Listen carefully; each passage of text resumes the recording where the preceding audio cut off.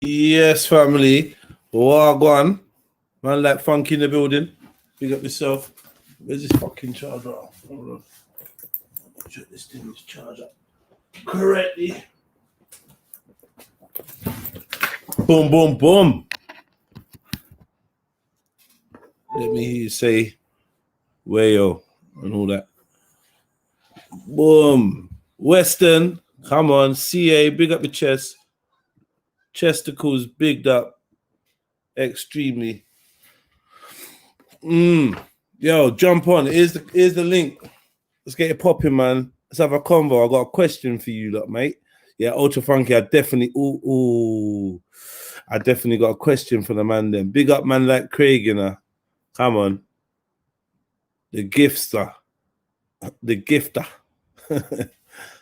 Yeah. Come on. Yeah, man, hit that like button as usual. You know the thing. We're just warming up.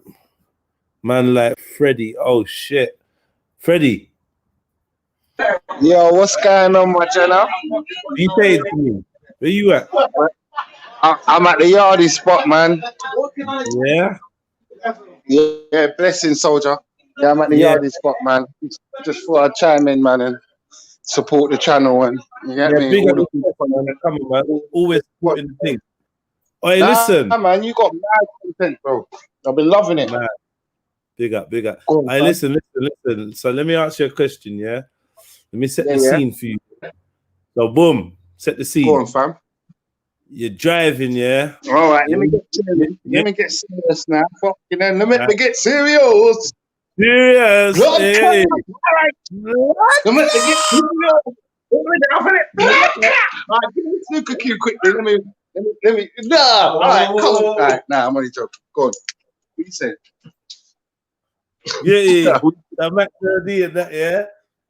Absolutely. Let me get serious.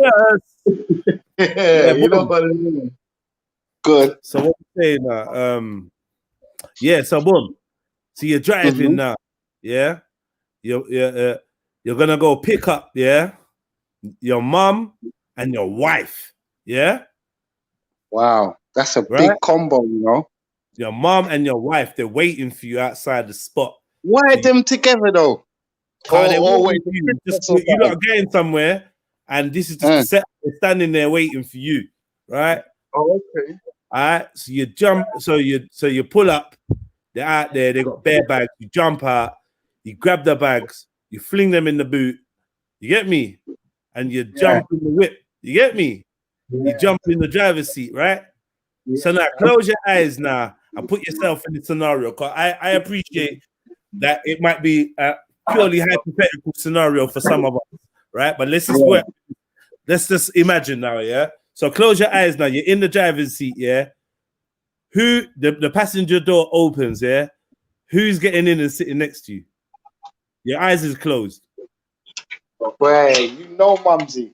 You know Mumsy's up front. All right. Blessing, my brother. Yeah, you know Mumsy's up front, man. Come on, man. Get in the back, bro.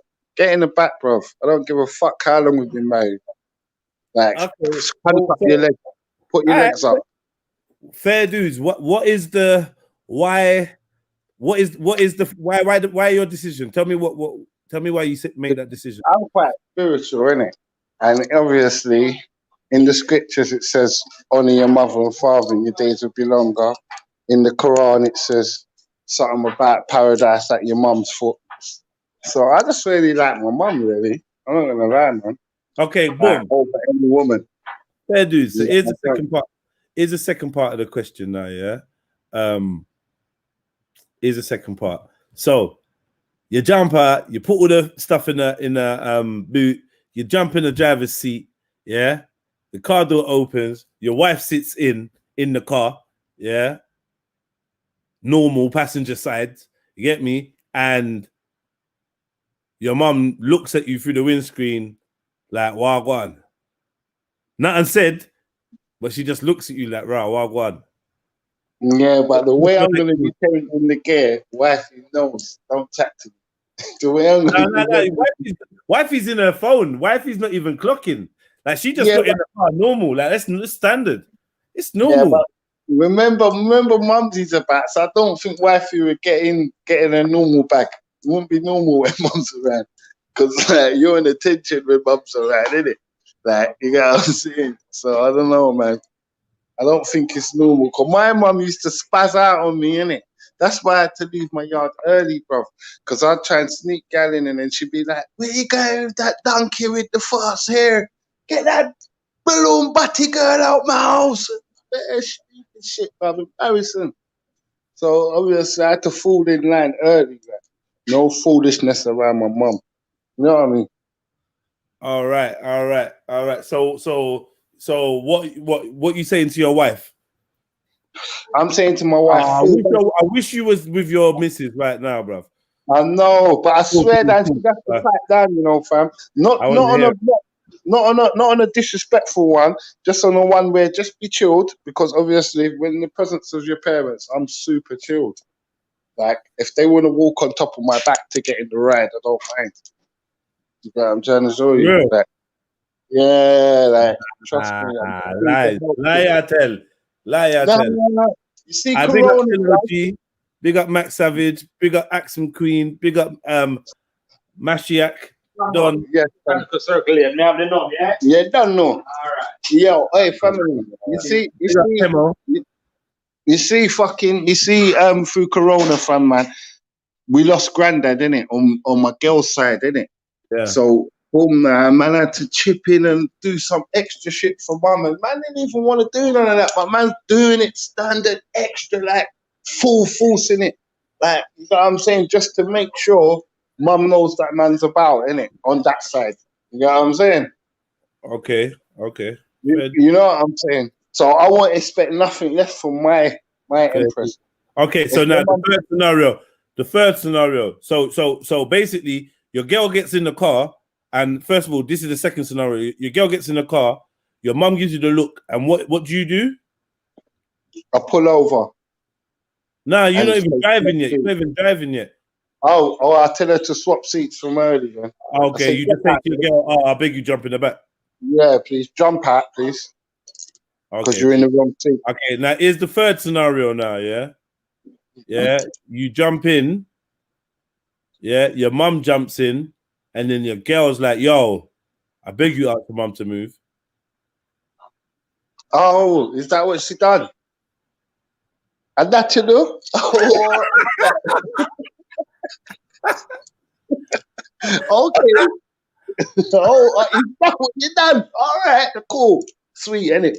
Sweet. Won't be the girl no more.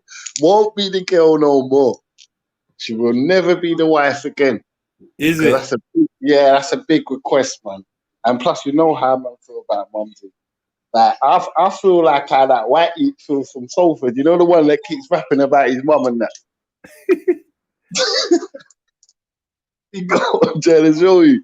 I feel like him when it comes to mum. You know what I mean? She'd have to hit the highway. Yeah, she'd have to hit the highway. Where's Ultra Funky?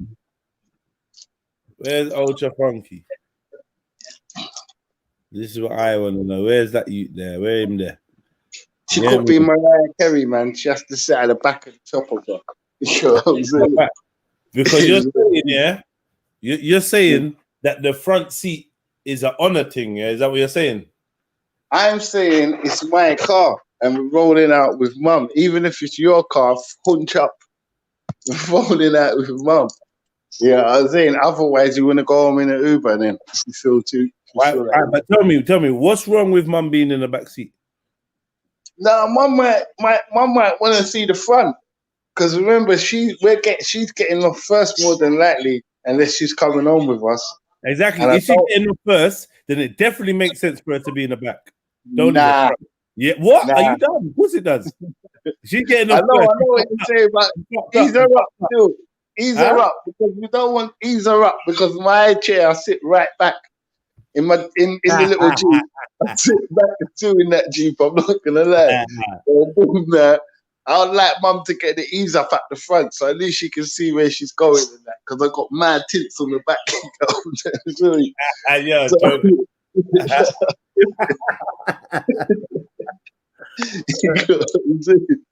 So yeah, it'd be cool for mum to see where she's driving to.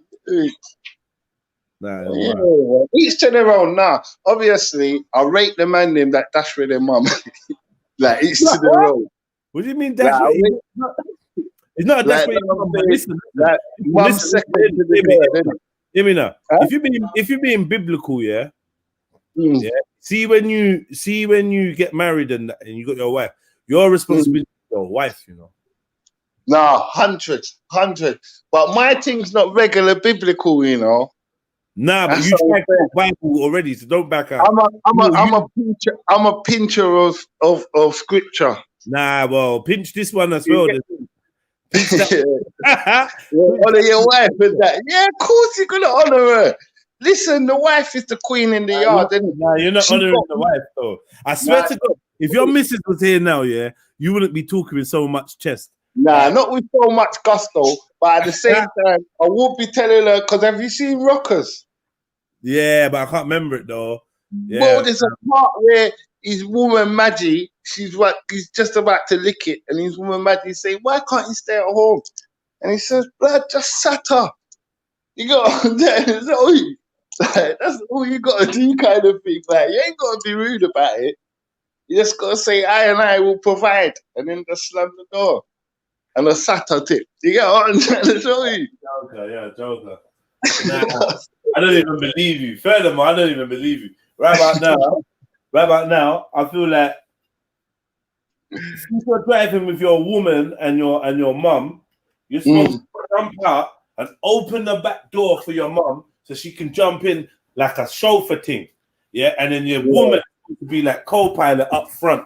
See if you're rolling with your brethren and you're dropping off mummy, you do to make her jump in the back, nice on her own, on her J's, and then you and your brethren stay up top. That's normal code and pattern. Yeah, chauffeur. You know what I mean? Think about cab, think about taxi, think about chauffeur. Get me? Them kind of thing. Driving Miss Daisy, mommy's supposed to be in the back seat. Yeah, no, most step. High chest now. High chest is making her say that she must be in the front. Nah, it's not always high chest, you know. These times now, the car's in your girl's name. Fuckery.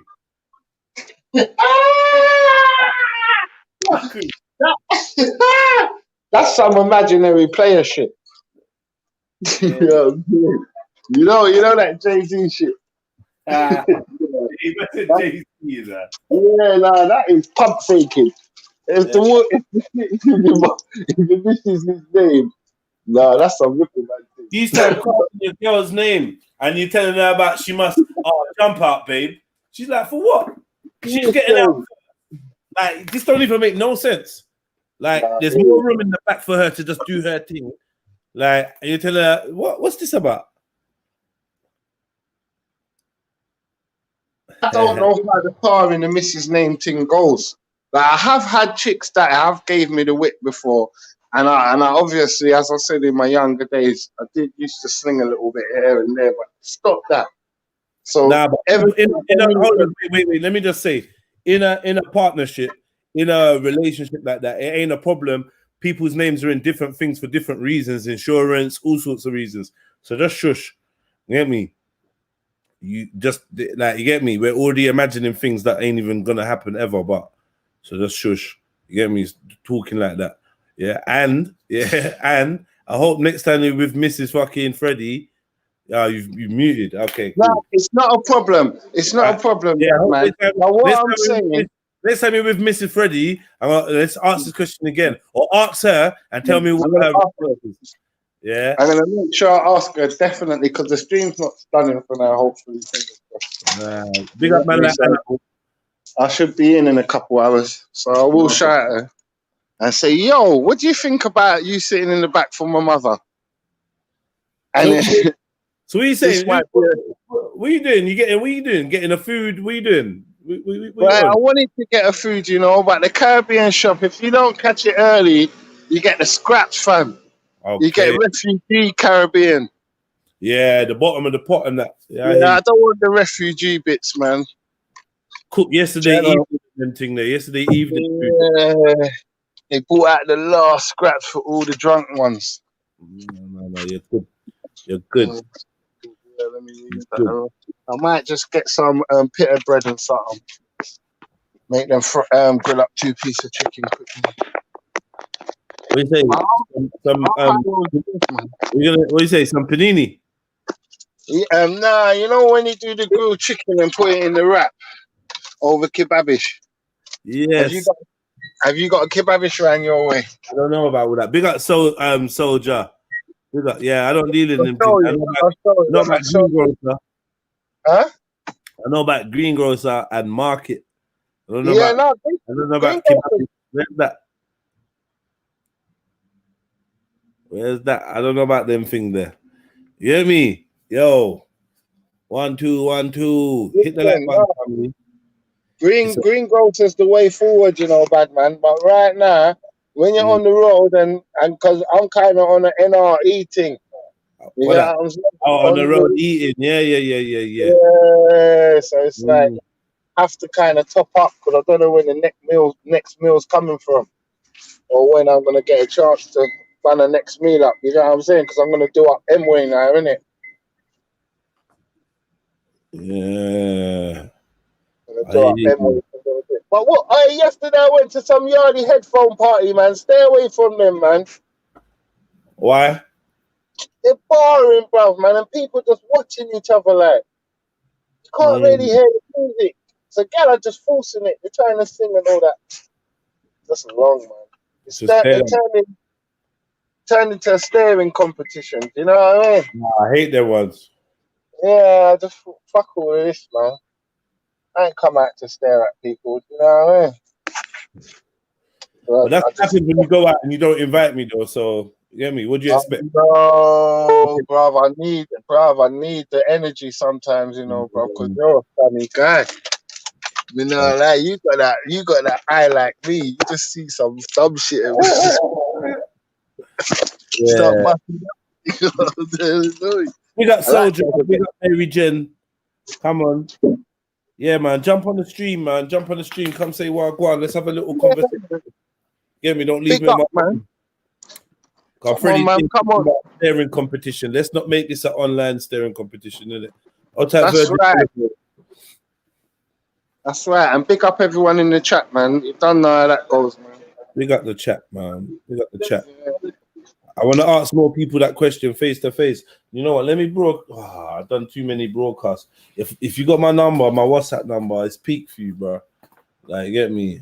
I'll be broadcasting every time I upload something. You get on broadcast. Right now, you need to get me on the WhatsApp, blood. I don't know why I can't get man on the WhatsApp sometimes, you know. I know, man. Cause you're just moving like a salamander. No, like a real one, innit? Like Halloween. We got a job Halloween, innit? You are part of the International Black Liberation Ghostbusting team. What are you chat about? What are you talking about, mate? Halloween. What about that? I don't know. It's going down, innit? It's going down on Halloween, yeah? Yeah, that's what I'm saying. So I'm trying to get International Black Federation Ghostbusting team together, innit? Okay. So we can go and shake a leg, and you know how that goes. Yeah, listen, let me tell you something, yeah. I reckon there's going to be a full lockdown in the first 2 weeks of October or last 2 weeks of October or something like that. You think so? Yeah. Second wave, baby. Hopefully not, man. Fingers, you get what I'm saying, family, man? Because we don't deserve none of this second wave. What have we done to them? They ain't done something to Babylon. Why are they so mad at us? Yeah. Just yourself, man. They hate, man. Nah, it's because they don't care about man. That's all it is. You get me? They don't care about man. Like you get me? They have no regard for man. They're so scared of man that they just no tolerance for any emotion towards man. Just business. It's just what needs to be done. You get me? Right, bro. You're sending more people mad than the fucking corona thing itself. Man. Do you know what I'm saying, fam? Why are you doing this to people, bro? Do you know what I'm saying? Like, they need to free us up a bit, man. Fucking hell, man. Yeah, they free you up every now and again. They're free. It's an ebb and flow, and it's like a boa constrictor. Each time you take a breath and exhale, they constrict a little bit more. When you go to, they constrict a little bit more, and a little bit more, and a little till you got no room. You get me? And we're just like, yeah, we're just doing a bogle towards it slowly, slow bogle. Yeah, we need to cut it out, though, man. Serious, because this ain't the wave. Like, we need to start coming out and protesting, bruv, and saying, fuck this for a laugh, bruv. Man's doing what man like to do. You hear that? Cause Yeah. the time junkies come on the news and say, yo, everybody stay in, don't smoke tonight, because 4 of my brethren's dead from corona. So when sex workers come out and say, yo, please nobody lie down with nobody tonight, because 5 of my brethren's sucked a thing and now they got corona.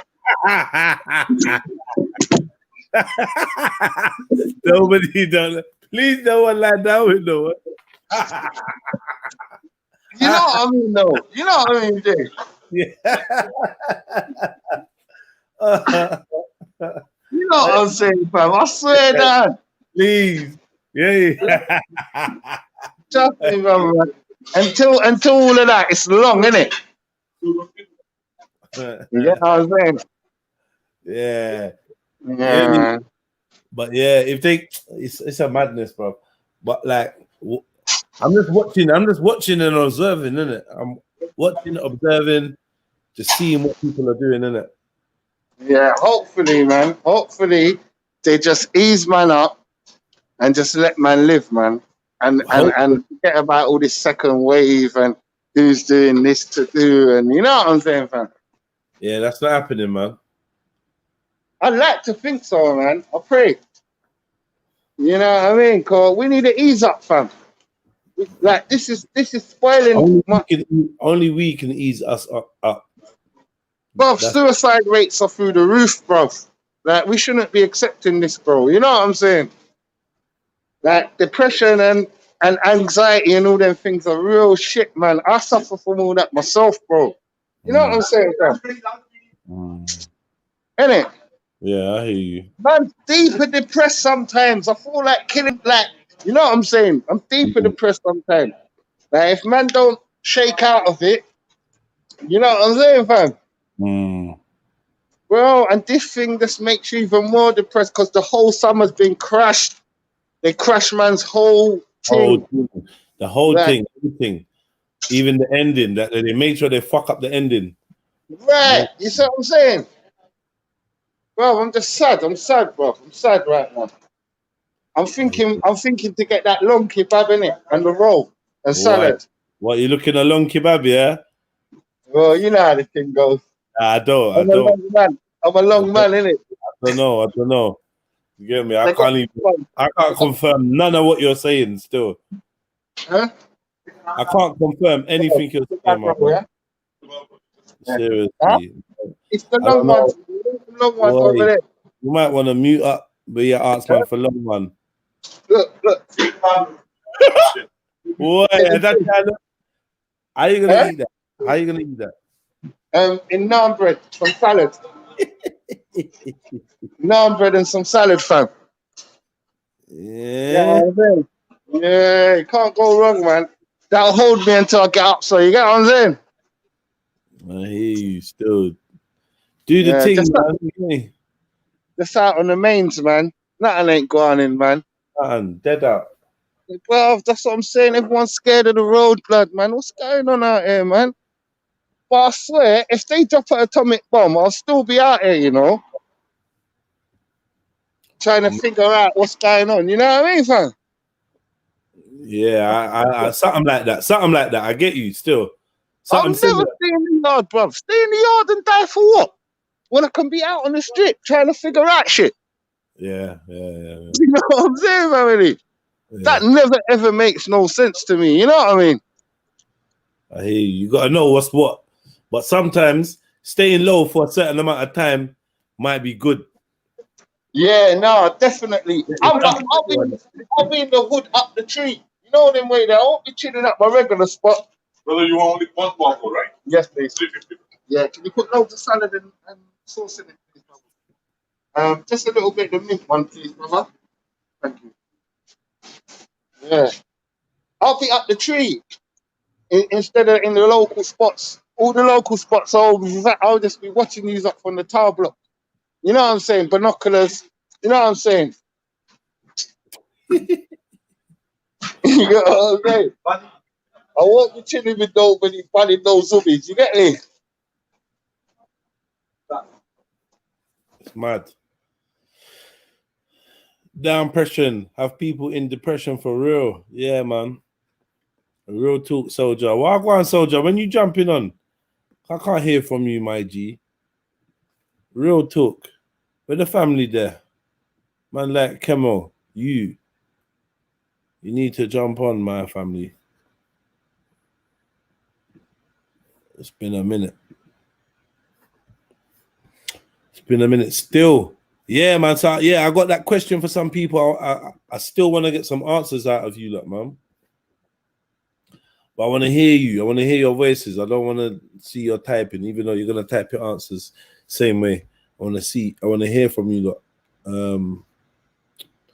I remember we do have the phone line running as well.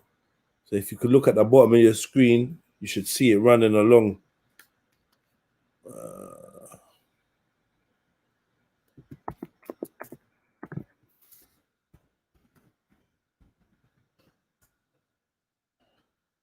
Let me see.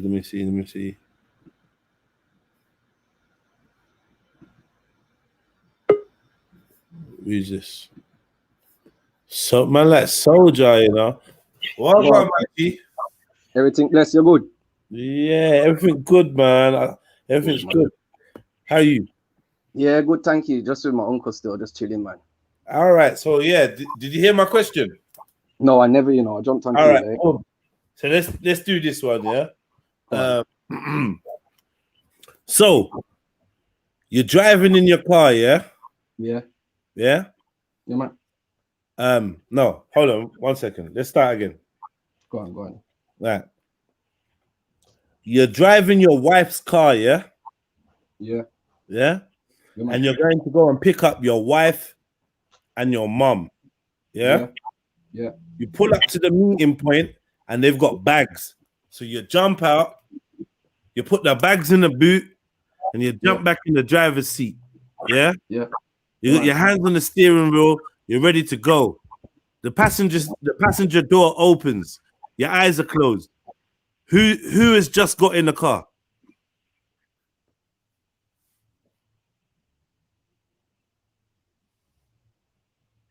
Wait. I'm confused. It must be my mother. And who did you say? It's your mom and your wife. Yeah, they're standing there. Yeah. You've pulled up. Their bags are there. You've put their bags in the boot. You've jumped in the car. You've jumped in the driver's seat. You got your hands on the steering wheel. Your eyes are closed. The passenger door opens. Who's just got in the car? My mom. Your mom. Yeah, man. Okay. So my wife would know, Seth, if I met my mom sit in the front of the car as well, innit? Why is that? Just a respect thing, I guess. I don't know, Interesting. All right. So here's the second scenario. Go on. You pull up, you jump out, you put your bags in the boot, you jump back in, the door opens, your wife is sitting in the passenger seat of her car. Oh, yeah, you said it's my wife's car to start with, though, didn't you? Yeah. Yeah, it's on her. She's on her phone. Yeah. And your mom looks at you through the glass, like kind of like wagwan. Yeah. You hear me? Yeah, what man. do you do? I'd say, you have to move out of the front seat to make my mom sit there.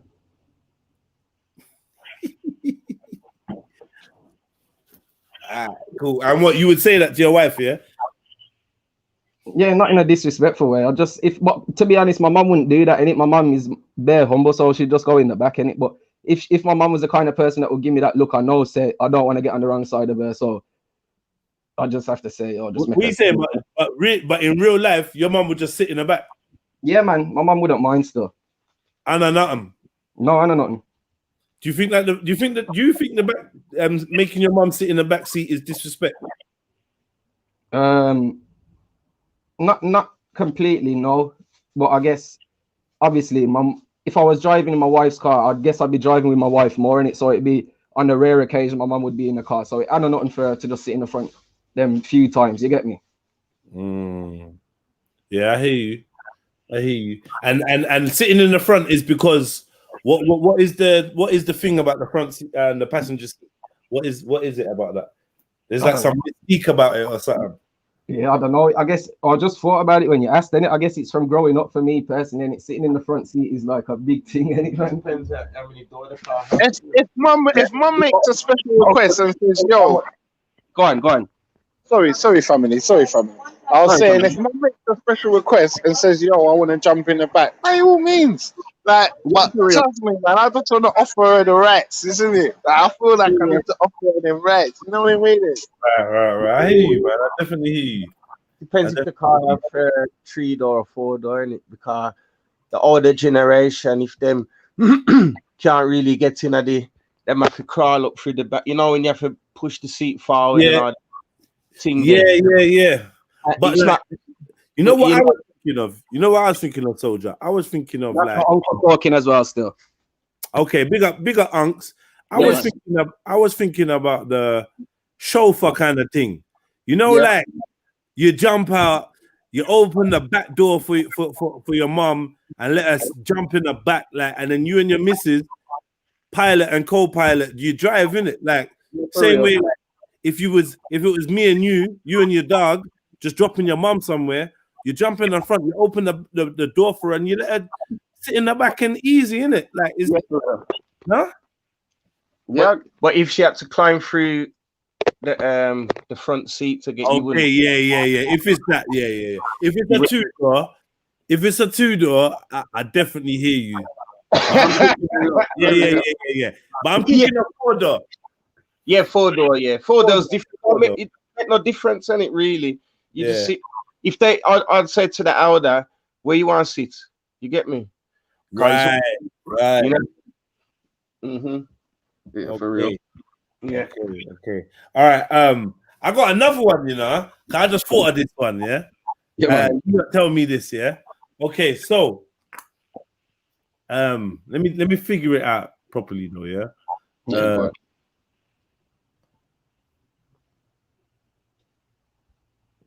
Okay, here we go. Yeah. Yep. You're on the bus. Yeah. With your youth. Yeah. Sitting on a 2-seater chair, innit? Yeah. Yeah, man. Yeah. There's no more seats left. Right? Yeah. Let's say your youth is 7. Yeah. Anywhere from 7 up, whatever you want. From 7 up, yeah. Yeah, man. Sitting on a 2-seater thing on the bus. There's no more seats left. Yeah. Yeah. Old woman jumps on the bus. What do you do? I'd have to say you want to sit down. And even if they said no, I'd probably insist and just pick up my youth, because my youth's 4 and I'd still do this now. I'd pick him up and just say, "Yo, sit down," to the old person, innit? Okay. Like I put your youth at 7. 7 Yeah, up. man. 7 Yeah, up. well, definitely then, cause that's what I'm saying. My youth's younger than that, and I'd still do that now. So if he was 7, I'd definitely say, "Yo, you have to stand up and let the old people sit down." You get me? So what are you gonna do? You're gonna pick your youth up? What, like carry your 7-year-old? No, sorry, I'm saying for my youth now, and my youth's 4, so I'd have to do that now. You get me? But I just not saying way actually, but I just say, "Yo, we have to stand up." You can stand up. Or just if it's one old person, I'd make the old person sit down and then let my youth sit down as well, innit? Okay. And Freddie, have you got an answer for that one? What if I fuck an old person? Should I pay respect to them? Nah, check this. Let me give it to you again, yeah? All right, so you're on the bus with your youth. He's 7. he, she, 7 or Didn't up. hear that. Yeah? Sorry, King. You're on the bus with your youth, yeah, and your child is 7 plus, 7 up. Oh, he's gone. Okay, but let me say something to you, though, soldier. Yeah, Yeah. at 7 years old, if I was in that situation, when I was in that situation, my mum would have made me stand up. Yeah, that's not right. That's not right. No, for true. No, I don't know, Right. man. It depends. Nah, I wouldn't do that myself personally. You get me? I'd make my youth sit down. You get me? Why? Boy, because see, in like the African kind of culture, yeah, it's like this is the teachings to the youth, isn't it? Yeah, for real. Same way, like I don't know, you probably grew up where the youth sat at the youths and the adults all sat at the table and but like when we was growing up, when we was in them kind of gatherings, there was like an adults table and the youths them table, innit? Yeah, not same way, to be fair. Do you know what I'm trying to say? Yeah, and it's like big people business is big people business, and when you're a youth, you're not involved in that. I guess it was a teaching of order and respect, and for me to notice something, because she would do it all the time, you know. Even when someone didn't want to sit down, she like insist, and make me stand up. You get me? You stand up. Yeah, you're a boy, you're a man, innit? Like you're a boy, innit? Like you got energy for days. I've seen the way you can run around for 10 hours, innit? So you can definitely stand up. Yeah, for real. I do night shift, day shift, afternoon shift. Yeah. Man, old woman. Why is any one of us gonna stand up while you sit down? In her head, that's the African way. Nowadays, I feel like I'm seeing people making their youth sit down over an elder, like on the trains, on the tubes. It's like, because nobody got no respect no more. Sitting there with your youth could play for another 10 hours. Yeah, you literally have to tie your youth down, and you're making your youth sit down. Yeah, while any kind of elder is standing up without offering them, and like I kind of find that strange still, because I wasn't raised like that. That's a waste man thing. That's a straight waste man thing. I like my youth has to get her ass up quick. Like she don't even have to ask, why? You have to ask, man. Yeah, we're raised right. Right there, we are definitely raised right. Like real talk here. It was at the point. It got to the point where, my mum wouldn't even have to ask. Like she wouldn't even. I wouldn't even want her to give me the look to say, "Why haven't you offered?" Yeah. Do you know what I mean? Yeah, for real. It's mad. So yeah, okay. So what were you saying, Freddie? You would have made your youth stand up. Stand up so quick, I said, get her up. You know, one of them ones. I'd still make my youth over the old person though, and let the old person sit down. You get me? But if there was a spare seat, I'd let my youth sit down as well. You get me? Not myself. Okay. Yeah, the stuff soldier, man. My father would have just made me stand up on my one blood. So stand up, man. Yeah, man. But boy, me don't know if that's always the right thing. And I'm thinking, I'm putting myself in my shoes with my youth, and it. So I can't even. 7 any more time. I would just make him stand up. You get me? But if at his age, no, I can't do that. You get me? Cause he would have dropped over when the bus is moving and them things. You get me? Yeah, that's fact. I can't make my empress sit down. If there's a spare seat, I'll stand up. Yeah, for real. Oh, is it? Oh, see, no. What I'm saying is, I'm trying to sit down. This youth here, he can definitely, or she could definitely stand up. I'm saying these youths at 7 years old, like, no.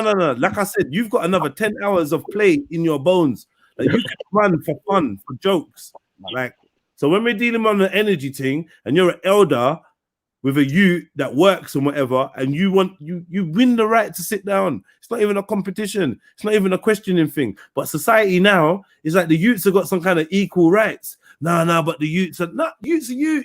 If you ever compared your energy output to this child's energy output, you'd be fucking stunned and amazed. It's like they're on steroids without being on steroids. You ever seen how much a youth can run and stand and jump and no. So for a little bus journey, you could definitely stand up and hold that pole and just chill in it. While elders that do you know what I mean, did big work and that to put uniform on your back, sit down. I feel like that's how society should focus more, and then youths would be more put in a position of youthfulness and understand their role as a youth. Right now, there's a blurring of roles and simple things like that. They're just simple social lessons that teach you to teach you about the pecking order, teach you about respect, and then it's inbuilt in you. I'm like, yeah, man. I swear down. 1 minute. Oh, thank you, Auntie. Okay, yeah. I'm all right. Yeah. Oh, it's good to see you, though. Yeah. Like I was saying, fam. Yeah, man. I stop, man. You get me? The shit is inbuilt in man, fam.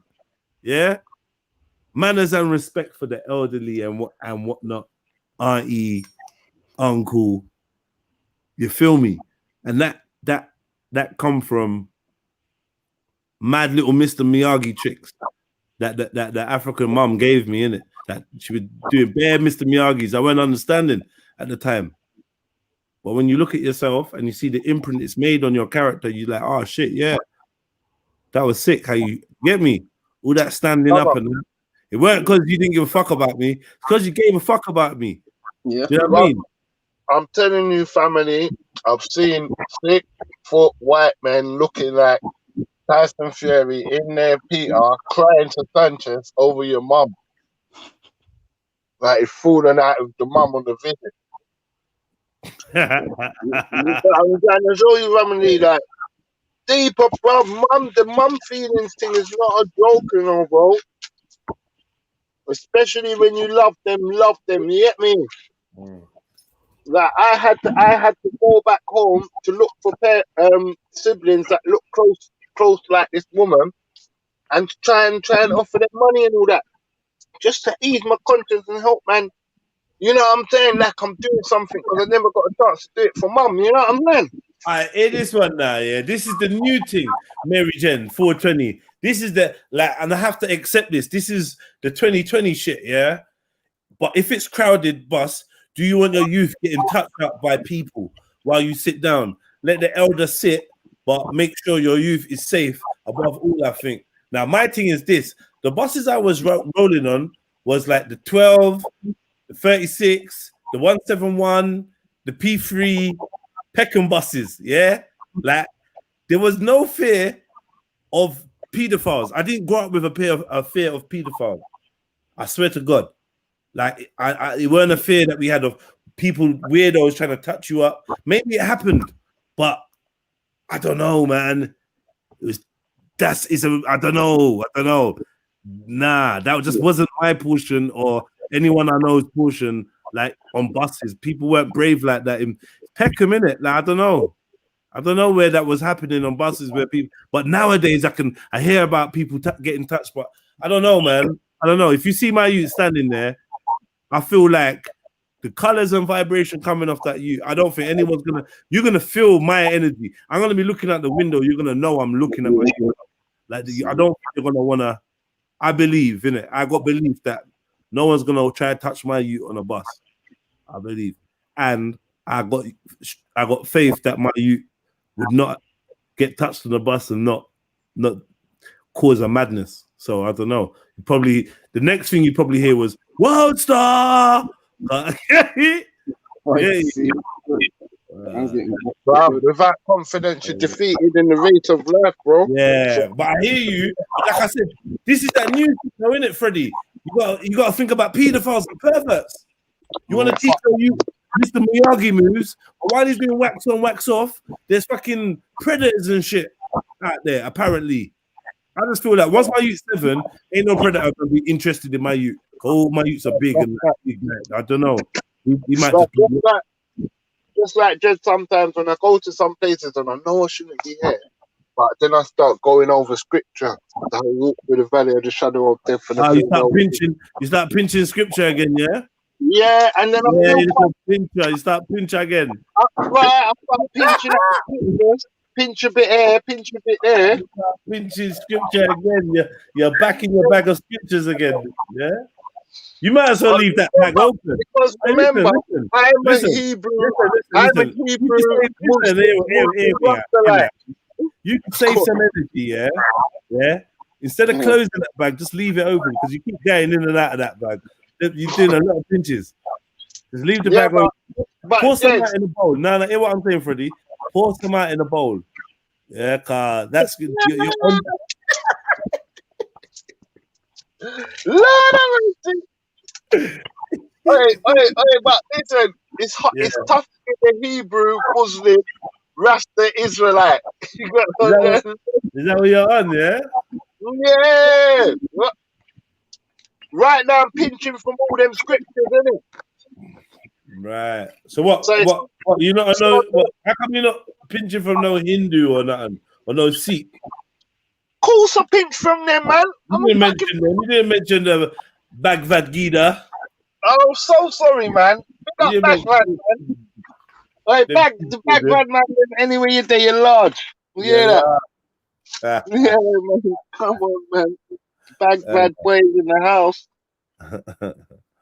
Yeah, man. And what else faiths are there, Jay? What you say, family? What other faiths? We got Buddha as well. Big up Buddha, man. Them everywhere you're there. Yeah, you got the Baha'i. Okay. Yeah, that's remember Eric? Who's Eric now? Remember Eric? Now listen, Jedi. Now Oh Jedi. my God. Fucking hell. All right, bruv, we used to have the best characters on here, bro. Excuse me. Some madheads. Bruv, it's gone dry now, man. We got all pussy holes like James Jones and all these wankers, man. I'm telling you, blood, it's gone dry, bruv, man. I'm not lying. Boring to me, man. Now, but James Jones. Now, wait. Let me just ease up on James Jones there. He plays his character well, so I find him entertaining. I'm not gonna lie. Like sometimes it's not when I'm talking to him. When I'm talking to him, it gets a bit annoying. But when I hear him chatting and winding up other people, sometimes it's all right. But he gets bun up as well. I've never had a good convo with this guy, bro. Trust me. Because sometimes when I try and have a good convo with him, he just he starts caping for the West too much. I'm like, right, man. You sound like a monkey that plays for the organ. You know the organ, man. Every time you try to bun fire on Babylon, he's always dashing water. Yeah. He's definitely a Lawit kid. Another Lawit you. Bruv, and the wickedest thing, right? That G is definitely for gay, bruv. Because you can't say nothing about my youth blood. What G? No, the G for the G and G block. I'm starting to think it's for gay activity. Allow G block, man. No, because you can't say nothing about the dons over there. The way they stick together, blood, is like they were all each other buddies. Somehow. I don't know, man. Tell me more about it. I don't know. Bruv, we had 6 hours of defense the other day, blood. One man defending one man, blood. Man will stop work and all that.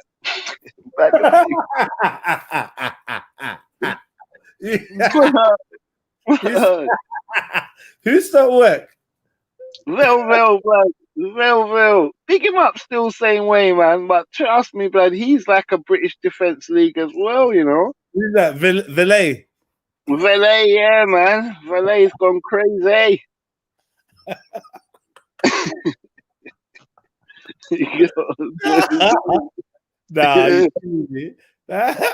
It's love same way. It's love same way still, man. The boys know how I feel, man.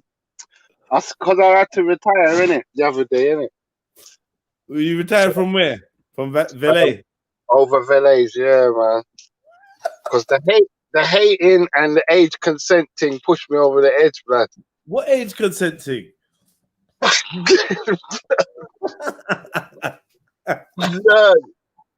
I think old, blood. Wow.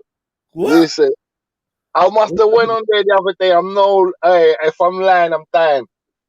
Blood, Ultra was on there about 5 days in a row or 6 days in a row talking about what age it is for Muslims to marry. I was like, what the fuck are you, man, talking about, bro? Like, man, you man ain't got no other topics to like. Nothing else comes up. You know what I remember? I remember having a mad wavy day. Yeah, bare fun. making money, drinking, Yeah. smoking, bubbling. And I remember just being like, let me look into G Block, yeah. I swear to God, the first thing I heard was, yeah, but Aisha, so I was like, raw. Bro, but I believe you, fam. I was thinking to myself, raw. Like, honestly, at that moment in time, I thought, raw, how mad it is, yeah, that, like, I'm not gonna lie, like, I'm just not in the mood to talk about pedophilia, innit? Like, I know sometimes it's a serious topic, it has to come up, but sometimes, yeah, I don't want to discuss people's age of, I don't know, it was just a nice hot day. I was just thinking, this is not what I'm on. So, yeah, that topic makes me ill, blood, man. And it's like, you ain't lying, bro. Because I swear it's like night after night sometimes. Man be on the same dead argument, bro. Big up D-Block, man, because at the end of the day, like, it can be a riveting conversation, but, man, yeah, there's overkill sometimes. I don't know, man. I don't know.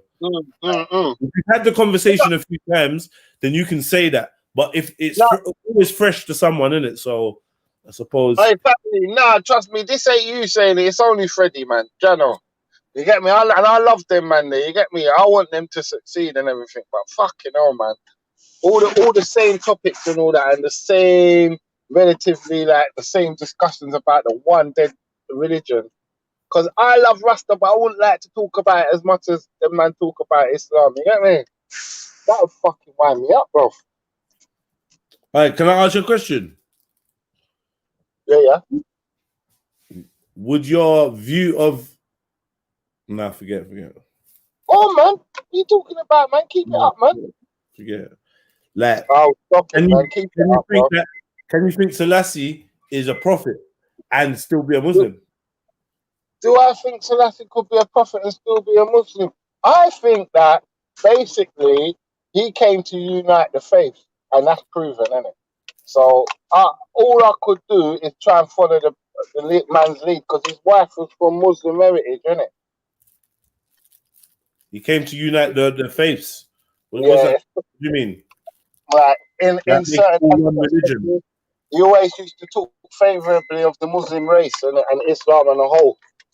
Did he come to make like all religions one? Not really. I don't know. I don't know if that was his entire mission, but I know he came to highlight inequalities in humanity. That's facts. You get what I'm saying? That was his main purpose. You get me? For being on this earth, to highlight the inequality and try and readdress some of the balances. Yeah, His Majesty's whole thing was about human rights, you get me, and each person having their own choice to decide how they live their life religion-wise, you get me, as long as you're living righteously, you get me. Okay. But was he a prophet though? Ethiopia, and was he a prophet? I don't see, Haile Selassie did prophesize things, but to me he's more than a prophet. Oh, he's bigger than a prophet. Yeah, man, to me, yeah. Marcus Garvey is a prophet because he prophesied Haile Selassie's coronation. Oh, you think he's a god? You think I don't deal with the word God. I think, well, you know what? I think people's perception of God limits that is so strong in people's minds, their perception of God. It's better to just say a born God, you get me, blood. Haile Selassie is the highest to me, you get me. It's the highest representation of a man, but that, to me, that is what some would say is God, you get me, is the most high. Is there anything more than a man? Is there anything higher than a man? Hey, brother, you're killing it. Not in the physicality, in the spiritual realms, there's something higher than a man, and what is higher than man in the spiritual realm? Say it again. What's higher than a man in the spiritual realm? First of all, does man have a spiritual aspect? Of course, yeah. It exists in the spiritual realms. Yeah, man exists in a spiritual realm as well. Yeah. Okay, cool. So, what's higher than man in the spiritual realm? Nothing. No, personally, that is the highest to me. You get me? That's what I'm saying. You get me? Personally. So, man in the highest, man in the spiritual realm is the highest form. Yeah. Okay. See, it's interesting. Like I'm always saying in the chat, anything else is invisible or unprovable. Like Garnet Silk says, I know my God is real. So people will laugh and say, oh, Haile Selassie is your God. But that's because of their perception of what God is. You get me? They're limited by what Babylon has told them. The God is some invisible white man sitting in the clouds. You get me, blood? Yeah, but what about the Bible? Because Haile Selassie was a Christian and he followed the Bible. And the Bible was a Christian, and the way It's took me many years to come to overstanding, to get me, blood. And the way I see it is Haile Selassie emphasized Christ because he knows you can't get to the Father without the Son. You get me? So Rasta man, that's why we don't have short hair like Haile Selassie. We have locks like Christ. Rasta man have to emulate Christ to be able to be considered a Rastafari. You get me, blood? Yeah, bro, it's part of taking the Nazarite vow. It's part of taking the Nazarite vow what Christ took. Because Christ took the Nazarite vow, innit? And basically that was not to cut your hair, not to make no shaving object touch your head top or your beard or nothing. So basically that's what that is. But as regards to God being Christ, fam, or Haile Selassie being any God-like figure, that was such a beautiful thing what 77 said, because I got taught to ban God, because God is confusion, and anything that's confusion is Babylon. That's the highest definition of confusion is Babylon. You get me? So if it's gonna make an argument or a problem, ban God. For real, you get what I'm trying to tell you? Like fire and lava on him. You get what I'm trying to tell you? That concept of it. Do you know what I'm saying? I know what's eternal to I and what should be true to the world. You get what I'm trying to tell you? Serious. And for me, Alright, so man said Obasaxi says it's already been done. We call him Jesus. Copy and paste much. Who calls him Jesus? You said like what you're talking about with Selassie has already been done, but and it's called Jesus. Like you man are copying and pasting. With Joshua as well, same way, blood. Jesus is a slavery ship, blood. So, brother, do you know how much time Jesus' story's been regurgitated before it touched the Bible? This is what I'm saying. These perceptions of names like Jesus, when people think of Jesus, they think of some little blonde white, some little funny man, some little blue-eyed boy. Yeah, Jesus is an illusion, blood. The real man's name was Yeshua. And if you're gonna say Jesus, I can't even comprehend what you're talking about. You get me? Yeah. So Obasaxi, yeah, you're using some Jesus term. Man saying you're on some Caesar Borgia thing. Like you're not even connected to what man's on. Man's on Jet, I'm connected to you because brother, 1 second, so sorry. I am connected to the I then because we're all one. You get me? Anything that breaks the oneness and the one order, that's Babylon. So if we're gonna bicker and argue, that's Babylon, fam. You get what I'm saying? So Rasta's so simple. You get what I'm trying to tell you? It's not necessarily what you believe, it's what you do. Because words without works is dead. If you got words and you got the works to do the words, you ain't Rasta. Yeah, and that's what I mean. But anybody will tell you that if a man sees a dreadlocks out a road, faith without works is dead. Stop remixing the scripture, you little pincher. It's faith without works is dead. For blood clot. But yeah. You know what I mean? Because I don't. Rasta remix everything. No, listen. Let me tell you why Rasta remix all the terminology and gave the earth most of their modern language what they're using today, or most of the slang what they're using today. Rasta done this on purpose because. Hold on. Let me put my advocate hat on. Yeah, I like to heat you lot up as well, innit? Yeah. Right about now, you're on the idolizing of a man thing. Looking at your picture and hearing what you're saying, yeah, it's all based on a man. Yeah, your thing, your highest definition of existence is a spiritual man. Yeah, and I'm saying then you are a man worshiper. You worship man. You don't worship the creator, because the creator cannot be a man. Or do you, or are you challenging that? Well, that's family. Creator can be creation, you know, family. Are you crazy, fam? Don't limit the creator, you know, because the creator can transform into his creation at any time. Because these illusionists are going to tell you God's going to come in a cloud. This is what I'm saying. God's going to come in you, Jedi. I'm not looking for God in no cloud and no milk and honey and no fucking pussy sky. Yeah, look for a man. He come teach me the right way how to live. Are you mad, blood or woman? Are you crazy? I'm not looking for no scriptures. Has to be coming alive now for it to be relatable. It can't be coming alive when Jesus was alive or when Moses was about, because that's no good. It has to be relatable tonight. I have to be able to use scripture and Stokey right now. If I can't use the scripture now, it's wrong. It's not relatable. That's why I picked something else. Like in Revelation, where it says an angel's gonna come with a rainbow, and he said people are waiting for an angel to come with a fucking rainbow around his head, blood. What the fuck? What are they waiting for, blood? To me, that's them things can be even seen as a red, gold, and green hat. You get me, blood? So the illusions that people fucking come under in this thing, and it's just crazy, blood. A red, gold, and green hat. Nah, you're taking liberties. That's not the rainbow, bro. It's a First of all, green ain't in the rainbow. You lot are being silly. It's primary colors, blood. Red, gold, and green represents a rainbow still from ancient times still. Represents the rainbow. So why do you use the other colors? Well, look what's happened with the other colors now, blood. Look what's happened. That's Babylon take that rainbow. We still got our rainbow sacred. That's not a rainbow, man. No way you're gonna say red, gold, and green is a rainbow. But you know what, Jed? You know fire for them lies. No. You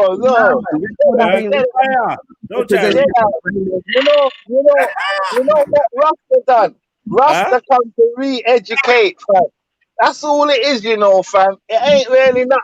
And Rastafari is not nothing to do with Selassie per se. You get me? He's just one aspect of. By the way, yeah, there is green in the rainbow still. Huh? There is green in the rainbow still. But you have to eye up the king. You have to eye up the king at all times. He's not everything to do with Rastafari. You're gonna have to use some of your initiative and your good ways and the good other teachings to navigate the world. You get what I'm trying to show you? He's like the nucleus to me of Rastafari, but obviously, like Freddie said as well, the liberty is the main thing as the personal person. Yeah. We call ourselves Rastafari. To be calling ourselves Rastafari, we have to trod upfully, you get me, blood, and not follow the ways of Babylon and get fucking bogged down in folly, you get me, blood. Bro, that's fucking fact, bro. That's exactly what. Hey, bro, you're a real Rasta man still, I can tell. Definitely. Right, but I'm just saying, you know what I mean, fam? We have to kind of beware what we're doing, bro. And it's so hard. Because man's grown up in the fire of the flames. Man's grown up in Babylon. All I know is fakeness. I don't know nothing else. You get me? So at the end of the day, it's just like, yeah, like staring away from that type of lifestyle. Man, pat myself on the back every time, bro. Yeah, I got out of all of that shit. You know what I'm trying to show you? Can I be Rasta? Yeah, for real. Of course, anyone can be Rasta. Oh, Rasta Jedi. I've told you bare times you're Rasta. Can a white man? You get me? You know you're Rasta. Can a white man be Rasta? Yeah, a white man can be Rasta if he's a article brother. Brother, white man can be Rasta. Of course, the white man can be Rasta, fam, man. Like Rasta's not skin color, you know, blood. Rasta's not oppression and fucking segregation and prejudice, you know, fam. Like I just come from white people's house. Like when I was in the bando yesterday, it's a white man's yard. You know what I'm trying to show you? Like everyone's cool with him. No one boys him off for trying to disrespect him. For real. He just knows that he wants to make money from his yard, and that's everyone's cool chilling there. You know what I'm trying to show you? Like no one's dissing him or. Bruv, white Rasta don't deal with disrespect, blood, because you know what? You can't say Rasta. What Rasta chills in the bando? Rasta was in the bando last night, blood, chilling. You get what I'm trying to show you, trying to give the youth them some guidance. I was telling them, turn off some of that drill and put on some kung fu. Do you know what I'm saying? Because you're listening to a bag of drill 24/7. Well, I'm just snake and monkey. Rasta in them places, blood. Without Rasta in them places, the whole of them are lost, blood. You have to. Well, that's where to be. It's the oppressed. You get me, blood. The Rasta is for the down-pressed people, and you see them people there. They're the victims of Babylon, the worst, blood. So I made them watch Iron Monkey yesterday, blood. How about that? And they weren't feeling it. So. Huh? That's what they need for watch, blood. What they weren't feeling it. They weren't feeling it. They want to watch mixtape madness. They want to watch the same scrap thing over again, over and over again, and pretend they're scraps. You're not him. Stop it. Do you know what I mean? Oh, blood, same wrong, but I know man, scraps non-stop, blood, and think they're fucking scraps, blood. It's just But that's the thing, and blood. This is why the influence of Rasta was pushed out, blood, slowly but surely. You see through the 80s and the 90s, blood. That Rasta influence. You know why? You know why? It's because of what Freddie said. Yeah, because if it's not relevant today, the man them don't want it. So certain man, Rasta is obsolete. How about that? Yeah, I agree wholeheartedly, but that doesn't mean it's right. How come Rasta ain't dynamic? If it's an eternal settings, how come it's not dynamic to do with anytime? It is dynamic. That doesn't mean it always reaches the people it needs to reach, though. But Rasta is the most dynamic thing, though, blood, because I know man who come off the road, but then change their life, blood. You get me, blood? And like Freddie's saying, blood, Rastafari has kept me away from a lot of folly in my life. You get me, blood? As a constant reminder. So is Islam, so is Christianity, so is Judaism, so is Israelite, so is atheism, so is science, so is many things, medicine, all sorts of things have kept me out of even though I wouldn't really get into these arguments normally, but for a matter of argument's sake, you get me? Rastafari is the only thing that's adaptable and is progressive, blood man. Rastafari is always interpreting current events and teaching us what going in these times and in the future, you get me? Whereas say that last bit again, please. Rastafari is the only thing that's still current, blood, and still telling people about the microchip, for instance. Blood, Rastafari been doing that for how long, blood? I'm not gonna lie.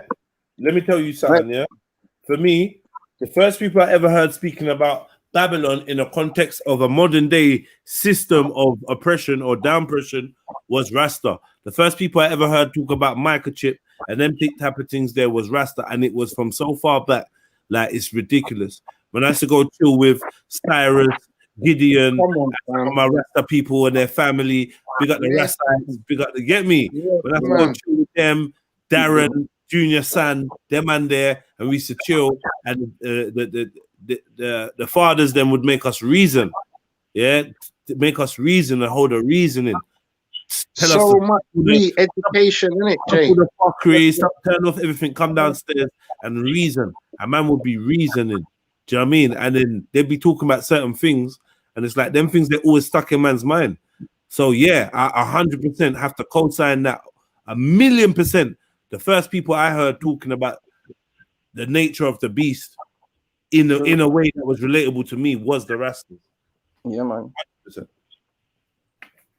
Hey, brother, when the Rasta man told me how I was living, bruv, because remember I had to go up in the hills, fam. Brother, I had to go, bruv, the way the Rasta man was telling me how I was living. He didn't chastise me, he didn't say none of that. He just said, bruv, he gave me simple choices, bruv. And you get me, the choices, you know what I mean? He just told me exactly what was going to happen. Man's going to end up in the coffin. Man's going to end up in, you know what I'm saying, long bird, no use. You know what I'm trying to show you. Or you can go this way and have this in your life and work for what you get. And da-da-da-da-da-da. And I didn't care about none of that at the time. But trust me, frankly, it's only sitting down and realizing it, man, many years after, bruv, I was like, you know what, bruv? If I applied all of these things earlier, I would have been set. You know what I mean? Yeah, man. Exactly.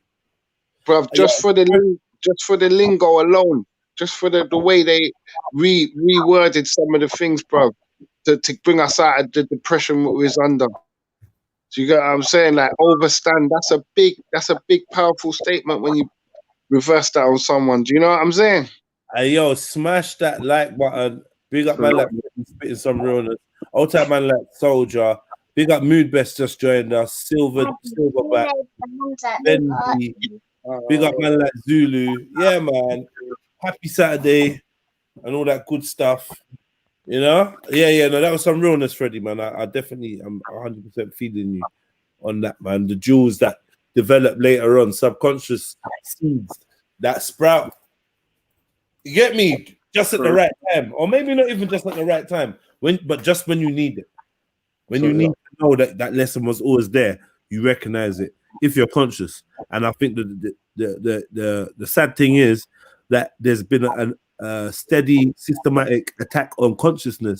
So enough people are not aware. They don't have the ability to self-reflect or to delve inside. They can't understand inner space at all. So they're locked out from who they are. So their reactions are the reactions that have been programmed into them. Their likes, their desires are the program, what the program tells them. Essentially, they are robots, and like some of us even have this programming. Well, even all of us have this programming. You know? Definitely, but life is about trying to break off that programming, though. But that's what I've realized. You get me, good. But really and truly, sad thing is that's not what life's about. No, I know. That's what life. Hold on. The sad thing is that's what life has become. I completely agree with you, but you know, like that's not what life's about, isn't it? 100, but of course. Yeah, man. Yeah, life is about life, livity. Yeah, unfortunately, and I said this before as well. Yeah, I said, unfortunately, life has become about breaking chains, breaking free. That's what your purpose in life has become.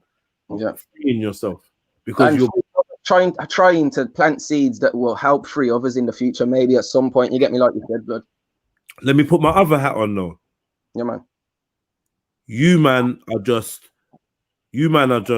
self-imprisoning yourself and telling yourself that you're born with chains only limits your ability. So you believing that you are not free makes you a slave to your own disbelief. I believe I am free though, blood, because my spirit's free. And blood, I am then free. What are you trying to break off? What are you talking about then? You're contradicting yourself. I'm confused. Because Babylon's still trying to put us on the smells, blood, same way, blood. But okay, have you got the programming or have you not got the programming? Not at this point in time, but I did have the programming, blood. Oh, so you're 100% free of programming? No, obviously I still carry traits of programming still, blood. Yeah, 100%, man. Okay. I ain't gonna try and front like I'm 100% free. You get me, blood? But to me, joy is freedom, innit, blood? So, bruv, hey, family. Sorry to cut you, fam. Right, you remind me of what myself, because what Jay has to remember is man is products of Babylon. I was literally working for Satan, you know, like full-time employment. Like, yo, come and clock in, and you know, yeah, what you saying, bad man? You know, what works we got? You know what I mean? So reverse that is a lot, blood. You got what I'm saying, family? 100, man. You get me? To even try and look the other way, and you know why I'm so thankful and why I look the other way, because man's scared now to talk about it. You get what I'm trying to tell you?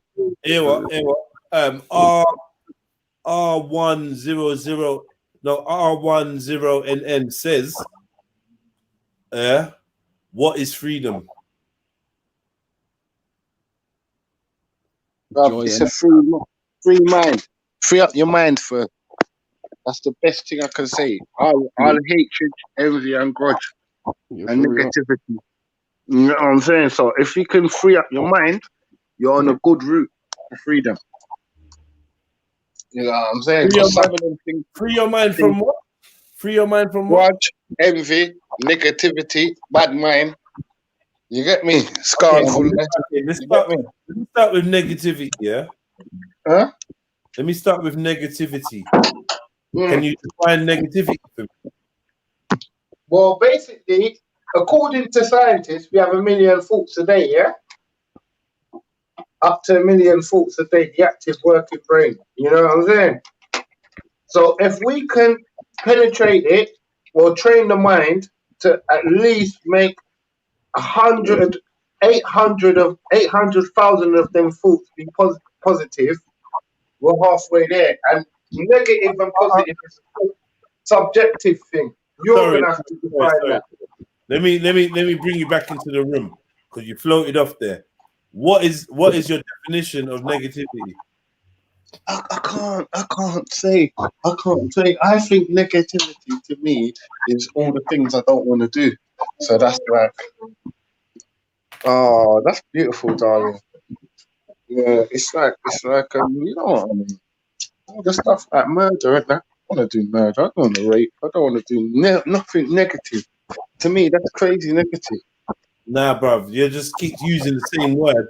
When I'm asking you for a definition, you keep using the same word.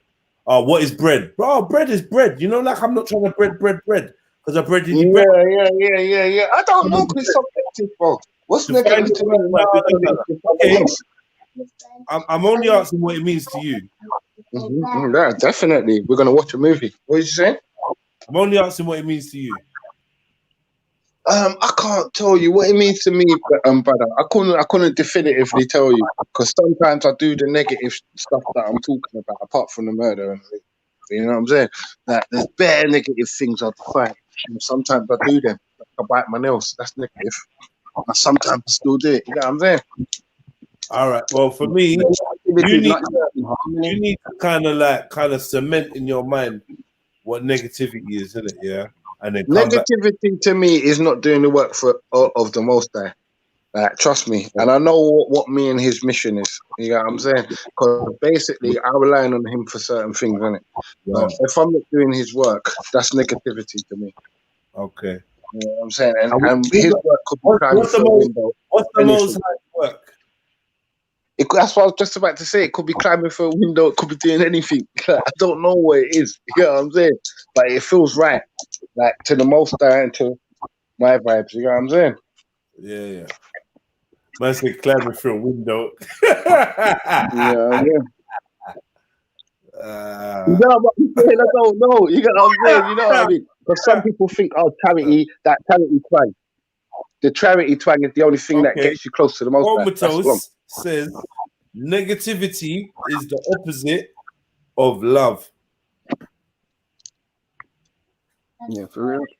What do you think about that, soldier? Yeah, man. I said negativity is not living in harmony, and it with like nature, plants, animals, people. You get me? That's what negativity is to me. Can anything exist that wasn't meant to be? Yeah, cause yeah, man. Like clones and all them scientific GMOs. Yeah, man. But how does it have the capacity to exist? Who grants it the capacity to exist? Man. So who says what is to exist and what is not? Well, so I believe man's either guided by the Most High or they're guided by Satan, and the people that do them things are guided by Satan. So it's Satan that makes them do it to me. What's Satan? The opposite of the Most High, and the evil force throughout the world. Is it a being? Is man? Is it man? Well, I guess the being would be the ultimate source of negativity and wickedness. Yeah, but no, it's not a man. It can manifest in a man, same way God can. It's not a man. It's a being. No.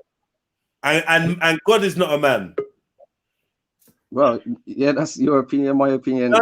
I'm asking you. Yeah, no. Well, I'm saying Haile Selassie is the Most High, but I born God same way. So I would say God is not a man because I don't agree with the word God. Okay, but, yeah. so Haile Selassie is the Most High. So who is the most low? Well, in a human form, it would be Benito Mussolini, ain't it? Mussolini. Yeah, man. So does he exist existentially from this physical reality the same way that Haile Selassie does? Well, I think he was an embodiment of evil, yeah, of wickedness. Same way Hitler was, though, but that's just a really comparable one because obviously he invaded Ethiopia. You get me? So Hitler was and Mussolini was, but they both existed at the same time. Yeah, man. But there's enough people. That's just two examples. You get me? But there's enough people. Okay, so who else embodies the Most High like Selassie does? Why is he solely on his own? If there's balance, then that should be represented in the light side as well. Well, because to me, you know what? My youths them embody the Most High, though. Shalom, I'm not gonna lie. Big up. Yeah, like I like my youths, innit? Like, trust me, my youths. I think when I look at my youths, I think of God, innit? I don't know about the next man. You know what I'm saying? Yeah, bro. But I don't know, man. Like, What's even up, when brother? I look at trees, I get inspired, but I think of God. So I don't know, man. Okay. Yeah, okay. So did God soldier, did the Most High create all things? The Most High, yeah. The Spirit of the Most High created all things, yeah. And Did the Spirit of the Most High create? I believe he was a. Did the Spirit of the Most High create Mussolini? Originally, yeah. Did the Spirit of the Most High create Satan? Well, yeah, he was cast out in it, so yeah. Does the Spirit of the Most High create destiny? No, I think man creates destiny. Okay. So the Spirit of the Most High does not create all things.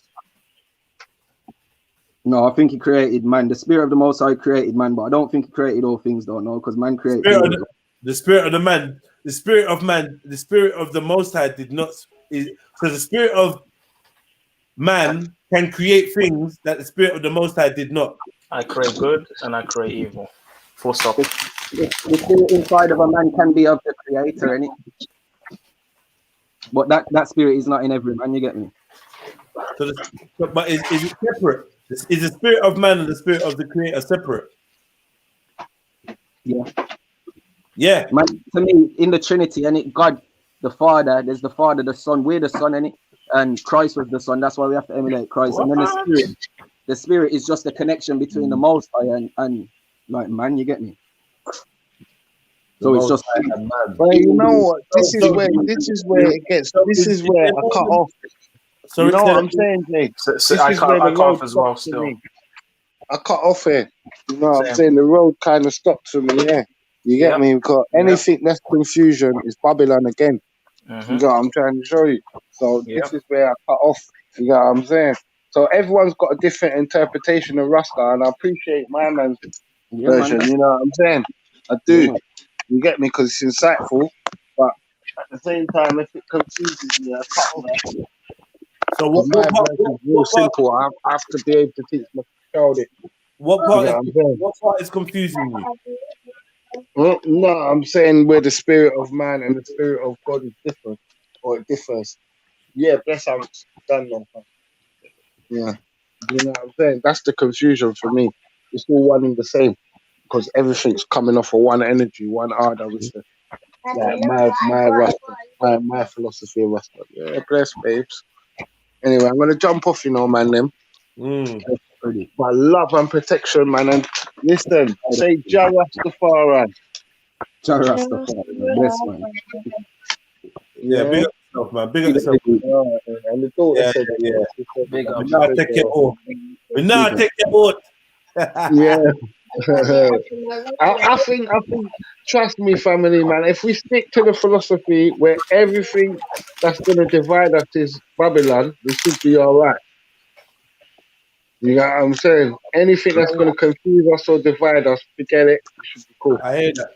I don't think some people are easily confused. Some people can handle more complex realities. Because reality isn't simple, Freddie. Reality is quite complex. No, most definitely, of course, man. Of course. I love with you, Freddie. I'm going to put little to bed and then we're going to get back into part 2. Freddie, I'm of the belief, that simplicity is the key. So I'm with you, fam. Bomber Clark, there you go. Would you not say simplicity is a perception? No. Something simple. Something. Honestly, my instincts tell me, that anything that is too complicated is a lie. I'm not gonna lie. This is way before Freddie has ever said this.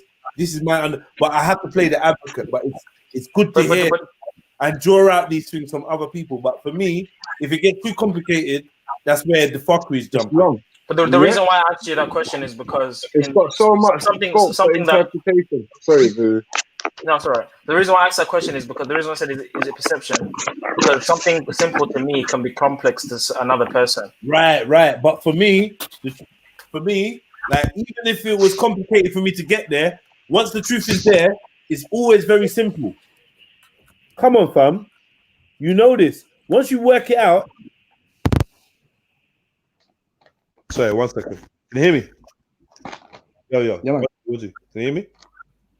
Yeah, man. Yeah. Once you work it out, family, the truth is very simple. Once you work out that complicated math or whatever it is, the truth is very simple, man. It's like, oh shit, we're staring you right in the face. So something complex can be made simple when understanding. Once understood. So if you're breaking something down to me and it's like obviously I tried to push my ego to the side and try to grasp what you are telling me in it and find different ways to learn it and understand it. But ultimately, intuitively, what I tell myself is when things become too complicated, it's because it's not the truth. And I feel like that stands me in good stead. Well, there's some simple things that are not true too, no? Can I just say something? Hello. I think the line of questioning made it seem more complicated than it was as well. Like if I was to explain it to a baby, I'd just say Haile Selassie is the father of everyone. We're his children, and there's a connection between us, and that's basically the You're not gonna. You can't say the father. How can you say Haile Selassie is the father when he's a human being? You can't do that. What the hell? And that's not simple, fam. Because then you're gonna have to explain to a kid how a human can be the Most High. No. That's not simple. That's the easiest way you could explain it to a youth, is to say he's everyone's father. What? He's not, but the kid will say you're my father. How can he be my father if you're my father? Yeah. How can he be both our fathers? Come on, man. What are you talking about? What about granddad? My youth's gonna say, what about granddad? Or granddad after that. Great. Yeah, chat about everyone's father. So he gave birth to all of us, or him and who's everyone's mother? Queen Empress Menin is everyone's mom. King Alpha and Queen Omega. That's what Rastafari is saying. Okay. Greek thing. They go on a Greek thing. Alpha and Omega, Greek thing. It's from the Bible, innit? But yeah, it is Greek. That's of course it's Greek. Of course, I know. So why it just means beginning and the end. Bro, I don't give a damn. It's Greek. If you tell me about Alpha and Omega, you didn't say beginning. You didn't say Queen beginning and King ending or whatever. You said Alpha and Omega. Yeah, which is just the language. Greek. No, but it ain't. It's symbology. It's not just the language. So you're saying Alpha and Omega. gods. Hold on 1 second. Alpha and Omega is not just a language. It's not just letters in the Greek alphabet. They are phenotypes. They're what they call archetypes. They represent symbolic meanings, isn't it? Yeah, and that's why they're used in fraternities and codexes throughout time. Yeah, come on. So it's like the Alpha. Beginning and the end. Beginning and the end. So it's like the male sex symbol. That's why we still use them in military language to say Sierra, Oscar, Bravo, Alpha, Omega. We all like no. These things are things that mean something. You're not just gonna pass it off. Otherwise, just say beginning and ending. You're not saying that though. You're saying Alpha and Omega. Yeah, that's Greek. Because alpha means the beginning, innit? And omega means the end, innit? So if someone from Greece right now says Alpha and Omega, by them saying that, ultimately, are they trying to talk about some secret meaning, or are they just saying beginning and end in their language? You can be blind. I understand that there's symbology behind that. No. Let me clarify. The Alpha and the Omega. Okay, cool. Let's say you say the Alpha and Omega, yeah?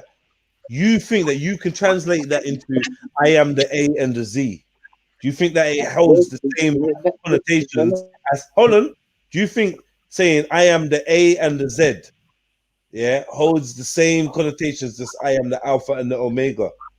If so, why would we not say that? Well, Rastafari that's chosen. I can't defend him.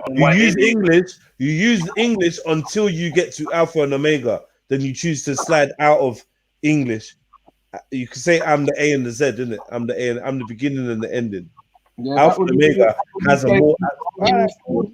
I get what you're saying now. You're saying why didn't they just say beginning and ending? That that's a good point. That's a good point. I understand what you're saying now. It's cold, isn't it? But you know what? This is where the elder. You have to fully understand what Alpha and Omega is in the Greek version of the mystery systems. Yeah, but then you can overstand the Alpha and Omega is the beginning and the end, Rasta. Black Cloud, why you still here, man? Go on. No. We just assisted. We can't argue over semantics because then that is a negative to Babylon. Freddie, let me ask you a question. Are you anywhere near the Empress? Yeah, not right now. Later, Dad.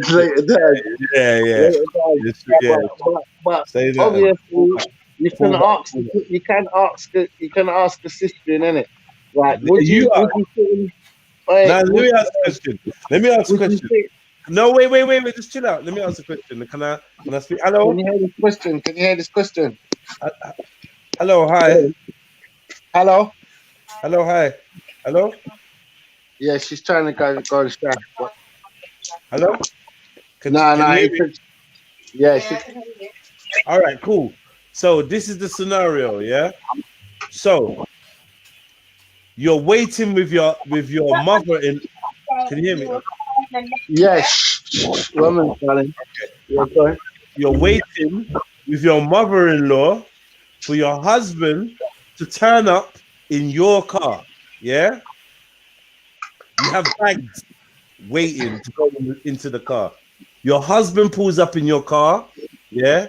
Jumps out, takes the bags, puts them in the boot, jumps back into the driver's seat, yeah?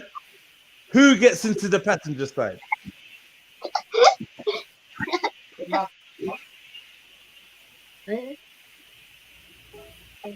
The mother-in-law. He said the mother-in-law. Yeah. So he's saying who gets in, the man or the mother-in-law? What do you mean the man or the mother-in-law? The husband or the mother-in-law? Who sits Don't remix what I'm saying. That's not what I'm saying. No, you're saying who's riding shotgun? The mum or the passenger? Listen, man. Like, this is the problem, man. This is the problem. This is the problem. You're remixing what I said because your head's so long.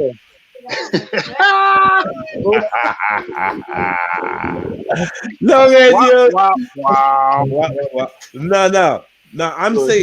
I'm saying who gets into the passenger side? You or the mother-in-law? This is your car and it's your husband that's come to pick you up. Yeah, is there space in the back for the mother-in-law? Of course. Free, open back, bare space in the back. Okay, so then the mother-in-law gets in the back.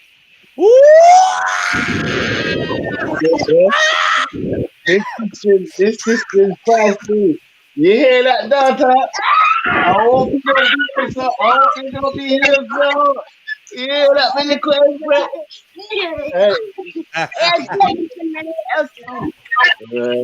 What's the problem, Freddie? Why can't this is her car? Why can't she get into the passenger side? What's the problem? It's her car, yeah? Yeah. Listen, I tell you what, if you got like, at least if you got the cheap to offer. Look, bare stuttering. Bare stuttering. Say it with your chest now. No, I'm saying if you ain't got cheap to offer, get the fuck away from me. What are you talking about? The space, the puppy. Gave mommy the shotgun. If you ain't got the space to, you're rude. You're rude. Now hold on. Hold on. The husband. There's space in the back, and it's your car. Why have you got car fever? The husband has pulled up. Hold on. The husband has pulled up in his wife's car. Yeah. She jumps in the passenger seat. He jumps in the passenger seat, and you're gonna tell your wife to jump out of her car passenger seat to get in the back. Yes. And there's bare space in the back. Off to mum, and if mum wants to take the front, you're getting a rasp around the back. That's factual. Wow. If you don't want to do that, there's a thing called the Yanks. I mean, not the Yanks. My US real dog say kick rocks. Don't shout over the sister. Don't shout over the sister. Let me hear what she's saying. I'm just saying, or he could get his own car.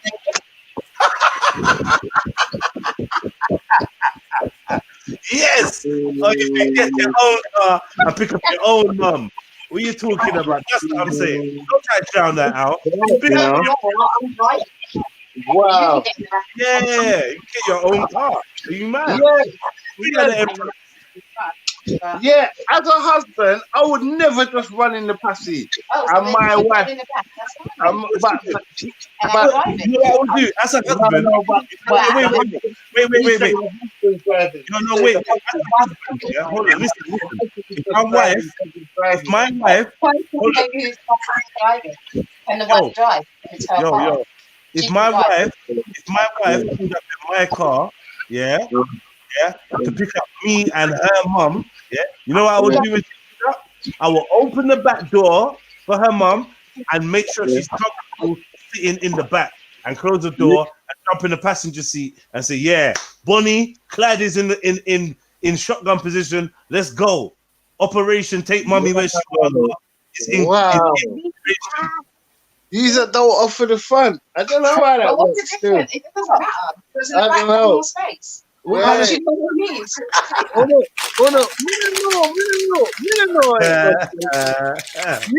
You are obviously East London people are super chatty, as you've realised throughout the years. So Yeah, see that big up the Empress though, innit? Cause yeah, man. Cause I don't even know about telling this young lady, telling your wife to hop out, or like I don't know. Your mom should just jump in the back. It's a chauffeur thing. We're gonna take you where you wanna go. We're gonna open doors for you. What you gotta do is sit down. It's nice, man. Get like driven around the city. How about you wanna jump in the front? Like what's this? Big and bossy, man. Talking about, man. I'm gonna rub my wife's leg and that. You get me? And be like, yeah, so how was your trip to mom? You get me? And make eye contact with you through the rear view mirror. How about you sitting up front? Like, what, you're gonna give us directions? Man, too bright, man. This is what I'm saying, man. This is the thing, innit? When you could be pregnant and when you could be having a baby and your mom having a baby at the same time, this is the type of issues that you're having. Yeah, when your baby mother's pregnant and your mom's pregnant. You get me? You tell her jockey for position and them thing there. You get me? Mad thing. Let me see. Maybe she should drive and Fred gets in the back. Yeah, man. You exactly, Fred. You jump in the back. Sit in the back, man, and ease up. Evil is a frequency that can dwell in any vessel. See. Big up Vendi, man. People need to see the truth. Selassie is the Messiah. Oh my gosh. Yeah, but why you call yourself FGM victim? I'm not really feeling that name. What? I don't know. I'm not feeling that name. I might have to delete you. I don't know. Are you a troll? Let me see what this brother's saying. People, Rasta is real truth. What one, Zulu? What are you saying? I'm good, bro. I'm good, man. I like the last reaction you did with the 6ix9ine. It was really good. Oh, you like that one, yeah? Yeah. Yeah, man. Big up. We're gonna do a part 2, I think, because there's a part 2 of that interview. Yeah. What do you think, innit? What do you think about this dude? Obviously, he's a dickhead, but like the part that was kind of like, you know, interesting was when he was talking about the woman that gets passed around. Obviously, he's talking about Cardi B, but I just feel like people like he's like kind of like an Alex Jones kind of guy. It's like obviously he's part of the system, but people overlook the stuff he's saying because of the craziness. But he's the one dropping like a whistleblower kind of dropping the truth. But then people are just gonna look at him like he's crazy and not actually listen to what he's saying and break it down. That's what I feel like.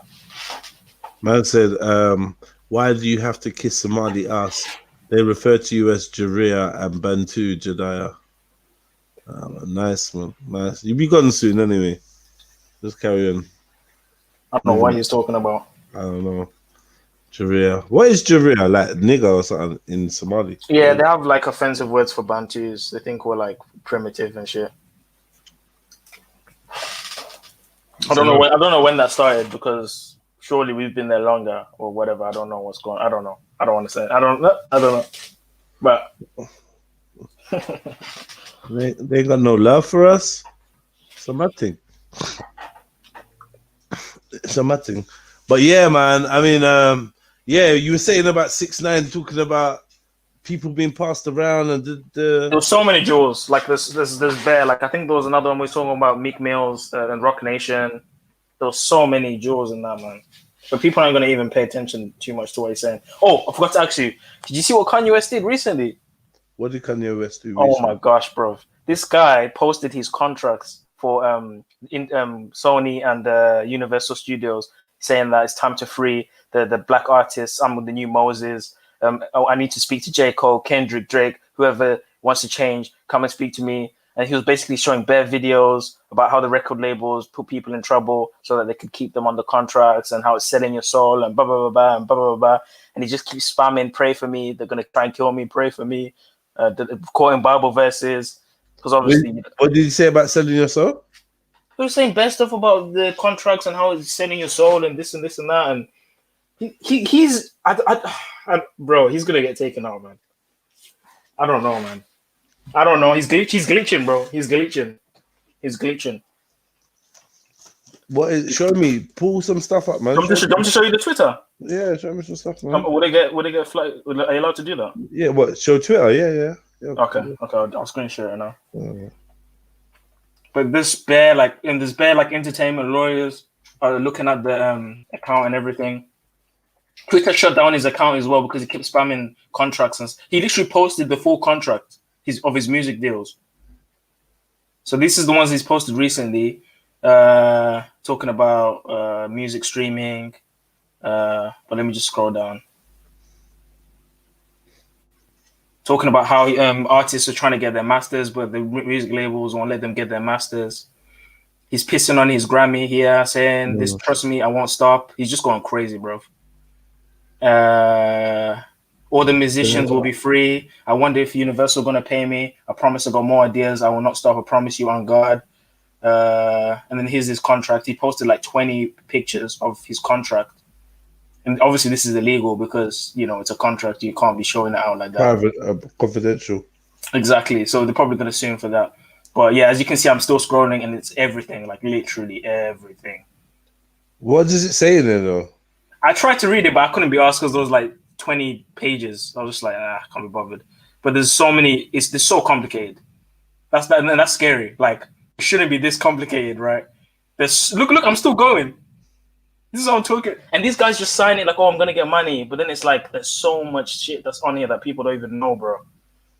Like, I watched the video of an entertainment lawyer breaking the whole thing down. I didn't watch the whole thing because, like, as you can see, there's just too many documents. But there's so many regulations, bro. Like, you think you can do something, and they're like, no, look on the contract here, and then you're like, oh shit, it's crazy, bro. Thick. And some of these guys that go to jail and stuff like that, they plan that so that these guys can sign another contract to get more money. They plan for them to get into trouble so that they can keep paying and keep paying and keep paying. Because if you're aware that, oh, these guys are stealing my money, you're going to try and find another label or do your own thing. But if they put you in trouble, you have no choice but to keep signing the contracts. And that's what they do. And Kanye West is basically saying all this stuff. So it says here, the moment is going to change the music industry for good. I feel so humbled and blessed that God has put me in a strong enough position to do this. Everyone keep praying. It's working. I'm on my knees this morning. I have 10 universal contracts. I need every lawyer in the world to look at these. And he's posting poo emojis. I don't know what this is all about. I forgive everyone from the music industry that is involved in modern day slavery. Vengeance is only the Lord's. Then he quoted the Bible verse here. Then he says, okay, guys, check this out. I don't have the contract with Universal. I have 10. I'll try to they try to bury us alive, but wrestle not against flesh and blood, and some other stuff. And another Bible, like he's just gone. And this is all in one day. This is not separate days. All in one day. September. It's got a lot of time, boy. Yeah, do you know? He posted another video of him at the hospital getting an injection in his arm because he had I don't know what it's called. That you know, when you text too much and you play games too much. Yeah, because like this, I don't. Yeah, so it says, I know. The Lord and Savior Jesus Christ will make fools of and punish all who have participated in unfair contracts. The Lord is with me. I'll not be afraid. What can mere mortals do to me? Everyone at Universal and Vivendi, please understand that I will do everything in my legal power and use my voice until all artists and contracts are changed, starting with getting my masters for my children. And I will not stop. I promise you. I am petty and very personal. Sony, you are not off the hook either. One time, he's going crazy. He's even showing people names. Nat Turner. He was also posting like entrepreneurs and people that no one even knows about that worth billions, saying like these are the guys that own everything, and it's just going crazy, bro. Everyone, please cover me in prayer. I'm one of the most famous people on the planet, and Universal won't tell me that my masters cost what my masters cost because they know I can afford them. Black masters matter. Universal won't tell me what my masters cost because they know I can afford to buy them. The media tries to kill our heroes one at a time. We used to diss Michael Jackson. The media made us call him crazy, and then they killed him. People say it's enough, and I get my point across. The point isn't across until we cross the point. And then he's talking about something on his Bible app, and he says we sat back and watched Nick Cannon get cancelled, and we go to play ball in a bubble with Black Lives Matter on our backs. Brothers, let's stand together for real. There's no NBA or music industry without black people. Fair contracts matter. Ownership matters. I know a lot of musicians are not allowed to say anything, but I can't be muted or cancelled, so I'm going to say everything as always. I'm the only person who can speak on this because I made multi-millions outside of music. No musicians multi-billions outside of music. No musicians make billions inside of music. I'm going to change this. Word of the day: strengtheneth. It's called another Bible verse. We are our supporting. Yeah, I think that's a spelling thing, right? Yeah, we are supporting other. Yeah, that's a spelling error, right? Yeah, I would say. We are supporting other people's kids. We could spend our whole life in the music industry, but our kids got to go work for another company when they grow up. We've gotten comfortable with not having what we deserve. They allow us to have a little money from touring to get some cold chains, some alcohol, some girls, and fake numbers, then feed our egos, but we don't own our masters. And then he's posting a video here. I've been doing some music somewhere. And he said, this is how it be when... Can I show this? I'm not going to play it, but like how it is here. Yeah, this is how it be. I'm trying to get there, and basically it's like trying to climb the ladder, trying to get your masters, but the record label doesn't let you get them. When you sign a music deal, you can sign away your rights. Without the masters, you can't do anything with your own music. Someone else controls where it's played and when it's played, and artists have nothing except the fame, touring, and merch. And then here, someone's texting a message of encouragement saying, keep it up, so on, so on.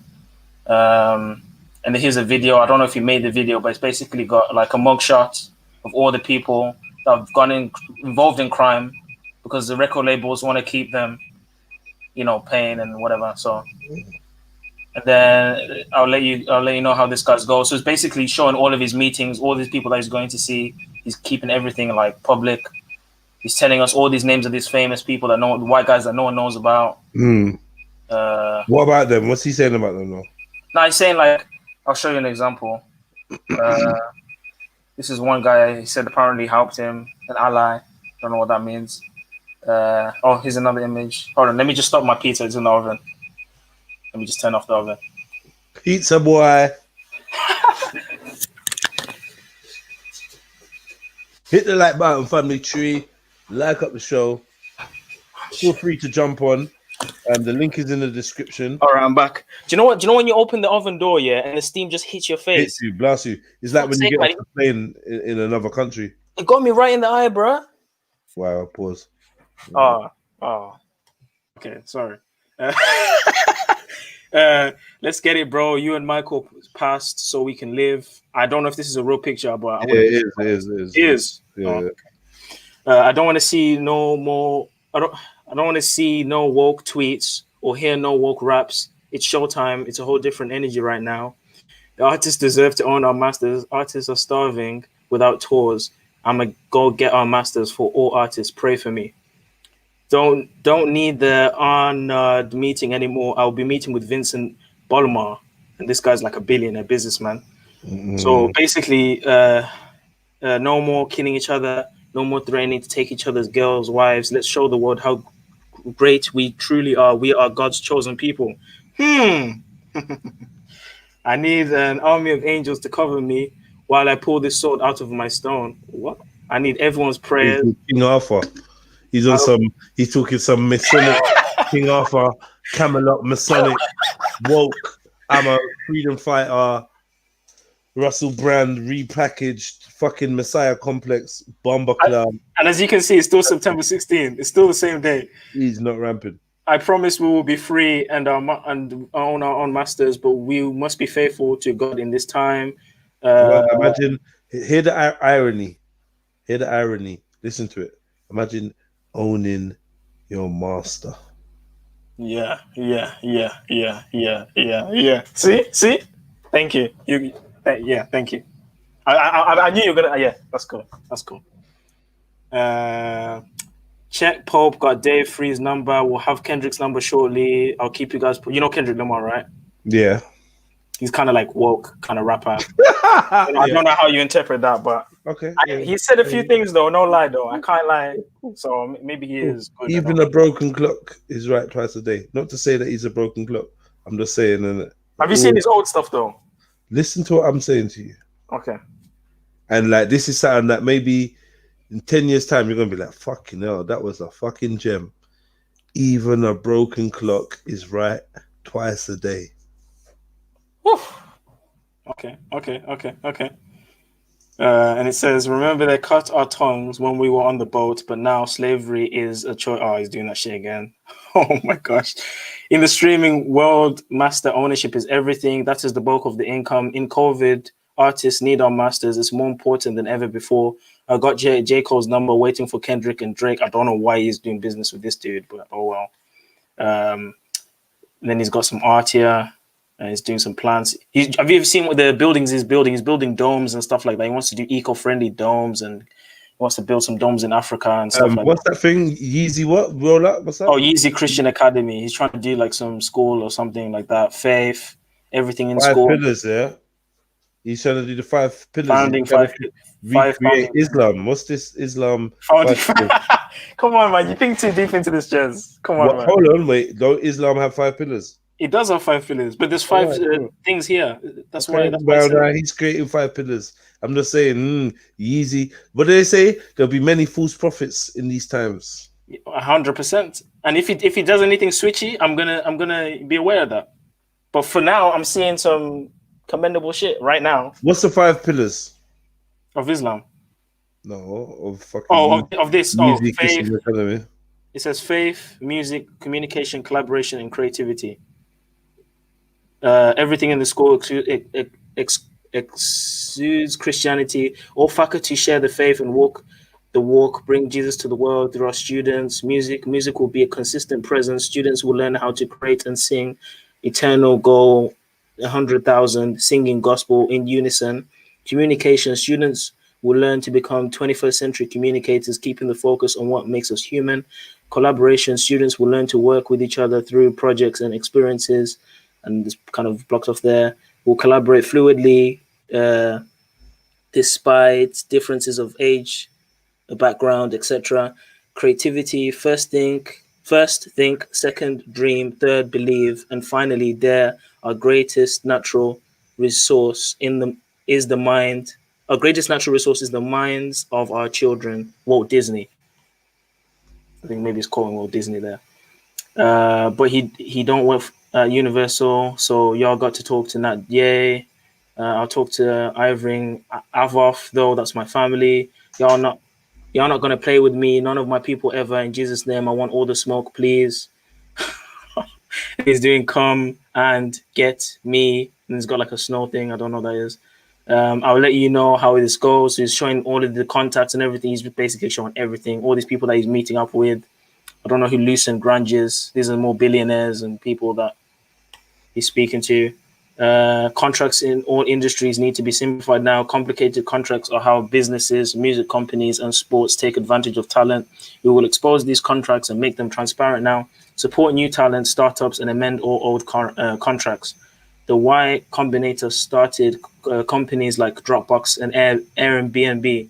For the first time, it cleaned up contracts and made venture capital transparent. It empowered startups with the tools to succeed and grow their businesses. It changed the Silicon Valley game. When I spoke to Kate Jacobs, who is on the board of Vivendi, we decided to create a Y Combinator for the music industry so artists have the power and transparency to be in control of our future. No more shady contracts, no more lifelong deals. Jared Kushner would have done more for peace in the Middle East than anyone in 30 years. I don't know what that's all about. We need me, J. Cole, Drake, and Kendrick in a room tonight. It's time to get free. We will not argue amongst each other while somebody we don't know in Europe is getting paid and putting that money in a hedge fund. And then he's listening to some song by Destiny Child. Call Katie Jacobs went great. This was a perfect first conversation. It was basically a meeting with another CEO of a company. Speak God's truth to power. When you Google us, we got a smile for the camera. So it's showing here, this is what I was talking about before, about the billionaire thing. It was showing here that with black people, like you can find out all the black billionaires and all the information's on there. But with white billionaires, when you look them up, you can barely see their face. This guy's worth 40 billion. Phil Knight. Michael Jordan's worth 1.6 billion, and Phil Knight never had to jump from the free throw line. When you Google Phil, you can barely see his face. So obviously, we know that there's rich white families and so on and so on. No one, but you see how I know you're saying the broken clock thing is a brilliant phrase. I'll take that for the rest of my life. But some people are just glitching, man. Is that not possible? Also, what do you think a broken clock does? Okay. No one from Universal or Sony has responded, so it's go time. So this is like basically, so I think they're giving him like a warning here, saying, you know, if you continue doing what you're doing, there's problems. My kids are gonna get my masters, buy property. We have to evolve, use the government money and buy land. I need to see everybody's contracts at Universal and Sony. I'm not going to watch my people be enslaved. I'm putting my life on the line for my people. The music industry and the NBA are modern day slave ships. I'm the new Moses. I deleted that tweet about riches. The wealth is in our love of family and our brothers and our service to God. Let's rise up and let's communicate. Let's stop killing each other. Let's show God that we are God's people. My ego gets the best of me too. God doesn't measure us by money in his kingdom. Let's love each other. I love my brothers and I miss my friends. Real talk. I have the utmost respect for all brothers. We need to link and respect each other. No more dissing each other on labels we don't own. I'm not industry, bro. I don't care. I'm in service to Christ. We need to world healing. I miss my brothers. I refuse to argue with black men on labels we don't own, even Twitter. And then that's pretty much it. Yeah, that's pretty much it. Yeah. Obviously, we didn't go through the contracts because there's too many. But it's heavy, bro. It's heavy, bro. And everyone's talking about it on, you know, Hot 97, all these shows, everyone, and it's like. So what's people saying? What are people saying? Some people are saying that he's having another mental breakdown. Other people are supporting him. Other people are saying he's a clown because of the whole slavery is a choice. So it's still kind of like the effect with the 6ix9ine effect, where people are not taking what he's saying seriously, but they're just looking at him being crazy. So.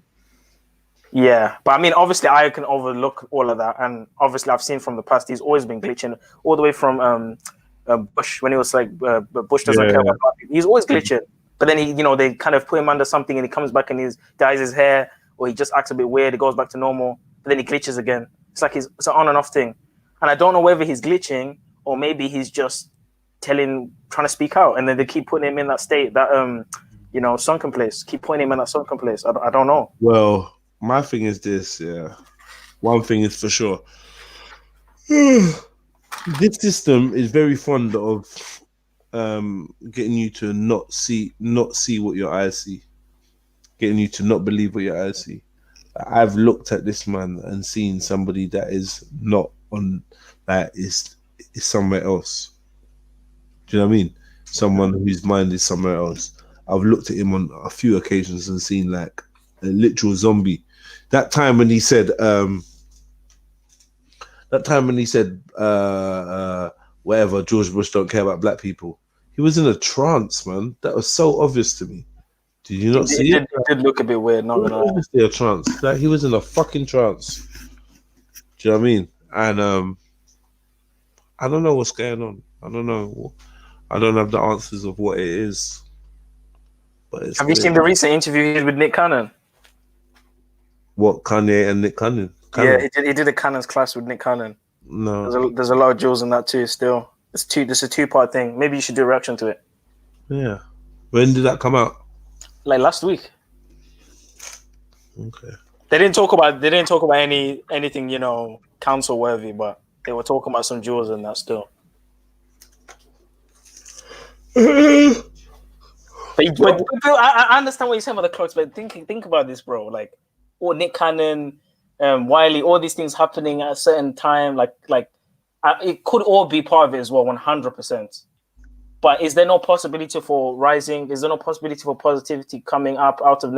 Is there no chance that maybe this is the time? Is there no chance for that, or is it just always controlled? I don't have the answer for that, bro. But you're just trying to not risk it by thinking that it is good, but it's not good. Is that what you're thinking? Like,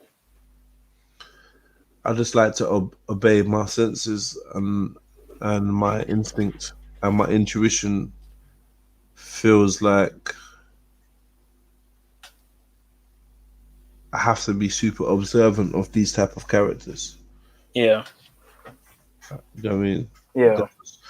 Unfortunately, that's just the way it is. So I have to scrutinize. Like, you know what I mean? I have to scrutinize hard, man. Like, cause I don't know, you're Kanye West, innit? Like, the fuck? Like, I'm not a dickhead. Like, if anyone's involved, you're involved, innit? So, like, if you're trying to convince me you're not involved, I just like, first of all, I don't believe you're not involved. Let's just get that straight. Now, whether you know your involvement or not is a different thing. But you're definitely a cog in the machine, and you're being used. You're definitely, whether you're just used for an agenda, a smoke screen, a lie, the truth, whatever it is, you are a tool. So my thing is, I'm trying to figure out whose grip you're in. It's not just, I'm not just looking at the weapon. I'm trying to decipher who's holding the weapon and for what purpose. I hear what you're saying.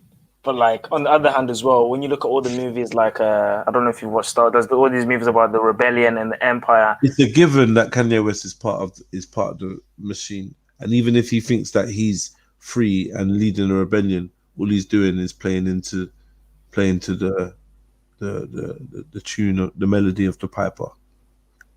No, they've definitely calculated his glitches, so it's possible that it doesn't affect them or phase them. But how do you know they don't prompt his glitches?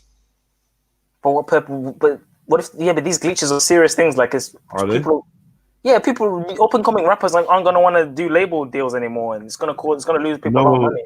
No one was really doing label deals like that anyway. It's cool. It's good. Like, just see how much it really does disrupt shit. Either way, we got Brexit, we got this, we got that, we got Corona, we got rare, we got. It's the season for everything to be shaken up. New world order. Come on, man. Yeah, that's true. I don't know, man. It's like, I don't want to shut down people that are trying to do positive things, but yes, I also have to be aware of the wolves in sheep's clothing and the fakes and the controlled. For even the devil can masquerade himself as angel of light. Yeah. Okay, so just like, come on now, like, let's go with the basics. The thing, like I said, if we keep this shit simple, we're good.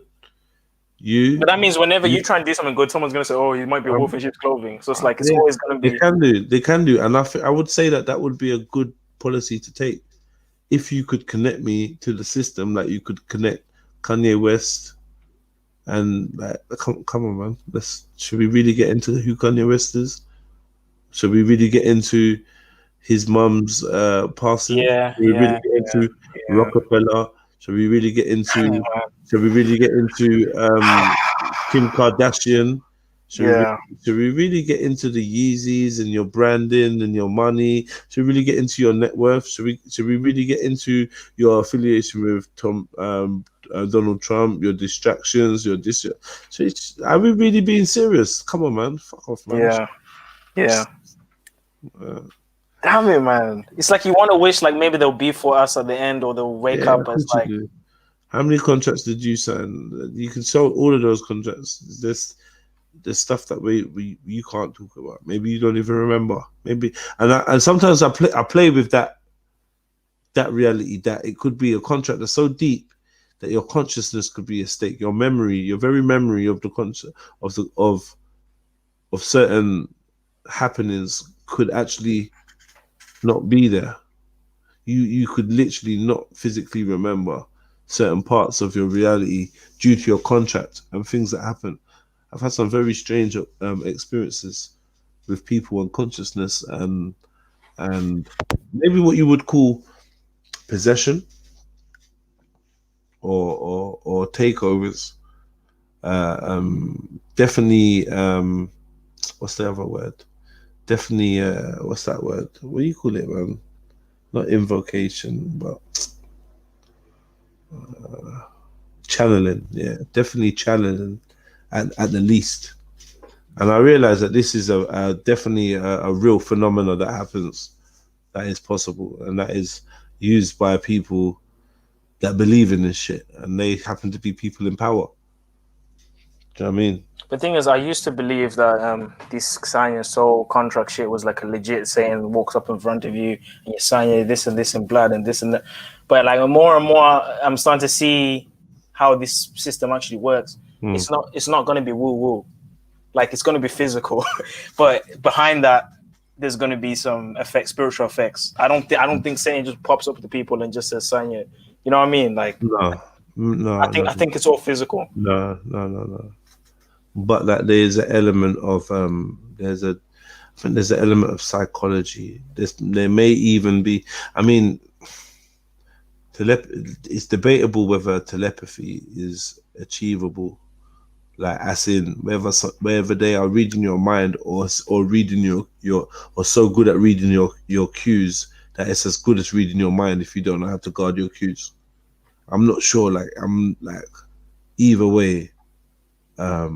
There's a almost a master level of fucking perception of human psychology and reactions and thought processes, and these things are studied and almost instinctively fucking manipulated by those that know how. MK Ultra. Yeah, no, I don't know, man. There's parts of MK Ultra that are real, but I feel like the part of MK Ultra that doesn't, that there's something missing from MK Ultra, and that is that the spiritual aspect of it. I believe that's my perception. I get what you're saying, but it's like when you say spiritual, it can be woo woo. It can be woo woo. What's woo woo? In the sense that like there's a technique and there's a formula behind it, but when we say spiritual, it kind of so you're talking about, this is what I'm saying. They try to cast that off as satanic ritual abuse because that is the physical decoy for something that actually takes place spiritually. That is like the smoke and mirrors. So they say satanic ritual abuse, but when you break it down, they'll be saying, oh yeah, these people did that, and they did that, and they drank this, and they did that, and it was basically just a way to shock the person into fracturing their personality, right? It's trauma. Trauma, right? Yeah. But like, what I'm saying is... That's physical. What I'm saying is there's a spiritual aspect to entering a person's and dabbling and interfering with a person's consciousness and then taking ownership over a person's control pad. This is basically what it's about. This is how you create possession, or how you that it's a spirit. There's a whole spiritual side to all of this, isn't it? And I'm saying that's the side that obviously is not spoken about or broadcasted or explored, and that is actually how people are controlled. And that is actually how people are used. You know, they say, oh yeah, they're used to just carry a message from one person to another. And these people carry spirits, and they carry spirits that actually act out and take control and perform certain talents and you know what I mean? Like, they open themselves to a whole spiritual aspect, which is part of being in the elite. So their connection with something other than reality. And what I'm saying is some of these people that come into contact with these entities or these energies, these consciousnesses, they after contact, they're not always aware of the contact. It's like either a deliberate amnesia or some kind of like Men in Black, some actual natural response to just block that shit out. It's almost like it can be like passing out for some people, and they pass out and the other person comes too, and then I recognize that this is where the whole thing of schizophrenia becomes very, very fucking blurry, and multiple personality disorder becomes very blurry. Trigger words. Because is somebody actually having a multiple personality crisis, or is somebody actually becoming possessed by these entities that are who they say they are, or whatever? But wouldn't you say that's some higher level stuff? Because like we're talking about like people controlled artists. Like for them to be in contact with demons, I would assume that that's some higher level. You don't. Yeah, but you see, the thing is, the word demons is very very blunt, isn't it? It's like blunt. Like, why are we talking about demons? We don't have to, I don't know about demons. Yeah, I don't even know. I'm just playing with, like, let's just say consciousnesses, like consciousness, immaterial consciousnesses. Immaterial. I don't know if or maybe we can't perceive their material, but I believe consciousness can be projected. I believe consciousness is not stagnant. It is not immobile. It's not. I mean, consciousness can be projected, can be moved, can travel. Consciousness can travel like a wave. Not even like a wave. Just like, I put it this way: consciousness exists. Consciousness is where you decide, where you are able to perceive it, is your given talent or your root or your ability or whatever. Yeah, where you can perceive your consciousness, because your consciousness exists. So I feel like if you can perceive your consciousness from a alternate realm than this realm, then that may be something. Okay, I get what you're saying now. You know what I mean? Or if you can project your consciousness, or if not even that, if you can be aware of your consciousness. This is what remote viewing is. Because ultimately, you can see everything, because everything is everything. Astral projection. All is all, isn't it? All is all, and everything is everything. So if you tap into that frequency where all exists, then you can experience all. Then you can decide. You can just decide technically what part of the all you want to experience, what part of the all you want to view.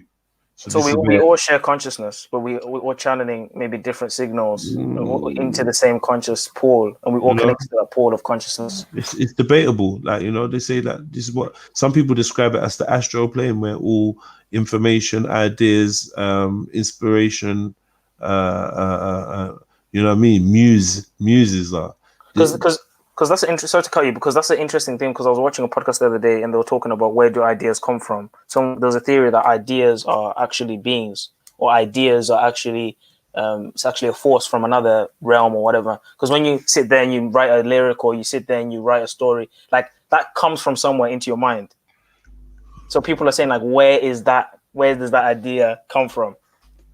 And so they say there's a pool of infinite ideas and innovation and inventions and expression, and you just pull something from out of that. That's why they kind of say nothing new is, there's nothing new under the sun. It all exists. You can't think a new thing. But I don't know. I'm not sure yet.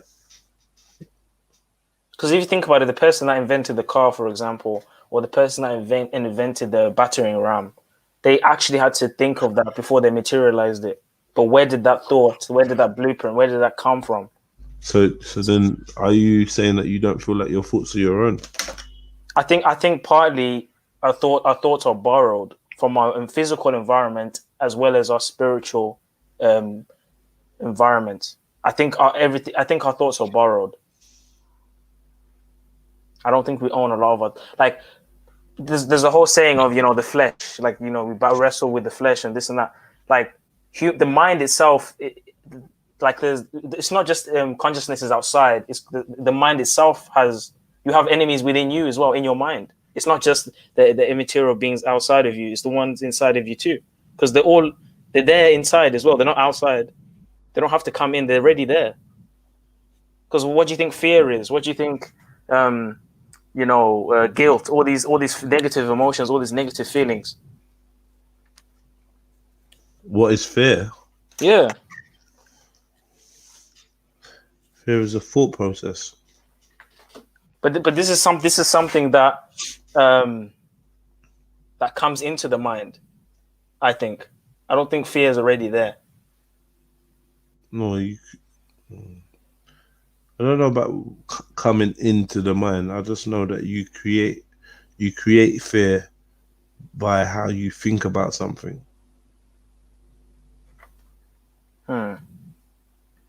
Yeah. It's your thought process. It's how you think about something. So if you're trained to think about something in a certain way, then you can be trained to be fearful about something. Do you know what I mean? Or trained to have a fearful response. But I think fear is something that is a capability and an innate ability in man or in us. You know what I mean? Survival. It's just not necessarily. Well, maybe not. Whatever it is, isn't it? But I'm just saying, you might not have to use it, innit? You might not have to have it, but it is an ability. Just like envy, it's a thought process. Sympathy. These emotions. The argument is what comes first, emotion or thought? Emotional thought. Yeah, see, that's another thing I wanted to ask you about. What is the stronger force, emotional thought? What's more innate to consciousness? Because a thought requires some things that you've experienced. Because like if you think of a color, it's because you've seen a color before. So like a thought kind of needs things that you've experienced, but an emotion is just an emotion. You just feel. It's just a feel. It's not like you've had to see something. The thing is, a lot of the time your emotions are guided by what you think about a situation. Okay, that is a good point. For instance, if you see me walk in a room and high five John, that might not evoke an emotion. If you see me walk in a high five John and John is your enemy and I'm your best friend, Yeah. You get me? The same action, nothing has changed, but how you think about it is what changed, which will now influence your emotion. Damn, that's actually a really good breakdown. Now think about that. Wow. So it does require thought then. Now, because like I learned this a long time ago, not even I learned this, but like I pondered this a long time ago, like when I was doing like some form of anger management back in the days. They had me on some anger management thing in jail, and it was like, yo, what comes first? Like, what is it emotion? Do you feel an emotion and then you think about it, or is it the way you think about something that influences your emotion? Like we were talking about, like obviously, let's talk about anger. Yeah. So you're walking down the road, and somebody bumps into you. Yeah. How do you feel about it? Pissed. Pissed. You're pissed that someone bumped into you. So are you saying anger? Yeah. Okay. Now, did you think something before you got angry, or did you get angry first? I got angry as soon as someone bumped into you, you got angry. As soon as the senses detected motion or detected force pushing me, straight anger. There's Okay.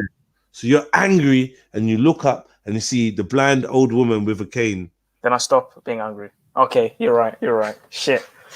So you got angry that quick. Yeah. You're right. I don't believe you. I think what happened was you were walking, you weren't looking, someone bumped into you, you was like, rah, you looked up, saw some dickhead trying to screw you, or looking the other way, or looking in his phone, or not paying attention, or riding on a bike, or whatever, and you're like, rah, dickhead.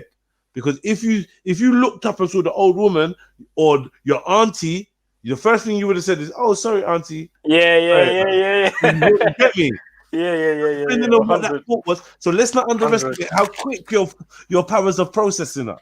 Yeah. We tell ourselves, "Oh, you know what? I didn't think about that. I didn't think about it. I just, you know what? I just banged him. I didn't think. I just saw red and I just didn't think about it."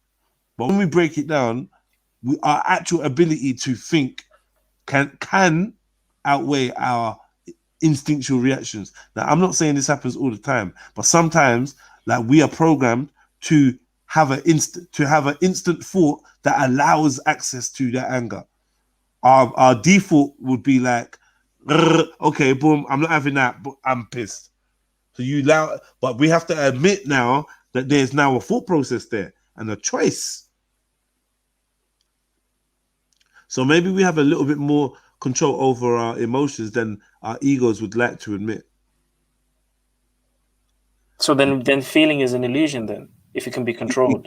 Well, I would say that emotions are real, but they are easily manipulated, and this is why we need to seek ma'ats. This is why we need, not even ma'ats, this is why we need to seek balance. Yeah, because with balance we can balance emotion and logic, and I think that the system is set up to make us emotionally unbalanced or logically unbalanced. So some people are highly just lost in the logics, so maybe that leads them to, I'm not going to say like atheism, but it just leads, you know, some people are just like, they're smart but they're dumb because they're just so lost in that academia or that. So there's a spectrum of too much thought and Okay. And they don't have the balance of like the other side of things, which is the intuitive things, the spiritual aspect. Yeah, the other things, the less tangible. That's a really good point, man. Yeah, man, and I think emotions are tied to intuition and ESP, you know, extrasensual perceptions. Like emotions are that. They're more than a big up man like Grant for that $5, my brother. Yeah, super chat in the building. Come on, man like Grant. I love that. Thank you, family. Yeah, emotions are like, how can I explain it? Because it triggers like a real, like you can feel when you're angry. What's our senses? Sight, sound, touch, taste, and boom, smell. Boom, boom, boom, boom, boom, boom, boom. Yeah. And hear, that's a sense as well, right? What? Hear. Hearing, yeah. Yeah.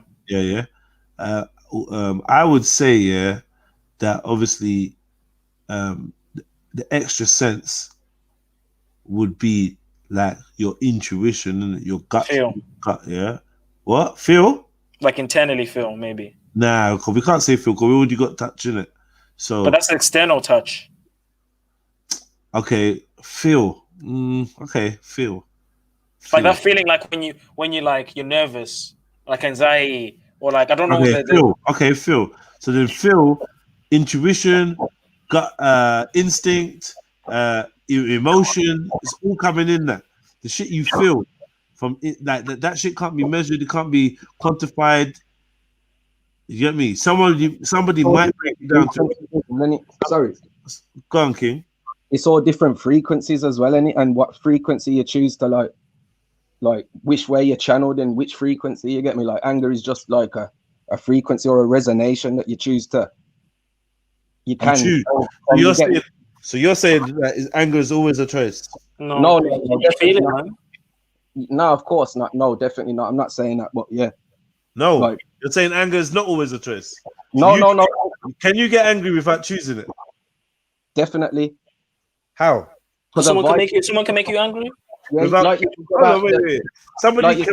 Somebody has control over you, can make you angry. So what's that? They can lay you down on a stretcher, yeah, knock you out, and what? Press some buttons and make you angry. No, but if they do something that triggers that anger to your feelings, then you'll be angry. Bro, why are you not running from the choice of anger? You're running. You're playing hopscotch. Yeah. You're running away from your. You lot are gods. You lot are not even gods. Okay, soldier is like I don't know, whatever in it. I'm not even gonna try to describe the man them here, but you must at least have the mastery of self. Yeah, you telling me that you're gonna deny the fact that any anger that arises in you is as the result of a choice? Yeah, but I don't know, man. Because now think about it, you can't choose not to be angry. Yeah, you can choose, but it might be a split second thing, like you said about your brethren, like firm your enemy, and then you might have to like tell yourself, split second. See, split second is a long time when it comes to thought, you know. Yes, you're understanding how quick you can think. The bandwidth is crazy, bro. How quick you can think, man. Yeah. Your bandwidth, your broadband is fucked. Like who? Like everyone's. Okay. How quick you can think something. You can't even measure. You can think about how quick you can think quicker than you can think how think you can think. Yeah. Quicker than you can think how quick you can think, you'll be thinking about how quick you can think, is what I'm trying to say. Man. Always think quicker than you can think about thinking. Because you have to think to think. To think. Yeah, you understand? So there is no there's no time. Well, maybe I'm putting this forward to you that there's no time that you act. Let's deal with anger. There's no time you act in anger without making a choice. Oh, I can't even argue because that's a very good point, man. I walk in the yard. The acting. No, but hold on, just the acting is a choice. The feeling. How can you choose not to feel angry when you're angry? You just feel angry. You can choose not to feel angry. After you felt angry, to say, okay, I'm not going to be angry anymore. No. You can actually maybe maybe essentially that's how it may appear at a beginner stage. But once you grasp the fact of how much control you are, how much control you have, time will slow. Time can slow. You know what I mean? This is essential training. This is how they try to, in a way, kind of desensitize you to high traumatic scenarios. What was it? Raven used to say, high stress, high anxiety scenarios. Yeah. Mm-hmm. You have to train in them and become aware, and then once you train in them, that shit slows down. That's what Kung Fu and all these martial arts. So Martin Luther King told the black people that got thrown stuff out in the cafes. You do it so much, that shit slowed down to you. Them fighters in the ring, when they're throwing their combos, their brain is moving at a different speed to us perceiving it, because not all of us speed, but those that are less trained. You have a different time space that you exist in, where a 4-punch, 5-punch combo can be seen by the naked eye, and you saw it. So I'm saying to my brother, "Rah, I didn't even see the punch that knocked him out." He said, "What? You didn't see the uppercut?" Because he's trained to see. Yeah, because it syncs with his motor. Yeah. It's all in sync with his head, isn't it? Yeah. So anyway, so training. So it takes training then. That's a good point. It takes I'm training. I'm enjoying the lecture. Yeah, so anyway, so my belief is, well, what I'm putting towards you lot is that you can never be angry without making a choice to be so. It's just whether or not you're aware of the choice. You're always aware. You have to be really spacey though to just not have emotions like that though. You're always aware of the choice. It's whether you allow yourself to admit that, and this is where now the strength comes into. Do we have the strength to put our ego to one side and admit that every time we are angry, we make a choice to be. Every time that we act in anger, we make a choice. I don't give a fuck how much you want to say you just saw red. Unless you suffer from a severe mental disorder, you made a choice. So hold on. So let me give you an example. So someone, let's say, punches me in the face or whatever. Are you telling me through training it's possible for me to just laugh and smile or walk away? And come on, man, that's a silly question. You wasted your question on that. You know the answer to that. Don't be silly, man. No, it's possible, but then there's the initial and then you just walk away. There's the initial and then you walk away. You're saying that every time you get punched, your reaction is anger. No, but there's that initial, bro. There's that initial feel before you make the decision to reject. There's choice. You know what it is, Zulu? You've made a choice to say, okay, when I'm punched in the face, this is how I will react. Yeah. And I'm not saying that you're wrong. I'm just saying that it is definitely a choice. At some point you made in your head, and you will select that box. You won't just go auto into it. You will select that box each and every time that somebody ever tries to punch you in your face. You're like, nah, I am not having that. Yeah, this is the box I'm selecting. I do not allow people, I react this way. But one day, someone's gonna punch you in the face.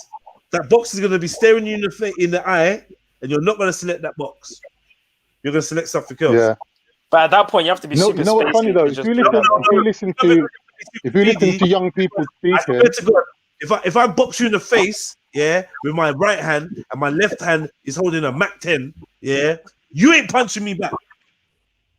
That's true. But who needs a Mac 10, bruv? If I punch Julie in the face, That's a trust good me. point. I'm just He'll be saying saying that. sorry to me. I'm just saying. I'm just creating like an abstract kind of thing. Like it now changes because So me it is a choice. bare-handed is like, yeah, what are you done? Bam. But me punching your face, I got my strap. Me punching your face, and there's 50 of us with guns. You ain't punching me back. That's so true. It's more Or of like maybe- it's fear now. It's fear now. Or maybe But- you do. Yeah, Or but maybe Jedi, do you remember Yeah. when we were younger, yeah? It's choice. Remember when we were younger and we were coming up in this thing, right? Sorry, 1 second, cunt. You're a Go on. computer, yeah, and you are trying to look for the most efficient way to exist. Yeah. So right about now, you got a choice. Do I punch this brother in the face? Which is what I bruh, you don't even know. Yeah, yeah, you don't even know. I've got 50 man punching me, you know, but you see right now, So or it is a you might choice. punch him back and then die, innit? Or might not die. You might punch him back, and everyone's like, "Oh, hell, the king! He had the balls to punch him, even though we had 50 guns on him." Who knows? But there's choices there, innit? But you see that space of time that you're talking about earlier with the UFC for the fighters, yeah, that space of time where you're calculating all the possibilities, that is some crazy speed, bro. Like in that moment of pressure or like a life and death situation, and the mind is just calculating all the. That's some. What I will say is, the more you practice it, then the more time there is. Yeah, the more you practice it, the more aware you are of exactly how much time there is. Because you've seen snipers and sharpshooters. Yeah. Like, you know that the human being is capable. You played Tetris before. You play fucking Duck Hunt. Come on, brother. We are capable of splits. And when they say split seconds decisions, they don't mean just like 30 milliseconds. Yeah, they mean split seconds, like as in microseconds. We are capable to process tons of information. Yeah, especially when we're trained to do so. Especially when we practice and create the neural pathways, synapses and shit, then we can do this shit. Would you say meditation is a way to do that? To focus on your breath, to close everything out, to focus on the minute details, the smell. No, maybe training in that way. Possibly, or just practice, or just training in them things. I think, do you know what I mean? I'd more speak loudly of the practice of like actually doing certain beat. Do you know what I mean? Yeah, thinking in that way. But yeah, I'm sure meditation and there's internal things you can do. But like, basically, if you heighten your awareness, then I'm sure it can't be a bad thing. Damn, man. See, I wish kids were trained to do this when they were in school, man. Imagine if they were trained to handle stress. Like spatial awareness. We could have been doing that instead of fucking cricket, mate. Can you imagine, fam? Do you know what I mean? Spatial awareness. Here, what? Come on, stick a blindfold on, spin around 5 times, get your way out of this. And we're gonna blow whistles and there's games like that. Or like get yourself out of this like lock Yeah, or the chair. there's games like that. Blow a whistle, you gotta go towards the whistle. Learn your orientation in the like in dark, and they do these things. They're war games, isn't it? Yeah. They come under like whatever war games or Cadets military exercises or whatever. But like some of them team building exercises, they're excellent for learning. Just I don't know, man. Maybe I'm waffling today because I'm sipping on this fucking. No, you're saying facts, man. Like I'm learning a lot, man. Like I just wish I had that training, man. Like I can imagine, like, because obviously it's harder to do it now. But because you kind of have to instill that into the kid early, because the synapses are just firing at that age anyway. So they're more able to pick up training better at that age. But is that another myth? I don't think it's a myth. I think it's a fact, because if you think about it like this, right, when you're at the ages of, I don't know, late 30s below, you're in the state of growth. So in the state of growth, when are you in the state of growth? I would say like when you reach anytime before you reach your peak, before that you're at the state of growth. After you reach your peak, you're at the state, you start to decay. Yeah, on a cellular level. You mean decline? So, decline, same thing. Decline. You start to decline. Okay, it's not the same thing, but you know what I'm trying to say. You start to decline on a cellular level. So my theory is it's possible that when they say the synapses are firing faster when you're younger, it's because you're in a state of growth. It's like a Lego. You're constantly adding to the Lego, constantly. So the speed also is quicker. Do you know what I'm trying to say? The capacity is growing. But when you get older, people forget things when they're older. But because I think what you're failing to slowly understand, coming Jedi, on. I mean, Zulu. When you're talking about a young brain, it's not fully formed. No, it's not So fully it's not, formed, but it's it's growing. not firing. But it's not firing on all cylinders because number one, it's not fully formed, and number two, it's putting a lot of energy into growing.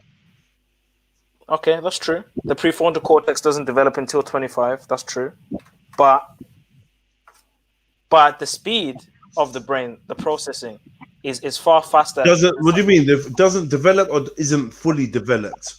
Well, the prefrontal cortex, scientifically, they say it fully develops at the age of 25, which is important for making decisions, dreaming, planning for the future. This is why, if you look at the statistics on people crossing the road and getting run over, they're mostly about 21 years old. You know that? Oh, so you're trying to say I'm going to get hit by a car what now? I'm saying is because what it is a combination of two things. Number one, your brain isn't fully developed, but number two, you think it has. You think you're fully grown. I ain't gonna lie, bro. I do feel. I know my brain isn't fully developed, but I don't feel. That's what I'm saying. So there was points in your life where your brain was less developed, but there was less responsibility on you. No. I'm saying, in which way can it develop anymore? Because the way I feel now, I don't feel lack. I don't feel lack. So I don't understand what they mean. Oh, bro, but come on, like this. What I have to be able to trust in your. See, this is why perception is a motherfucker, yeah. Because as me talking to a 21-year-old, yeah, you've now described your inability to perceive the color green and black, yellow and purple, yeah. Because you've just said, I don't perceive a lack. The very fact that there's a lack means that you wouldn't perceive it because you've never had it to perceive it. Okay, that's true. Do you know what I mean? Yeah. So now that frightens me now. Okay, so my question then would be, like, if we're talking about stripping our ego away, yeah, and that means like you. I didn't mean it in an egotistical way. No, it's not an egotistical way. No. I'm not trying to say that. What I'm trying to say is, yeah, it's like it means, yeah, that to be able to detach yourself from the program, yeah, means, yeah, that lack that you cannot perceive, yeah, is actually all there is. So you say that I cannot perceive a lack, yeah, is like you striving to perceive something that already is. Okay, and you're trying to, you understand what I'm saying? I understand what you're saying now. You can't perceive the lack because you lack in it. So then I suppose you can perceive the lack because you perceive. So then, like, for instance, it's like saying I can't perceive not knowing what infinity is. I can perceive. I can perceive. I can perceive. I can't. Hold on. No, wait. It might be a double negative, but I cannot perceive not knowing what infinity is. Yeah. But in actual fact, I can perceive because I know that not knowing what infinity is because I don't know what infinity is. So I'm actually already in that position. So you can't perceive the lack, but you can perceive the lack because you're already lacking, and you can perceive not knowing. So you are perceiving the lack by not being able to perceive the lack. Zulu. Oh, yo, that is mad, bro. That makes sense now. Okay. My question then would be, since you guys have passed you had the peaks, or like I don't Khan is old, but anyway, I'll talk to you then. I'm joking. Khan, I'm joking, bro. Okay, so would you say 25 you felt a significant mental increase, capacity in any way or form? Not at all. So you never will. Well, maybe you will. Maybe some people might say they will. For me personally, and some people I've spoken to, they never will. They're like, yo, this is like my 18-year-old brain. Like, but you are very much vastly updated and expanded and maybe even corrupted. You're not the 18-year-old self. But this is what's so fucked up about who you are. Who you are is not even the passage of time. It's not even the experiences you accumulate.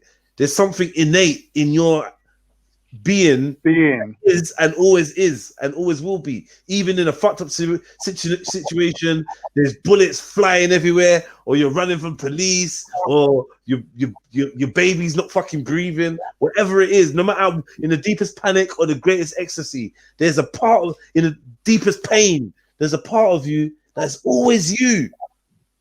There, it's just that. Just watching. It's just there. What's it called? Someone that The observer. We call the observer. Yeah. I don't know what it is, but that's you. That's you, innit? That is, yeah. Damn, man. But it's hard to be that, like to fully be that, because obviously the simulation kind of pulls you in. And it's hard to be that. I think that's why they say that they meditate to reach. The meditation really helps, though. I feel like that's when you're really. Maybe that's just also an illusion, but I don't know the states where you can just feel like you're that observer, where you're not even thinking about what you're eating today. You're not thinking about nothing. You're just like, it's blackness. It's just mind. It's just, you know what I mean? There's moments where you can induce that. Don't you know that there's a Zen poem, and it goes, there's two students arguing about who's got the best master, and he says, my master's recited 10,000 surahs or whatever. And everyone goes, yeah, my master's better than your master. He goes, why is that? He goes, because when he's hungry, he eats. And when he's tired, he sleeps. In other words, he's living in the exact moment. He's living in the now. But he's living in this. But he's living. Someone could argue on the contrary that he's living in the simulation because he's just attending to his physical needs. No, what that is, rather than trying to transcend. Well, that is in Buddhism. There's two animals different. Eat and shit. There's two different traditions. One of them is reciting, and the other one is satori, instant enlightenment. So instant enlightenment can occur. It's called satori. You don't need to recite. But some of them they recite. It's called Mahayana, where they recite. Interesting. Yeah. Interesting. Because see, when you look at humans, right? Because I've been trying to. Because I'm into epigenetic stuff. I like looking into that kind of stuff. When you look at the human, right, amongst all the other animals, we're very peculiar. I'll give you an example, just a quick example.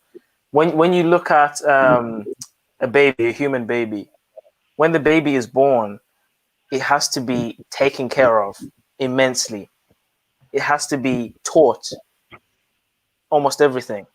It has to be taken care of. It has to be fed. Like when you look at, for example, a baby calf, even a domesticated animal, a baby calf, as soon as it comes out of the womb, it walks, and it already goes to the teat or follows the herd, and it's already a full thing. But when you look at a baby, it's so dependent from the very first, even up to years 2, 3. It's very dependent. I find that very odd. Very odd.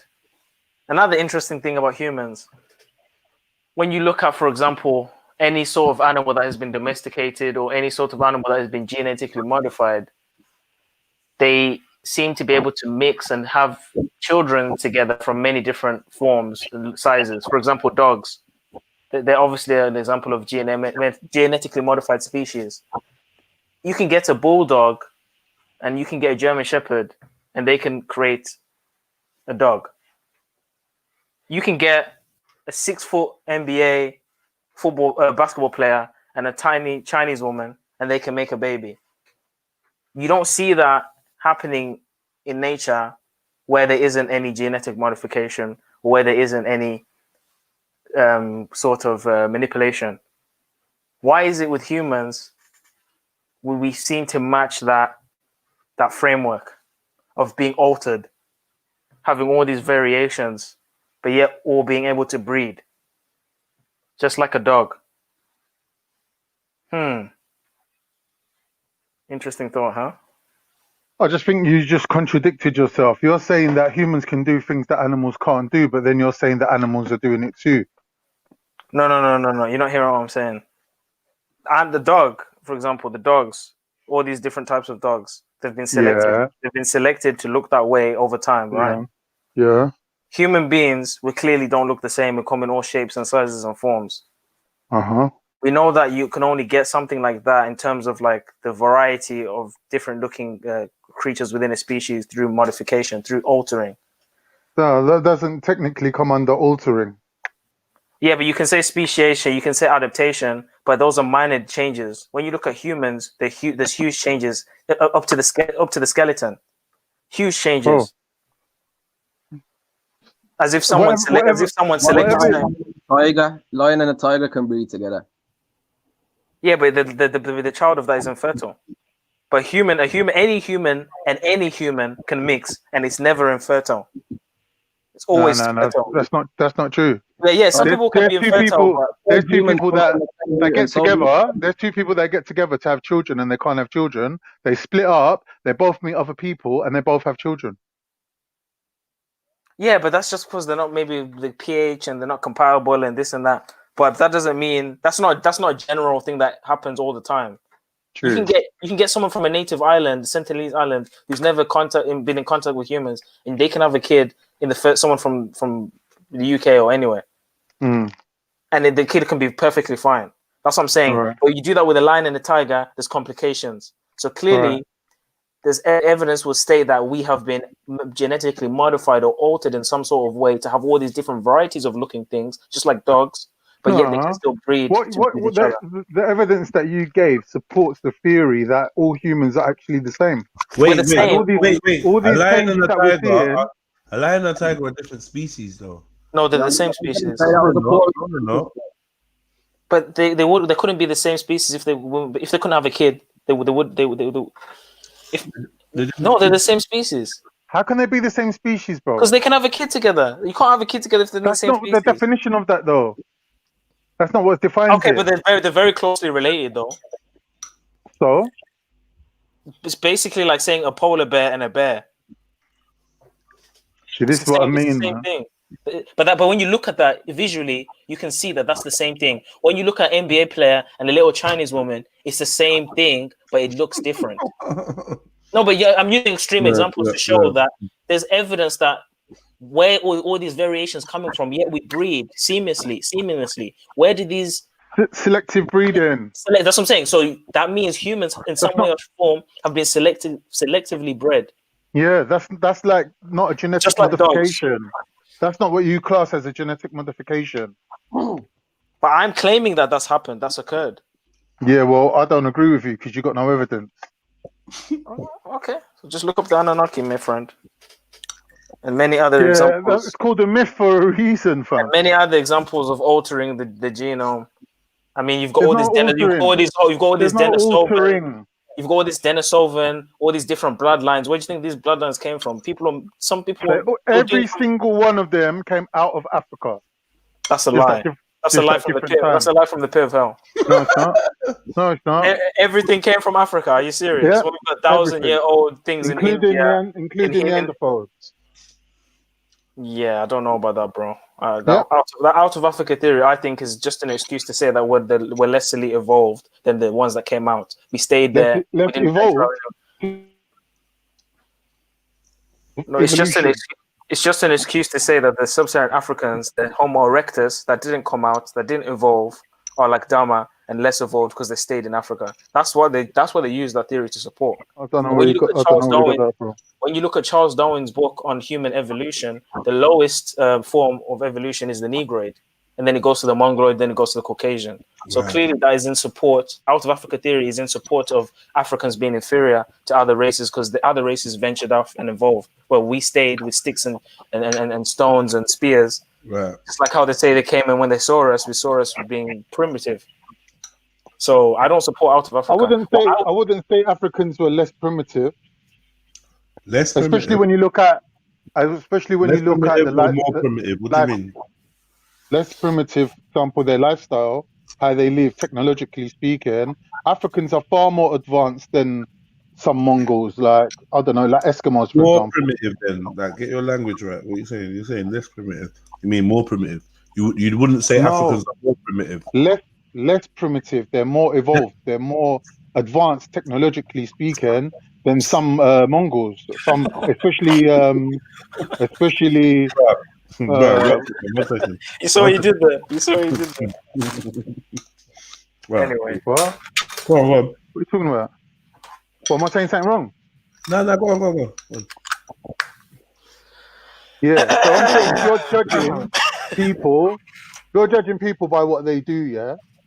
We look at what Africans can do, and we look at some, I don't know, Eskimos.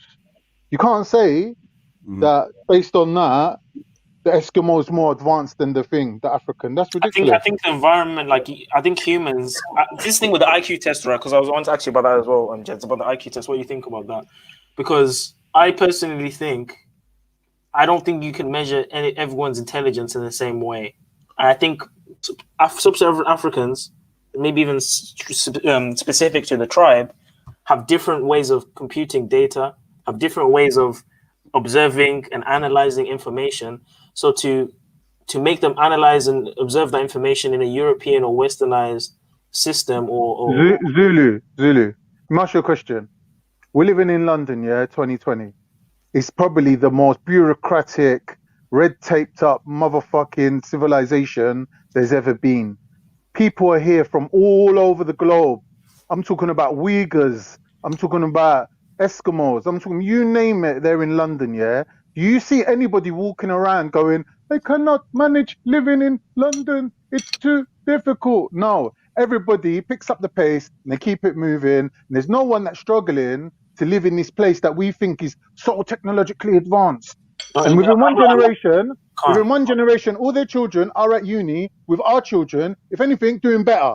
So I don't know who these primitive people are. we're studying their That's what I'm saying. curriculum. No one's struggling. We're studying their curriculum, bro. Our brains. No one's struggling, if bro. you study epigenetics, our brains. I've studied epigenetics. A sub-Saharan African's brain responds to certain sounds, to certain colors differently to a European brain. Yes, there may be even minute differences, possibly. What I'm But saying. you don't get what I'm saying. The standard that they're judging it by is their own standard, and I'm saying no one's struggling to meet that criteria. I'll give you an example. If you study the science of drums and how drums has shaped the brain of the sub-Saharan African, because we know that drums is a very common and a theme in terms of the instruments that were used in that area. When you look at how drums formulate the size of the jaw, formulate the size of the skull, playing drums to kids when they're young, this is mainstream. I'm not even making this up. I can send you the information.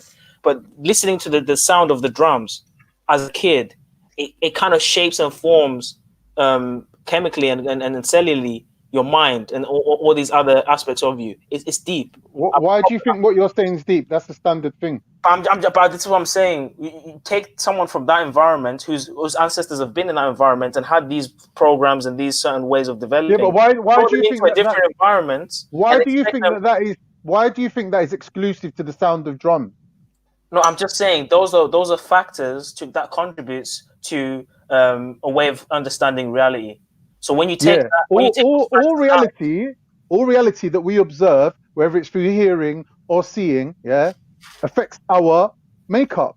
That is what epigenetics is. It's the reaction to your environment.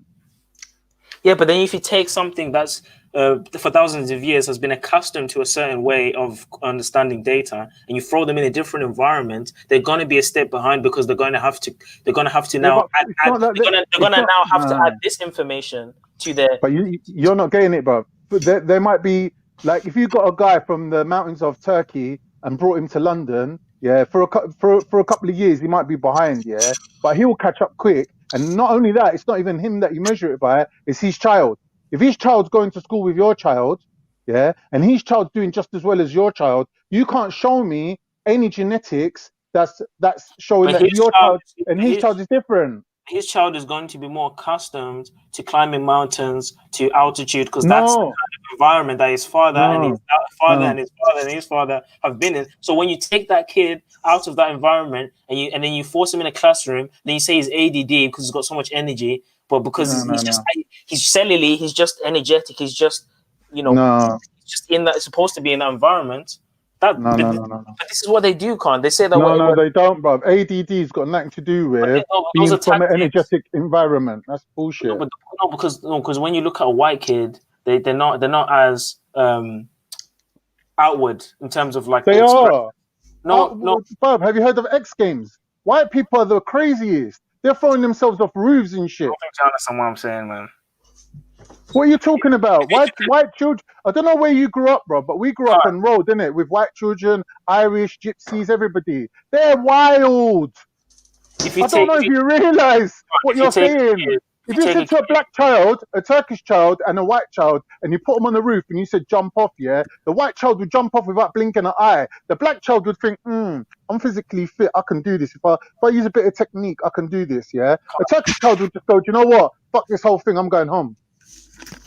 I can't. If you take a kid that's been in an environment where there's constant physical, like you have to climb a tree, you have to hunt the animal, and then you throw them in a classroom, they're not going to be sitting there for 2 hours reading a book, bro. Bro, what you're saying is not supported. Listen, what you're saying is not supported by the evidence, and it's not supported by our own life experiences. I have not been sitting in a classroom and the black children are jumping up and down, climbing on tables, and everyone else is looking at them going, "Oh, it's all right. They come from Africa, where everyone's more active." That has not ever happened. I'm not saying that's what happens, but I'm saying. So that is what you said. I'm saying genetically. On a genetic level, there's certain demands that, like for example, there's diets that certain races or people can eat and other people can't. There's certain demands that we need. There's certain demands that we need, even mentally. So that affects the IQ tests. So if we're not, if us as Africans, the IQ test is bullshit, hold on. If us as hold on. If us as sub-Saharan Africans aren't meeting those demands, there's going to be some lack. I'll give you an example. Vitamin D. There were some studies done in New York on the people that had the coronavirus and the cause, and they did a test on the vitamin D levels, and almost 40% of the people there had insufficient levels of vitamin D, and most of them were black. And look what I done to my Game Boy. I changed the panels and the buttons, and I changed the screen. See the screen? If the batteries ain't in there. It's backlit. The screen's backlit. When I turn it on, there's a light behind it. You know, like a phone. It's nice, isn't it? Do you like my colours, though? Yeah. I redone the whole thing. I done it myself, you know. I took it all apart, changed the screen as well. It's got a fresh screen now. Let me see if these batteries are charged. I think I'll put it on you, see what it's like. I've had this sitting in my drawer for like 20 years, man.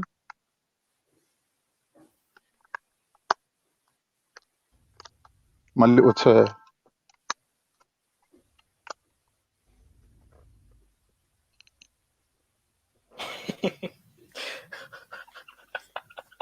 Look. So you normally don't have a light behind the screen. Okay. Wow. What game is that? You can play at night time. You get Street Fighter. You play it at night now, innit? Before you go play these at night. Street Fighter. How'd you play that? Press the buttons, innit? Sick, man. What? You know these go for about £150 on eBay, you know? Now that you've pimped it, it's probably like worth £1,000. No, now that I pimped it, it's worth 150. Oh, is it? Yeah. Mad. No. You know, you can just get an emulator on your laptop to play that, right? That's why I'm just gonna sit down. But it's not the same, though. It's not the same. Cool. Are you good at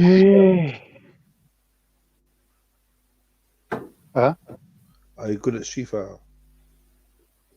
No, I wouldn't say I'm good. I thought I was good until my 8-year-old child beat me, and I was like, maybe I'm not that good. Who's your character? What character did you select straight away? I would say Ryu. Oh, the old button bashing, fireballs in the corner and the sweep and the you know, old school. Why are you laughing? What about you, Zulu? I was gonna say Ryu as well. Yeah, right. It's a beginner character, and everyone that's unfamiliar could just play it. How you cannot replace it. Yeah. But yeah, did you see the studies on the vitamin D though? That's some serious shit though. Like vitamin D is a very essential. Vitamin D is a hormone. Did you know that vitamin D is actually a hormone? It's not even a vitamin; it's a hormone. It's required for the immune system. It's not. It's a vitamin and a hormone. Yeah, but I'm saying it's required for your immune system, and that's the because think about it this right, we're living in homes in boxes when we're supposed to be outside all the time absorbing vitamin D. Take into account now that you're black and you're in a colder environment where there's less sun, so you're like way behind vitamin D wise because the white guys didn't have as low vitamin D as the black guys that were dying from COVID. So Yeah. a lot of people are studying and saying that vitamin D, like for example, there's an example of the East African migrants in Sweden. They're suffering really hard now with the coronavirus, and the studies are showing also they had insufficient levels of vitamin D. So you could just feel fine as you are now, not knowing that your body You're deficient. you're not optimum because you're not giving your body what it was designed for. So this is why I was talking about the classroom thing. I understand what you're saying. Like obviously, I don't think people are genetically are this, both like in terms of like their intelligence. But if they're not meeting requirements that their body needs, they're not at their optimum. So how can they perform or even outperform other people, more commonly if they're not? Obviously, you have the one or two people that outperform, but if as a people they're not experiencing or giving their body what it needs, there isn't going to be optimum results. It's just going to be okay. And that's why people think that we're not as smart as other people, but we're not getting what our body needs. Who thinks that? Who says that? No, because you look at the IQ test, they'll say that we're at the bottom. Like it say like Chinese and them man at the top. Then they'll say like white people. Then they'll say us. But they do make some concessions. They do say like some West Africans have higher, like the ones that migrate to university and stuff like that. They will admit that there's a higher IQ level in those. But then it's like it's kind of like they'll shrug it off. They won't really hype or talk too much about it. But yeah, man, like the body, like if we don't meet those requirements, we're not going to be optimum, man. That's why I supplement. I try and do what I can with that because vitamin D is very essential. Very essential. Sun gazing also is very important. You have to sun gaze at least 30 minutes a day. Hello? Is anyone there? I've just been left alone now. Oh my goodness. My pizza's burnt. Yo, Zudo, I'm still here still. Why are you saying anything? No, man, I was just listening still. Talk, bro. Come on, talk. Man, what was he talking about again? Was he talking about food? Talking about vitamin D, getting vitamins, being healthy, so that your mind can be better, your mind can be sharper. Yeah, man, it's all about sourcing the vitamins from the most natural source you can as well. Though just eating lots of fruit and vegetables with those vitamins in, you get me? More than supplements, because supplements, there's lots of studies on that show supplements a lot of the time don't do as a good job as the like actual vitamin from fruit. You get me? Now that's a good point still, but it's like if you can't afford to get the sea mosses and all that, you just get the tablet, isn't it? That's what I do. So cheap though. This is the thing. It's an investment in your life, though. But at the end of the day, man, you can't put a price on life, and so even because some people will be depressed, some people will be low, but they won't know that they have low iron levels. Like I feel like supplementation is very important, man. Yeah, I like being optimum. Things like lentils and stuff. You could just cook up some lentils with some onions or something. You get me? Like that's going to be more nutritious than a lot of the food that we're eating. You get me? That's true.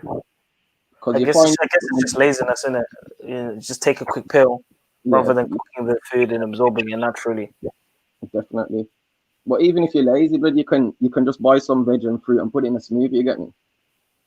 Yeah. If you have a routine, just do that every day. You're good. You get me, bud? Because even for men as well, zinc is very important for being fertile and for testosterone growth. Zinc is very important. Like that's your focus, isn't it? You got shelves full of it, innit? Now, also, I'm trying to grow my beard as well, so I'm trying to increase that testosterone levels as much as I can.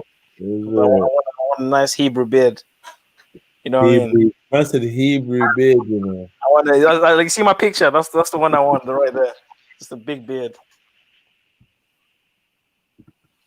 Because it's a myth that we Africans can't grow beards. It's a myth. Yeah, The reason why it appears that way is because a lot of the uncles shave their beards. They've made it. They just constantly shave it. But if they let it grow, it grows. no, man. Like, yeah, obviously Africans can grow beards. I'm saying I wouldn't say that it was a typical African feature. I'm not gonna lie to you. Oh, that's okay. What Like, yeah, we got facial hair, but beards, like full beards and that, I don't know. Nah, I'm not talking like guru beards or like them kind of beards, like where it goes down to the ankles. I'm talking about like Yeah, no one said that, bro. We've been silly. I'm talking about the chin. Everything is full of hair. Yeah, but there's levels to that. There's densities, there's lengths, there's textures. You know what I mean? There's different types of beard.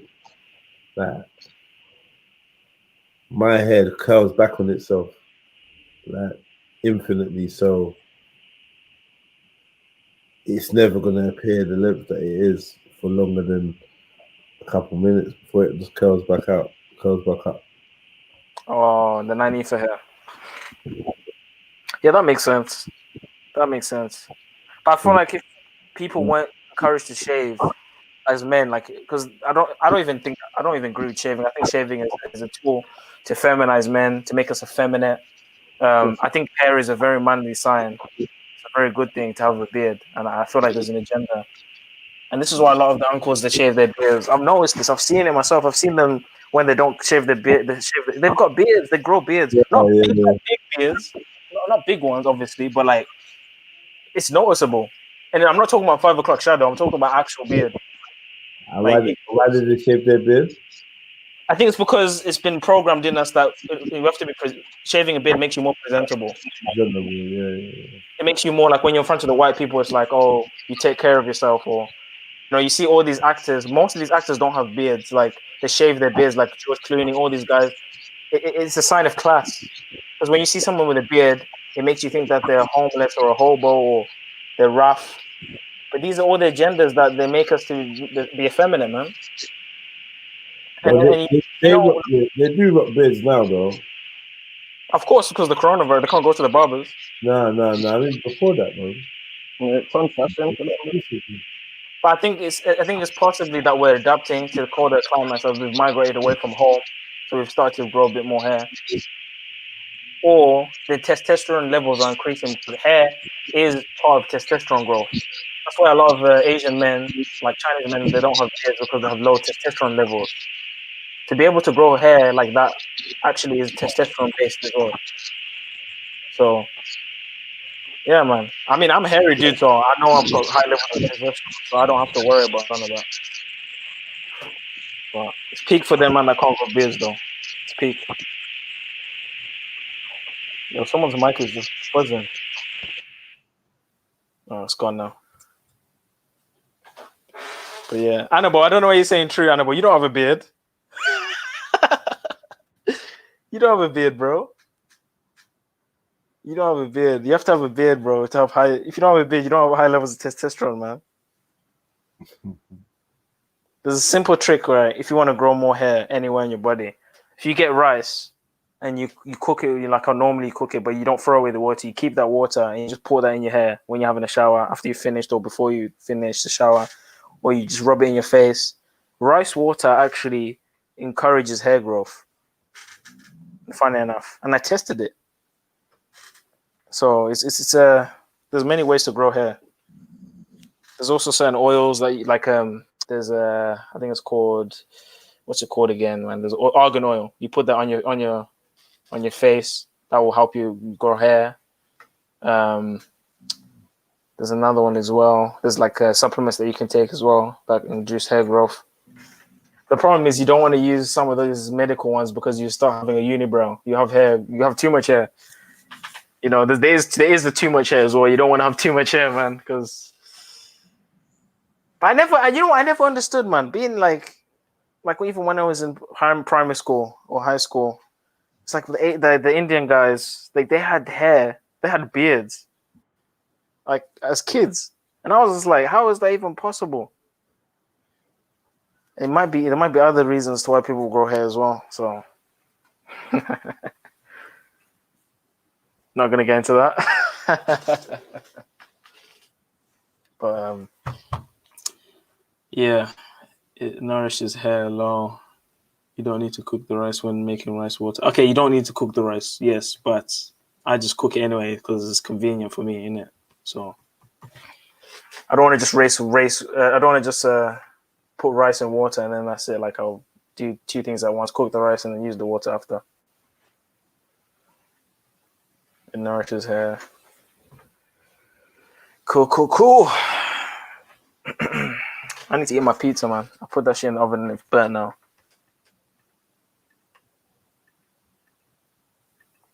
And it's burnt. Yo, there's a fight today, still UFC fight, Tyron Woodley and Colby Covington. So definitely be watching that soon. Hope Tyron Woodley smashes Colby Covington, bro. Like that fight's gonna be amazing.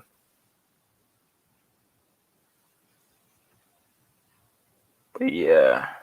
Have you guys fallen asleep again? Come on, man. No, I ain't asleep still. My mic was going on for 1 minute. Oh, is okay. I was pirated. Jez, are you awake? Did I go to sleep still? Yeah, he's gonna sleep again. Okay.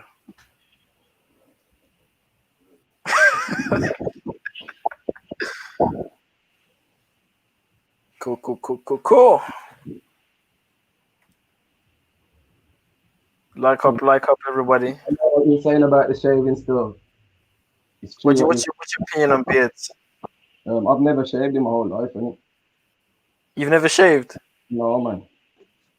You got a big beard. It's not that big still. I got quite. It's not. It's quite sparse still. On the sides of my face, I got like sideburns, and then at the bottom still, it's quite long still, but it's still sparse. You get me? Yeah. Do you have any like maintenance oils that you use? Anything that you use? Coconut oil, you know, but and then just wash Does that not cause acne? Say again, sorry. Does that not cause spots and stuff when you put that on your face?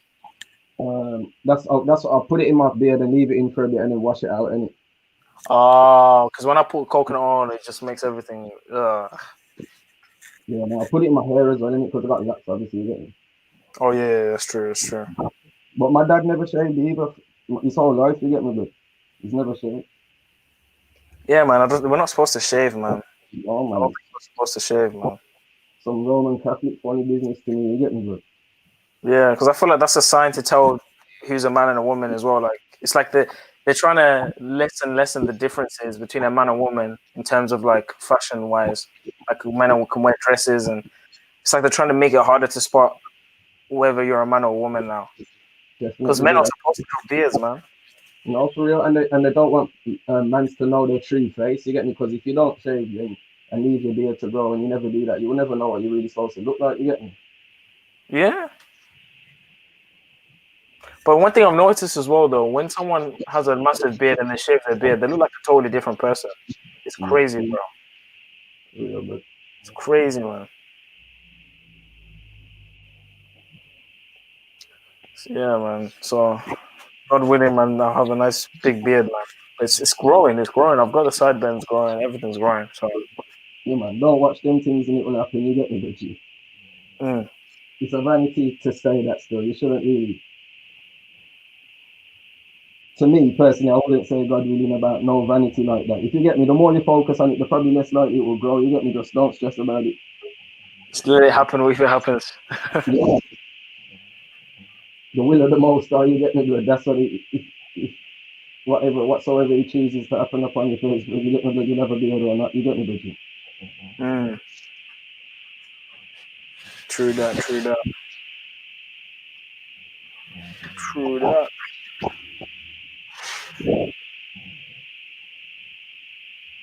No, my mic.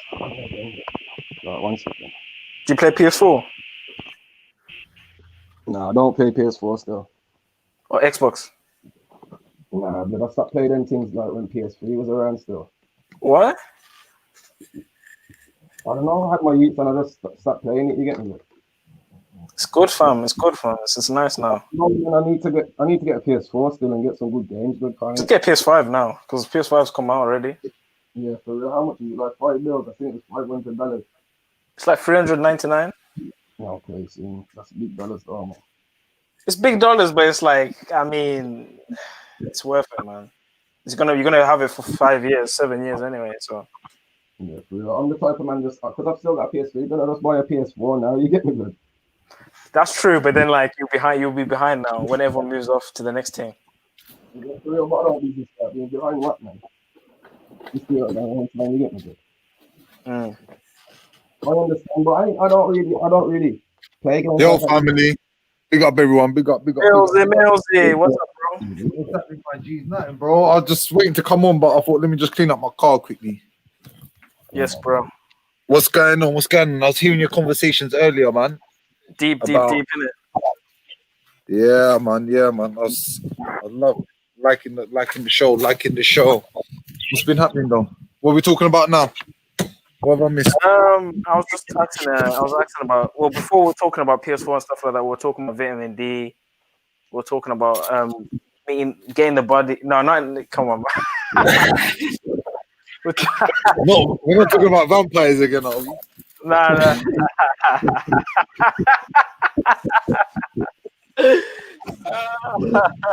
Zillie's like, no, allow me, man. Leave that one alone.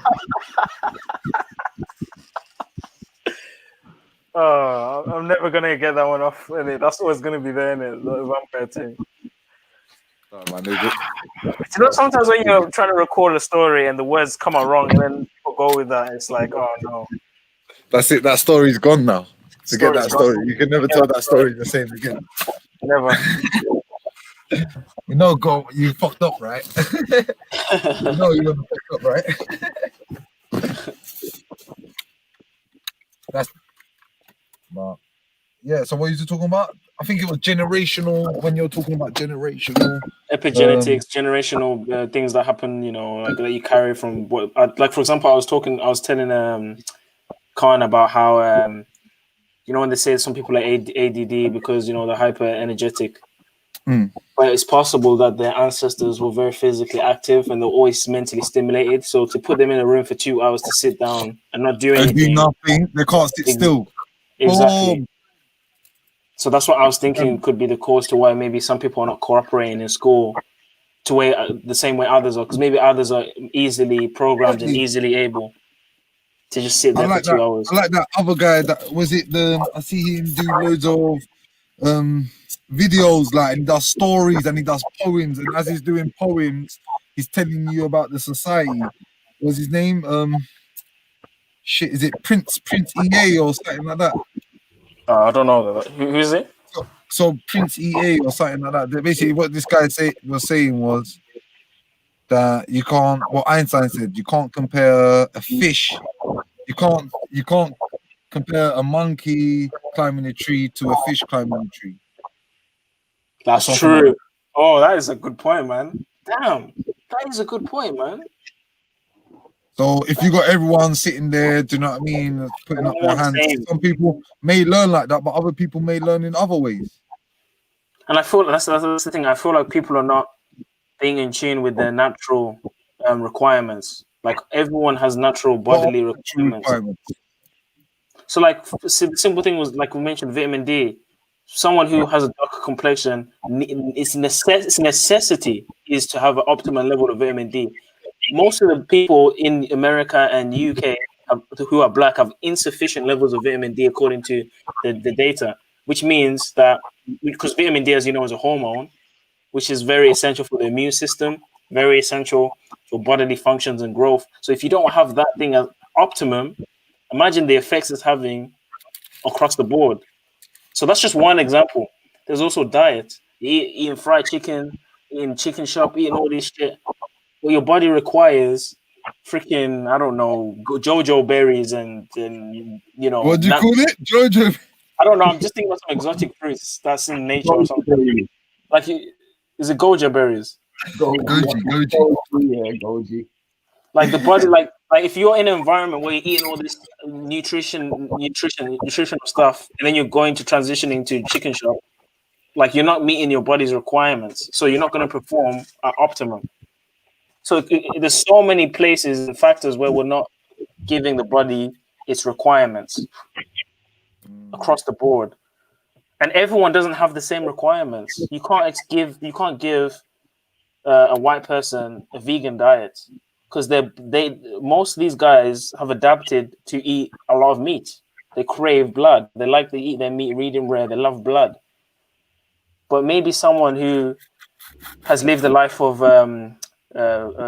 plant life, an abundance in plant life, they're more stable in a vegan or vegetarian or plant-based diet. So people have different requirements. That's the point I'm making. So no, I agree, but I don't know. But the only thing that separates us is a minute percentage. Do you know what I mean? it is a minute percentage. Do you know what I mean? It's 5%, if I'm not mistaken. We're very malleable. We can adapt. That's true. But this is what winds me up about genes. I'm saying this right now, but then I get upset when people are like, "Yeah, we've got the same DNA structure as was it celery or cucumber or stuff like that." Common ancestor. Do you know what I mean? Mm. But technically, we need plants to survive as well. So, but some people might need it more. Some people might need it less. Like, have you heard of this carnivore diet? Yeah, was it the Atkins or something? Yeah, there's a whole movement. It just sounds like your breath's gonna stink after whatever you know what I'm saying? You just be walking, talking shit breath, like straight dog breath. Meat stuck in their teeth and everything. It's just it's gonna be madness, bro. Your BO's gonna stink. Yeah, you know what I mean. The shits are gonna be solid. You know what I mean? You're gonna have fucking acne all over your face, bare oily face. But this is the thing, Mills. It may affect me and you that way because we have a past of plant and meat, a combination of the two. But for some individuals that have lived in harsh environments for thousands of years, they're able to thrive just eating meat. You've heard the stories of people hunting mammoths and cavemen and doing.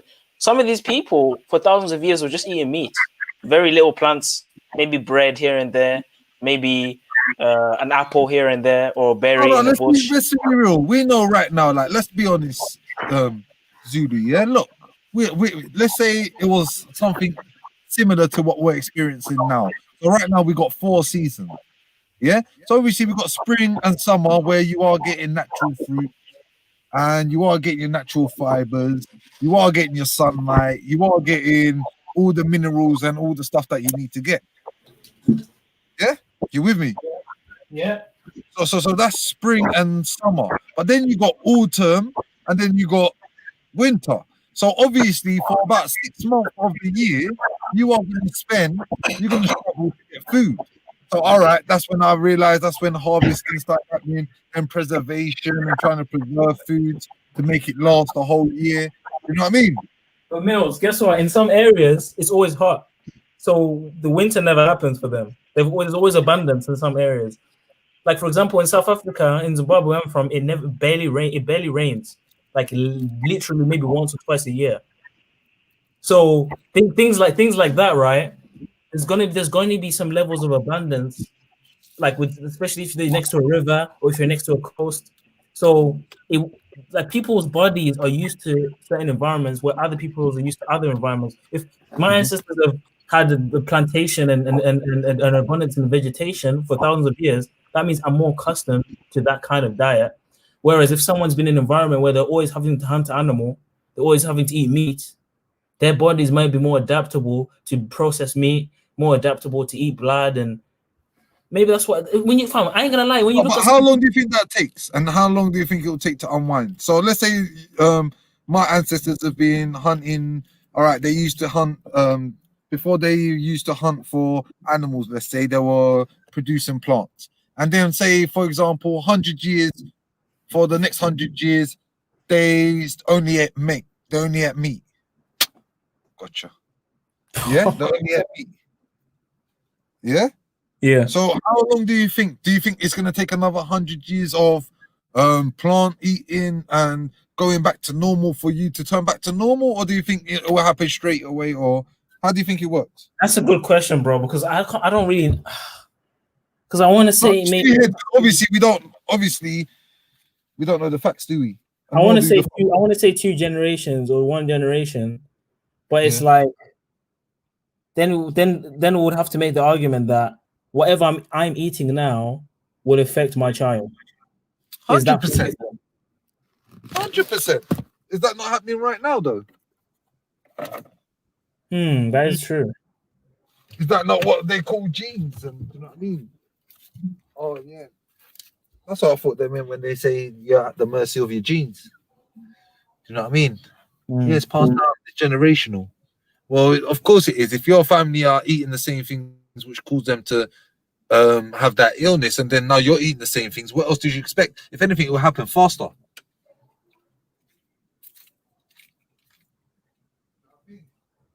Yeah. Because even when you look at, for example, cannabis, mushrooms, all these different natural herbs and things, our bodies are able to break it down only because there's a history of us eating at some point. Like the fact that we can break down, I can break down a fruit. Sorry, bro, I missed that. Say that again. Like I can break down a fruit that I've never eaten before. Like you can, for example, I've never eaten a dragon fruit, but if you gave me a dragon fruit, I would eat it, and my body would understand it and recognize it somehow and break it down. So somewhere down the line, I've eaten this before, or someone in my bloodline has eaten this before, or eaten things similar to this before, so that now I'm able to still break this down and get information from it seamlessly. So I think that information was simpler than that. I thought it was just that the food that you're eating is electric or it's not electric, and does your body recognize that it's electric, and does it? Do you know what I mean? That's true, but then you know what about tolerance? Then is it not possible to be tolerant to certain substances, like people that put the venom, for example, people that that's exactly what I was thinking. I was thinking that just as you said, I was thinking what happened to the people that do take venom and then eventually they get fucking immune to it as a generation. Will their kids become immune also from doing that? Will the kids have to practice that as well?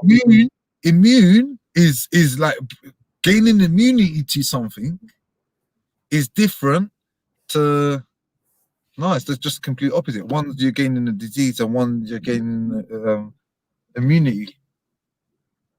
Because if I get an immunity to a virus or a disease, will my kid be immune to that automatically because I've overcome it? Of course.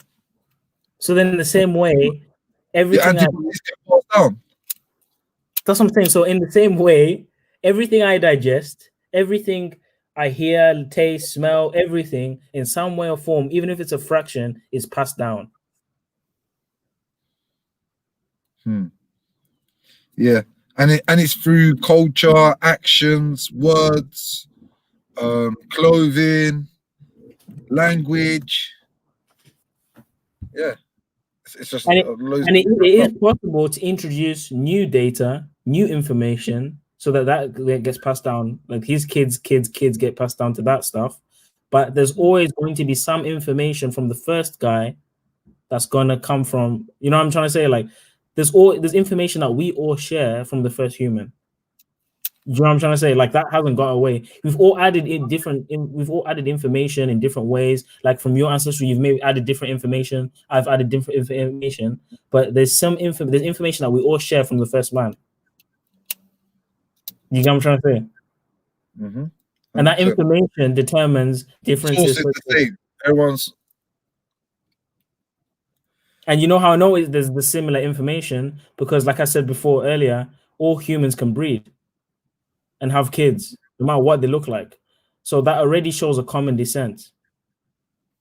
Automatically, from my understanding. I can't breed with an ape, so obviously there's no common descent there, even though they tried to make that argument. You tried to make that argument. Who the fuck's sitting there arguing about fucking meeting with apes? I mean, they'll say, for example, that we're primates because we kind of look like apes a bit, and you know, and there's 95% DNA similarity, but we have the same DNA similarity with corn and pigs. That's it. So all that shows to me is that the material that's used from the creator is the same.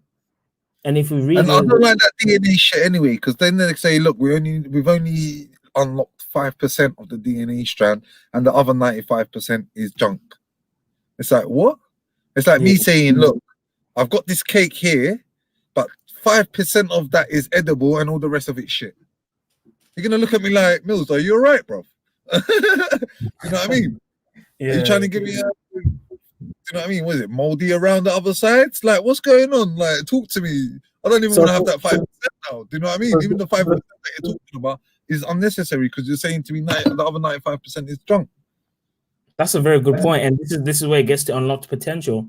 This is where when people study epigenetics, they're trying to find ways to unlock certain genes and certain capabilities that have been. So, for example, there's certain techniques that you can use to unlock. I reckon Zulu, me personally, they've been doing this from the 70s, bro, from the Cold War. So for them to go out and tell us this, they're already one step ahead. For them to allow this information to come out. Because, like, think about it this: like, if you've got a line of warriors, somewhere in you, there's a gene to be able to handle combat efficiently in some form or way, or it's not unfamiliar, like, to be in combat. Unlocking your subconscious mind or your superconscious. Unlocking your superconscious mind. Yeah, like the certain codes in the DNA that, in order for you to unlock it, you have to put yourself under stress or under stressful situations. Like, for example, people that say, like, like, have you seen a story about mothers being able to pick up cars when the kid is underneath the? Yeah. So, like, there's somewhere down there's a gene that can act. There's some kind of power that's activated. I wouldn't say it's a gene. I think that's her not doubting her conscious mind. She don't care. Like, your conscious mind is conscious of everything. You think she gives a fuck about anything at that moment? You think she even cares about breathing? She wants to lift that car up as much as she wants to breathe. That's why that car got up there. And that same woman can't lift up that car again. But why is that though? Because she was put under stress. She told her subconscious mind, you've got a super conscious mind, bro. You've got that God conscious inside you. Yeah, but if you've got a super conscious mind, but then you've got flesh arms that can't lift the car, how can it now lift the car? Why? Because your mind, you've programmed your mind to say, look, this is too heavy for me to pick up. You probably sitting there thinking, what's the heaviest I've ever lifted up in my life? Instead of thinking, yo, I can lift this. You're really doubting yourself before you've even done it. So you're saying I can jump out the window and fly right now if I think I can fly? Levitation is one of our powers, 100%. There's monks out there that you can see that can levitate, bro. Let's not lie. Yeah, but like, there's monks that you seen that sit in boiling oil. Come on, bro. I have seen videos of them like making fires with their hands. Do you understand? Yeah. Shooting out beams of light and that. That's another thing. Manifesting that will. That's another superpower that we have. But how come it's not so easily accessible for everybody? Because why do you think? What do you think they're doing to us now? They're moving us away from nature. Yeah. What else are they moving us? They're moving us away from our spirit. Yeah. Do you know what I mean? They're trying to damage our soul, so our soul can't enlighten our spirit. Do you know what I mean?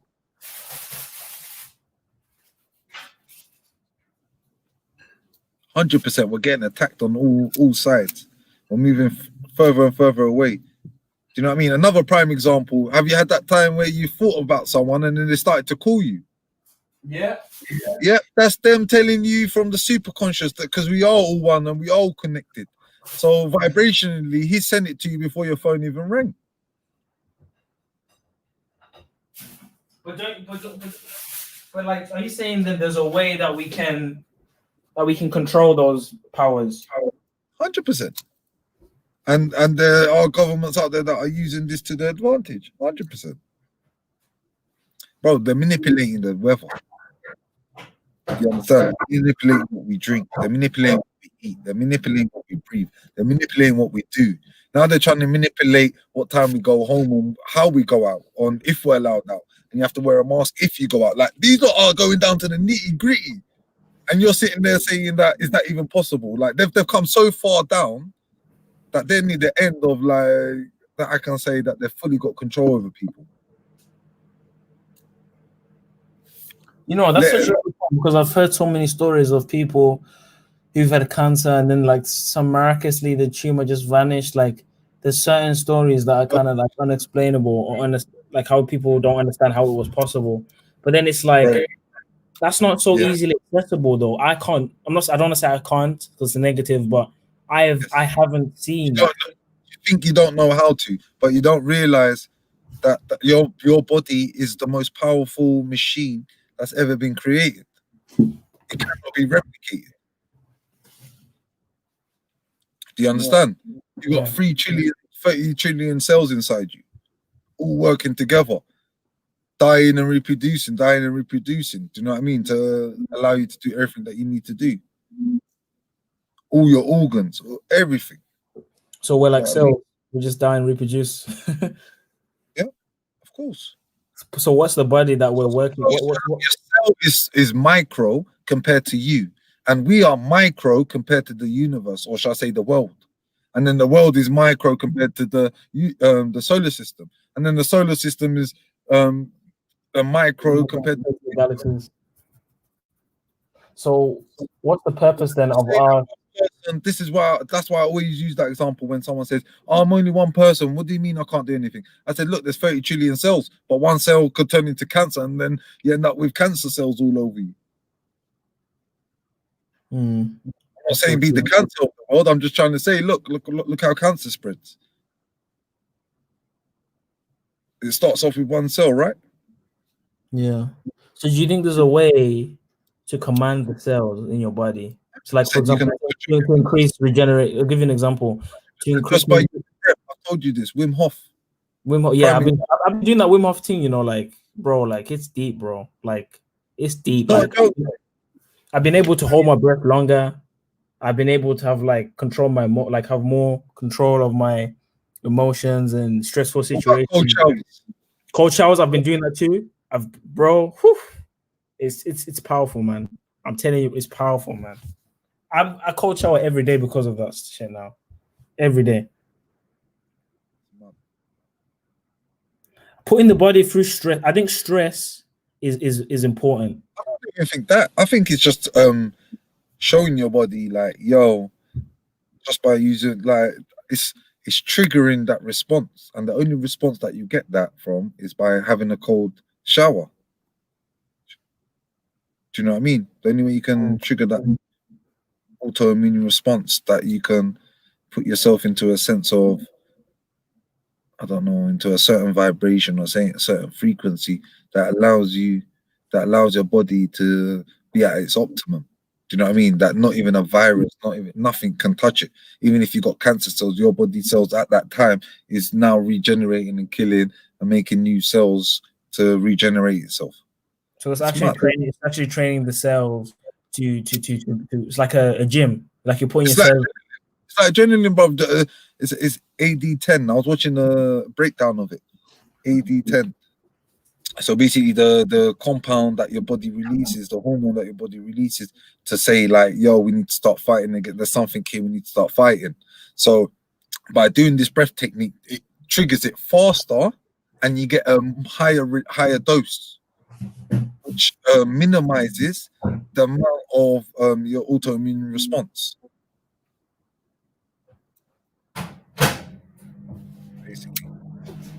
What are you doing? You're talking all this, then you go on microwave food. Allow it, Zulu, man. Bro, I'm in uni, bro. Fuck off, man. I'm starving. You know I don't like microwave. I have to eat, man. So wait, you don't use the microwave at all? So what do you do then when you're warming up, like, chips or something?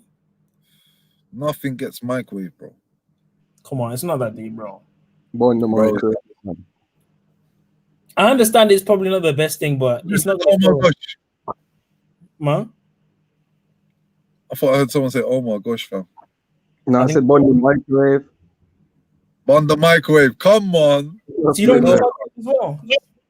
No, I don't use microwave, man. So how do you warm up your, like, make a cup of tea and it's cold? How do you warm it up? Sometimes put hot water in there if it's strong enough to do that. You're gonna add more water to the tea now. When you can just put it in the microwave. I'd rather do that than fucking kill myself with radiation. Yeah, but bro, there's 80-year-olds that use microwaves. Come on, guys. Look how much people are getting cancer, blood. Are you gonna 80-year-olds, 90-year-olds that use microwaves? They're still alive, bro. Yeah, but so what, blood? There's 80, 90-year-olds. There's people that are 30-year-olds that die, blood. So There's people that are fucking 18 and that die these days. Sorry to swear. There's people that die young these days. You get me? So You know, a microwave, all it does is it just vibrates the atoms because vibration causes heat. Kills You know, any electricity. you know, that's Kills all any it does. energy. Dead is any energy, bro. Maybe, but I mean, Any what electricity. energy is in a pizza, anyways? Oh. So would you put your hand in the microwave then? Of course not. My hand will melt. My hand will explode. No, all right, fair enough. If it was on a low enough power that it wouldn't melt your hand for like 1 second or something. If you knew it wasn't gonna melt your hand, would you put it in there like? No, because of the radiation or what? Because of I think because it's gonna cause some sort of damage. I think it's gonna cause damage. yeah, you could put your hand in an oven though, innit, if it was cool enough. Of course, because it's just hot air. Yeah, but the microwave's radiation, man. It's not radiation. What all it does is it vibrates. It vibrates. They send microwaves through the food, and It's not nuclear energy, but it's still radiation. It's RF energy. Atoms to vibrate, which causes heat. It's that simple. I know, bro, but I know the science of it, man, but it's still fucked up, man. You don't want it in your yard, man. Disrupting the cells. You know, if you stand by it or it's in your yard, it's just disrupting the cells in your body as well, isn't it? Phone is more dangerous to the body, bro, than a microwave. Oh, this is jokes. Microwave radiation can heat body tissue the same way it heats food. Exposure to high levels of microwaves can cause a painful burn. 2 areas of the body, the eyes and the testes, are particularly vulnerable to RF heating because there is relatively little blood flow in them to carry away excess heat. You see, it's just heat. It's all it is heat. There's no Microwave radiation. It's just heat. Man, the microwave is dangerous. Well, I'm eating a pizza from microwave right now, and I'm feeling good, man. You would do, innit? It's placebo. Seriously though, Mills, how do you want food though? Like, how do you want food? Use the oven, man. Recook. So let's say you buy some food from a takeaway, and then you have to throw it in the oven now. When you can just put it in the microwave. Fuck the microwave, man. Yeah, no. Serious. That's why I don't eat most Jamaican restaurants as well, because they dash everything in the microwave. That's so true. I've been to some restaurants in Central. I have to ask them, like, yo, if you use the microwave, I don't want it. They say, sorry, we use the microwave. I said, bro, it's not that deep, man. You can have one dish from a microwave. Eat it up back a yard. You need one food from the microwave, bro. Come on, man. Come on, man. I understand, like, maybe for long-term damage, and I understand, but like, come on, man. It's not that deep. It's not like, bro, if that's the case, you shouldn't have a phone. It's like saying, all right. Let me go through it. All right, the microwave's not that deep. Yeah, the fluoride in tap water is not that deep. Yeah, the fluoride in our bath water that we take in through our skin, 5 cups of water every time we bath, is not that deep. Yeah, let's keep going. The food that we're eating, the GMO vegetables that we're eating, is not that deep. Yeah, then let's keep going. Then the fucking processed meats that we're eating is not that deep. And then all the chicken food that we eat is not that deep. Yeah, then all the meat, the steak, and all the red meats that we eat is not that deep. Plus the radiation from the fish is not that deep. Yeah, fucking hell. Do you want me to keep going? That's true. But think about it, you've only taken one thing off the list though. So you still gotta deal with everything else. You might as well just keep it. What's the point? Nothing's off that list, but you have to try. If we're gonna go radiation, might as well go all the way. Well, my point is, if you know what's poisoning in your body, why are you still sticking that poison inside you? That's true, man. He ain't killed me yet. It didn't kill me today. That's only because your immune system is still working. What can happen when your immune system turns off? That's true. What? You think you don't have no parasites in you right now? Each human being has 10 to 15 pounds of waste stored inside the colon. The whole reason you can't feel it is because your colon's so long. I mean, your intestines are so long. That's why it basically makes up for it. True. You got parasites. Cancers and that only start from like one cell in it, so all it takes is for one cell to go malignant, and that you're fucked, really. You get me? You're not fucked. That's the worst thing. You can recover from cancer. I'm saying if keep doing the same thing that you're doing, you are fucked. You're right. For real. Most that, yeah, for real, but like, you guys, there's only so much we can do, man. There's Well, only dude, so this much. is what I mean, bro. Are you saying this? It's like, yo, we're sitting there talking about feeding the system, feeding the monster, feeding the beast. Yeah, I'm sitting there saying, yo, bro, you're throwing man a big boy steak. Like you're giving a dog a steak, don't give it to him. Do you know what I mean? You're gonna turn him into a beast. You're feeding the same dog that, do you know what I mean, trying to bite us. Do you know what I'm saying? And after you give that steak, he's trying to bite us even more. He wants even more food, so you're just chucking in more food. And I'm saying to you, don't do it. And you're like, come on, man. What else am I gonna do, bro? Yeah. Just feeding it. I understand what you're saying, man. That's why it starts with you, man. In the olden days, if people would have saw that blood, if the ancient Israelites would have saw that blood, they would have said, what kind of magic judge is this? But they would have burned that out with fire, but they would have said, yo, he took the food with the fire. God's gonna protect us though, Mills. So the virus, the poison might try to come in. Inside you, bro. So how does that work? The poison from the water can try and hurt you, but God's gonna cancel it. Well, I don't believe in that shit, bro. So you don't think God protects us? Well, God protects me by fucking showing me how to fucking live my life, but not fucking some supernatural shit to me. You get me, blood? So you don't think he intervenes? You don't think he intervenes? No, blood. What you think if you drink some poison now you can pray to God and stop yourself from dead, blood? That's foolishness. Yeah, it says in the but if you believe in me, you should be able to drink poison and live. No, you're taking a piece of.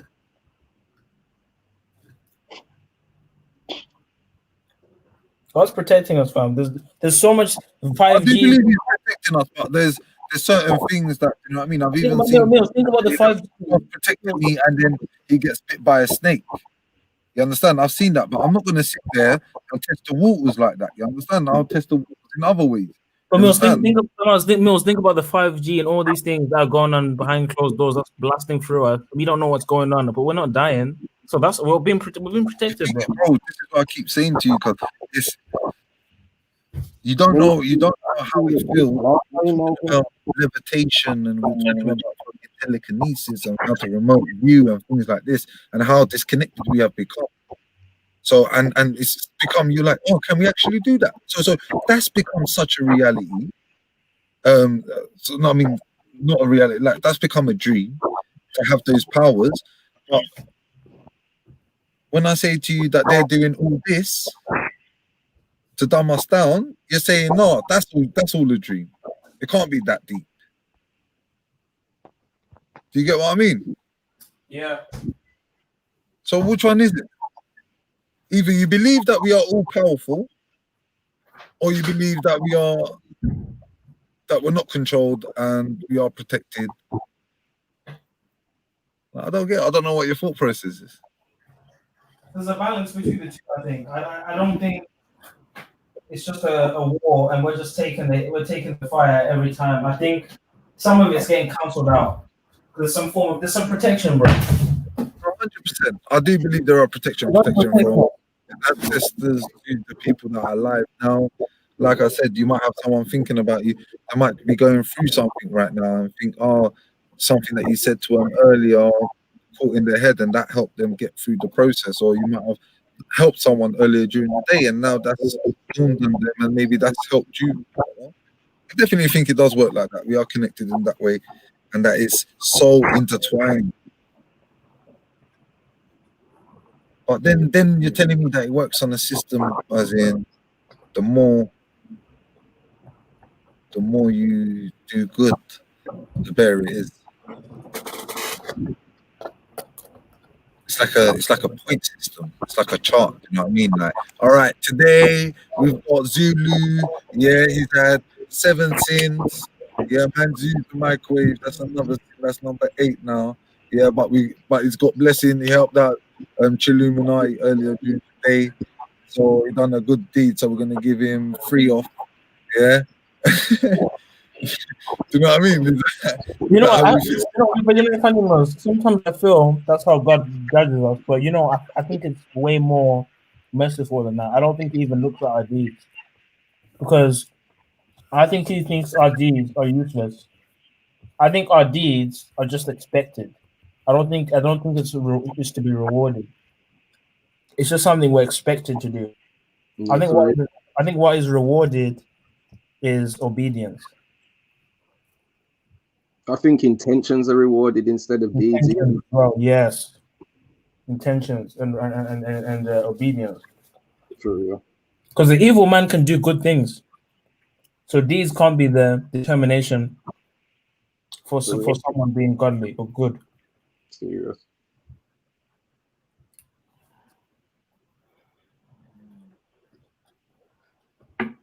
There's many rich billionaires that give money to charities.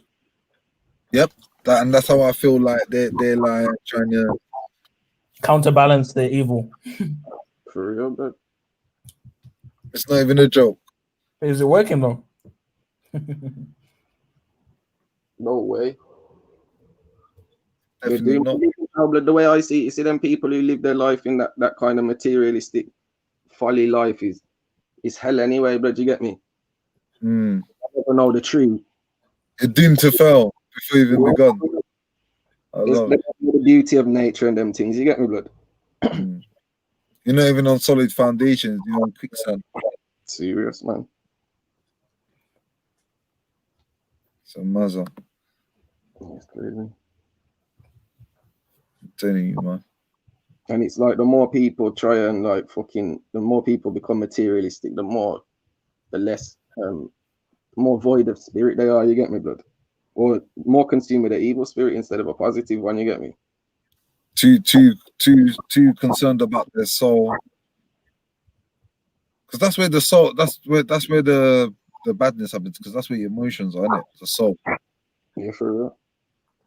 Because the spirit, do you know what I mean? Spirit's inside. I was looking at this earlier. I didn't know, because I used to think the soul was inside. It's what do you know the differences between the soul? You back me up, because I know biblically it says it's the soul, spirit's inside It says that God breathed the breath of life into man and he became a living soul. So the soul is the combination of the body and the energy that energizes the body or gives life to the body. So you are a soul. You now is a soul. So am I. Where's the spirit? I'd say the spirit is like a communication tool. Yes. I thought the soul was outside. Wait a second. The soul is a combination of the body and the energizing force which gives life to the body. That makes the soul. And then the spirit is I would say that's the in-between between the physical realm and the spiritual realm. The spirit is like the astral body, I would say. Like that's you being able to tune into the spiritual side of things. That's how I view that. But a difference between the soul and spirit straight away. That's jokes. Says Christian. People spicy, man.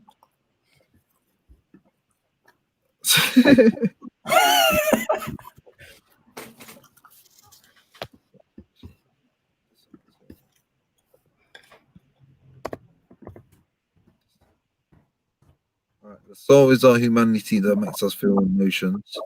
It is our way to magnify God through our human limitations. The spirit is our deeper connection with the Lord when we believe in God and receive Jesus Christ as our Lord and Savior. Holy Spirit. That's the Holy Spirit. It's the spirit of wisdom and truth and knowledge. In our everyday Christian lives, while it is not so difficult to distinguish the body from the spirit and the soul, it is particularly difficult to distinguish the soul from the spirit. What exactly are their differences? Let us consult the Bible once again, give us light about these confusing concepts.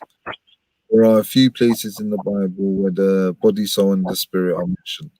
One of these is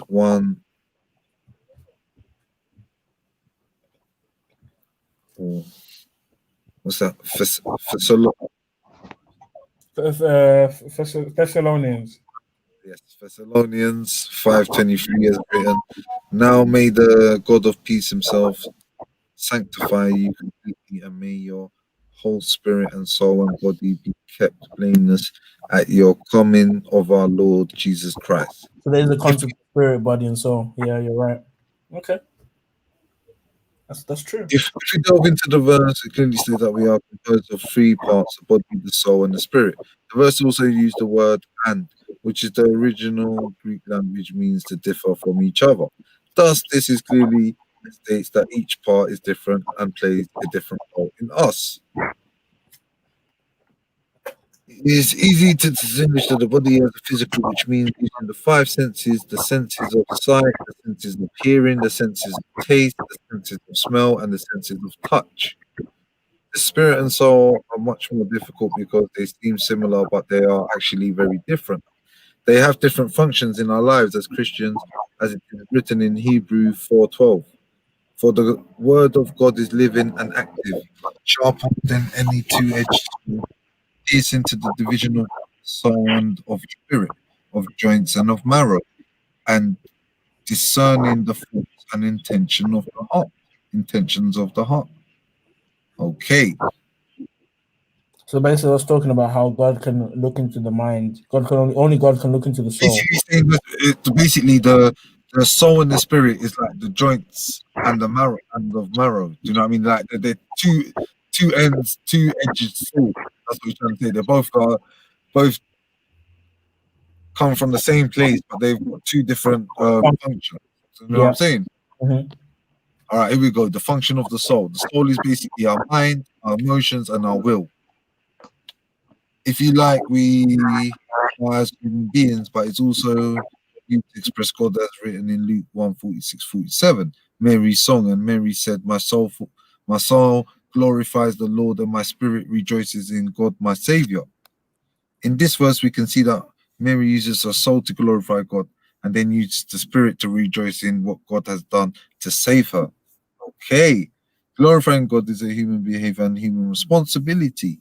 We express our humanity to God through our soul, and we magnify his powers and presence through our soul. Although we express God's magnanimity in our soul, we can express God's power through our soul because it is our humanity. We can do good works and be godly and still fall short. We can never express God's love for us through our soul alone. We need the spirit to express God's love. Okay, the function of the spirit. Let's go back to Luke 1:46-47. Mary rejoices about God's love shown through his only begotten Son through her spirit. This means that she enjoyed and experienced God through her spirit. The expression of God's love is through our spirit. While this soul is the source of our expression through our humanity, it has its limitations, and the only way we can experience God is through our spirit. Wow. The soul, a channel. I never thought about it like that. That's actually a good point, man. And this comes from, I'm reading this off Christianity.com. I just thought, let me see. I think I believe it now, because I used to think that those concepts of soul, mind, and spirit, whatever, I thought the spirit and soul was the same thing. But now that makes sense. There's definitely a distinction between the spirit and the soul, because when you have a spiritual experience, it's different to having a human emotional experience. When I'm in a state of prayer, for example, that's a feeling. I can't explain that feeling, but it's a feeling. It's like similar to meditation. When you're in a state of happiness or you're with your family, that's a feeling. But they're two different feelings. One is physical and emotional. One is soul, right? Pardon? You can feel it in your soul. That's where that comes up. Feel it in your soul. You understand? Yeah. But that's the spirit part, though. When it comes to like spiritual stuff, prayers and stuff like that, that's the spirit. I think that's what that means. I think the spirit is resolved. Is to channel to the spirit. Mom? The soul is to channel to the spirit. Possibly. Let me see what they say. The soul is simply.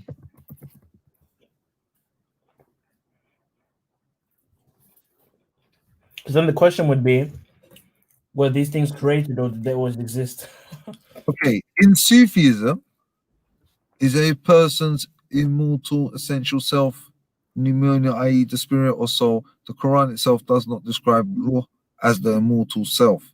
Nevertheless, in some contexts, it animates the ruh. Inanimate matter. Further, it appears to be a metaphorical being such as an angel. Ruh. So ruh. You know what I mean? You know what it means, Holy Spirit in Hebrew. It means Holy Spirit in Hebrew. The Ruach Kadesh. Ruh. Ruh is spirit.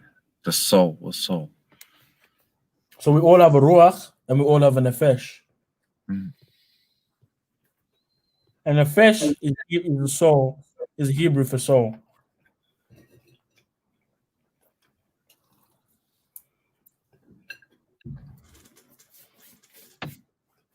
Say that again, Zulu. Sorry, bro. We all have a Nefesh. It means it's a Hebrew for soul. Okay, a fish. And then we all have a Ruach, which is something that comes from God, the Spirit of God. And I think it's that Spirit of God that allows us to channel spiritual things and communication and prayer. But then it's the Nefesh, the soul, that grounds us physically as animals, as beings. Okay, here we go. The soul in Islam is the nufs, and which is in union of the body and the spirit, ruh.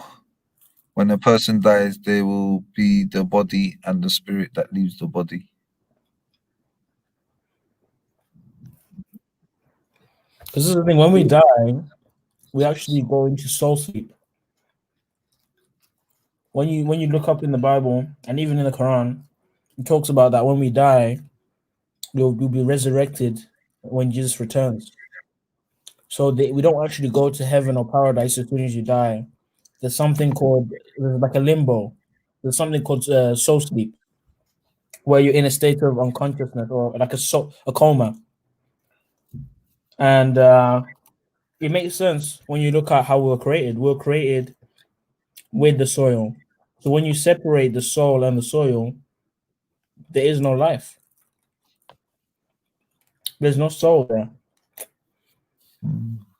So only when you reunite the soul with the soil, then now he's alive again. This is why when you look at a dead body, it doesn't look alive. It looks like the person's gone because the person has gone.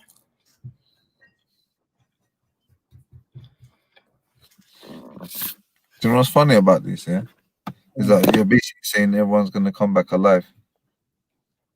Yeah, they are. Do you know what that sounds like? What? Zombies. A big zombie movie.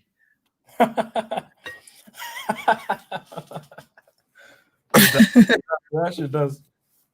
But yeah, there's gonna be a big resurrection. Every single person that's ever died will be resurrected. The soul will reunite with the body. They will all see Yeshua's face. And I guess it's judgment time for all the baddies.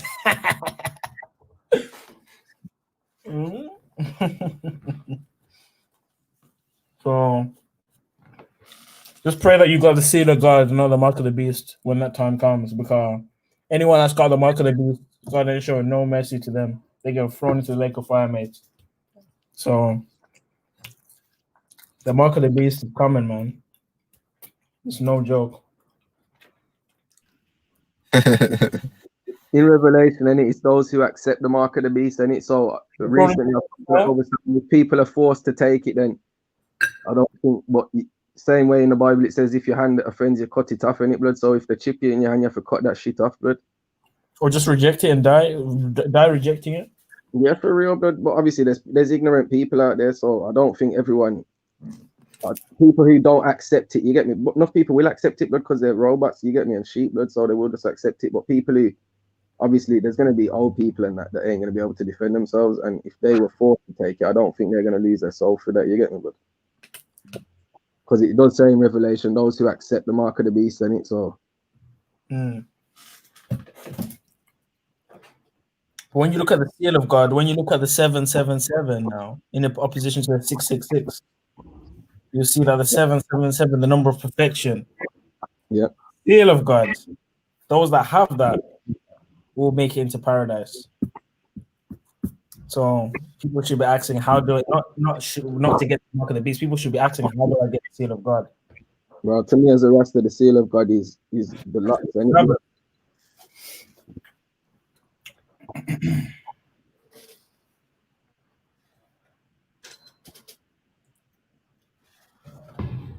The seal of God is the Sabbath.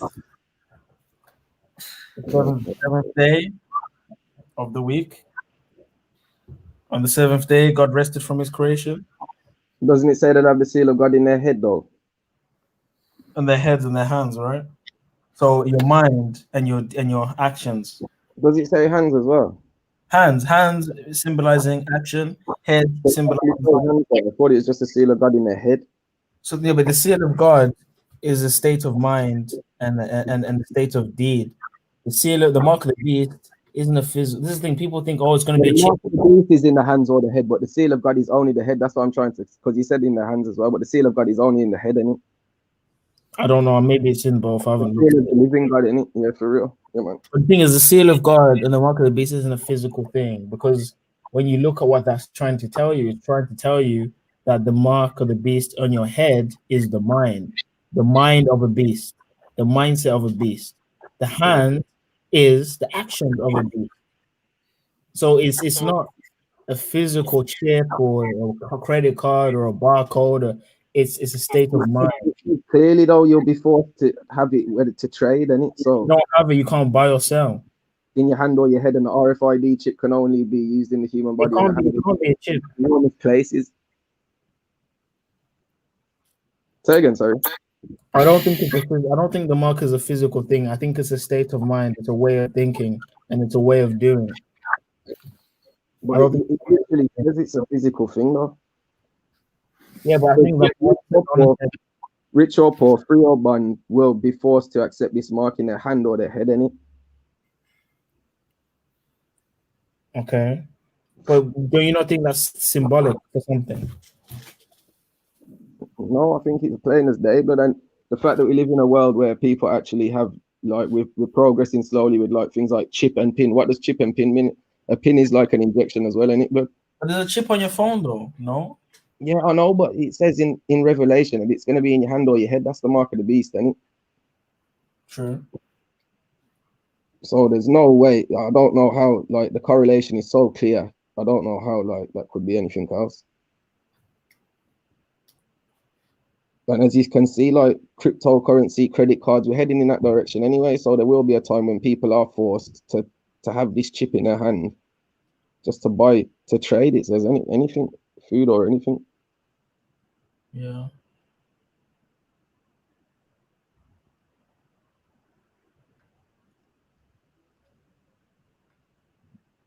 And that's what another, like, the seal of the living God to me. And when people see dreadlocks, they say Rasta, and but then Rastafari means head to be revered, and so to me that is the name of the Most High. So that is the seal of the living God. You get me?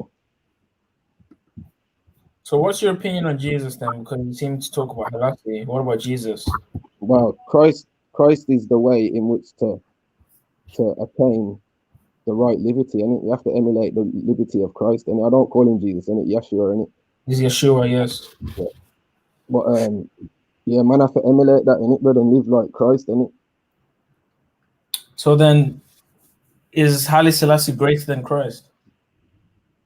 They're one in the same. He's the Father. I wouldn't say. I'd say everything has its role in it, but everything. So no, I'd say Haile Selassie is the Father, yeah, and Christ is a representation of the Son in it. But we can all be representations of the Son as well. That is what the Trinity is to me. And Haile Selassie means power of the Holy Trinity in it. So he is the power in it. How can he be the Father when in the scriptures it says no one knows the Father, no one has seen the Father's face, and whoever sees the Father's face shall not live? In Revelation, though, there's also things saying like there will be times when the mystery of the face of God will be no longer. You get me? It just depends on what time in Revelation you think we're living in, innit? Yeah, but the point I'm making is the Father's face is so holy that no one can see his face and live. It's all over the scriptures. Moses wasn't able to see God's face. No one, The only person that can see God's face and live is Yeshua, because he's the one that enters into the Holy of Holies in heaven and talks to the Father. But no one else. I think there's scriptures that's talking about God's face being like people seeing God's face in the end times, and But whenever it's saying God, it's talking about the Son. Because let's not forget, the I am that spoke to Moses is the Son, not the Father. That's the Son. That's the word. Is the Trinity not one in the same? Do you not agree that the Trinity is one in the same? The individual people, though. They're individual people, but they are of the same thing, isn't it? No, they support the same ideas, and they're the same. It's like a football team. There's a striker, a defender, midfielder, but they're one team. They have different roles. Yes, I agree with that still. So the Father is unseen. He's not human. He's no one's ever seen the Father. I obviously don't agree with that, but you get me. That's not my opinion. Bible, I'm saying. It's in the Bible. So. But I'm saying it's in the Bible also. That there will be times in the times of Revelation, times when people are like there's microchips and stuff, times when the mark of the beast is around, where people will see God's face.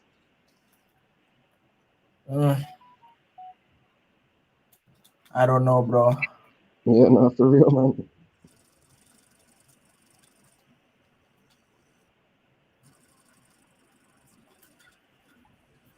I don't even like arguing about this stuff, man. It's like not arguing, but even like because it's opinions at the end of the day, and everyone has their own opinion when it comes to spirituality, and that's what's beautiful about that. You get me, blood? Exactly. Yeah, and I don't believe not from your perception. Of course, you feel like you're right. Do you know what I mean? Yeah, and each person has their road. I can't walk in your shoes. Do you know what I mean? For real, but everyone has their own reality, Eddie. Exactly. There's not one reality for everyone's reality. So I'm like, some people are stuck in a bubble. Do you know what I mean? Yeah. They don't want to come to terms with reality. So I feel like they go through life, so they start building walls, or should I say, do you know what I mean? And creating a little box for themselves where they're happy. Do you know what I mean? A little jail cell. Serious, man. But they're just happy to just chill there. You know what I mean? Have their little things that make them happy, and then that's it. Definitely, man. Life's about learning, innit, man, and hopefully growing your perception of things and changing your perception of things. To me, you get me, man. That's it. Coming out of your comfort zone, man. Not getting too comfortable with what you do. Definitely. But Mills, do you not believe that there's a devil that causes confusion and that causes people to have all these denominations and not to stick to what the word says or stick to what God is teaching us? No, man. This is why I'm starting to believe in myself more, and I'm starting to say, no weapon formed against me shall prosper. Do you know what I mean? If anything that's going to happen to me, let it happen by divine right. Do you know what I mean? Do you know what I mean? Anything that comes to me and that I have to go through, make sure that it happens for a reason and that I learn from it and that I come out on top. And then that way, when I do go through hard times, like, you know what, this is what I need to feel like. But then I don't feel bad about it. You know what I mean? If you believe, see, I say I leave all my pain and I leave all my troubles in the hand of Allah. Do you know what I mean? And for you, you will say it to whoever you believe in, and like that, to your creator, or to someone who doesn't believe he's an atheist, say to the universe, whatever you want to call it, bro. It's all the same.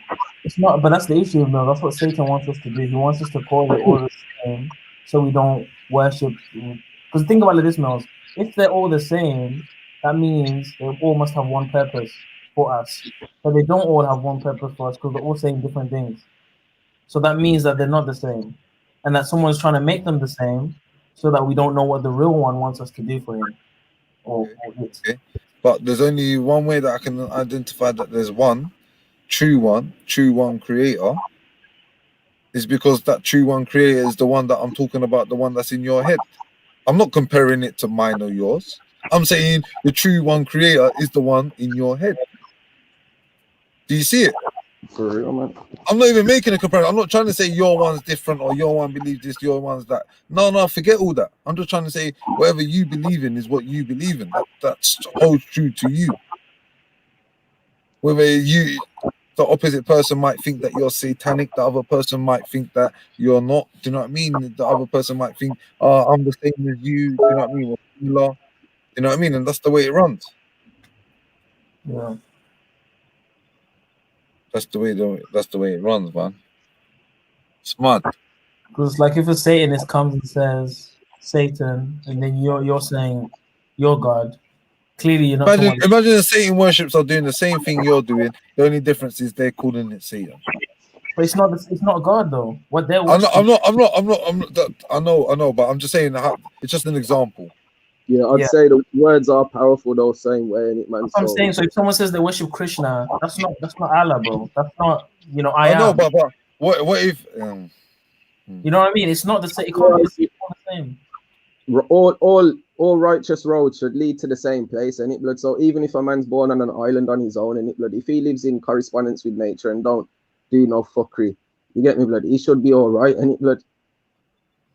Okay, but my If point. Religion comes in and tells you that, oh no, without this specific book or this specific thing, you're gonna be fucked. I don't agree with that, innit, blood.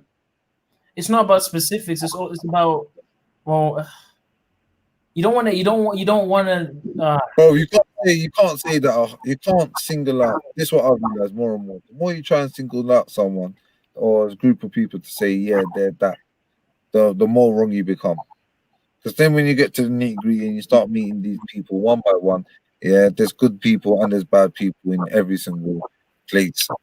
Do you know what I mean? People do good things and people do bad things. You understand? Mm-hmm. So that's why I don't believe in saying this person's wrong and this person, they're bad, that group's bad, or this group's bad. Nah, man, forget all that. That's what's divided us in the first place, right? Mm-hmm. Not just religion, countries. So you're just going back to what you were saying earlier, so that's judging people by their deeds, and you don't know the intention behind people's deeds. You get me, good?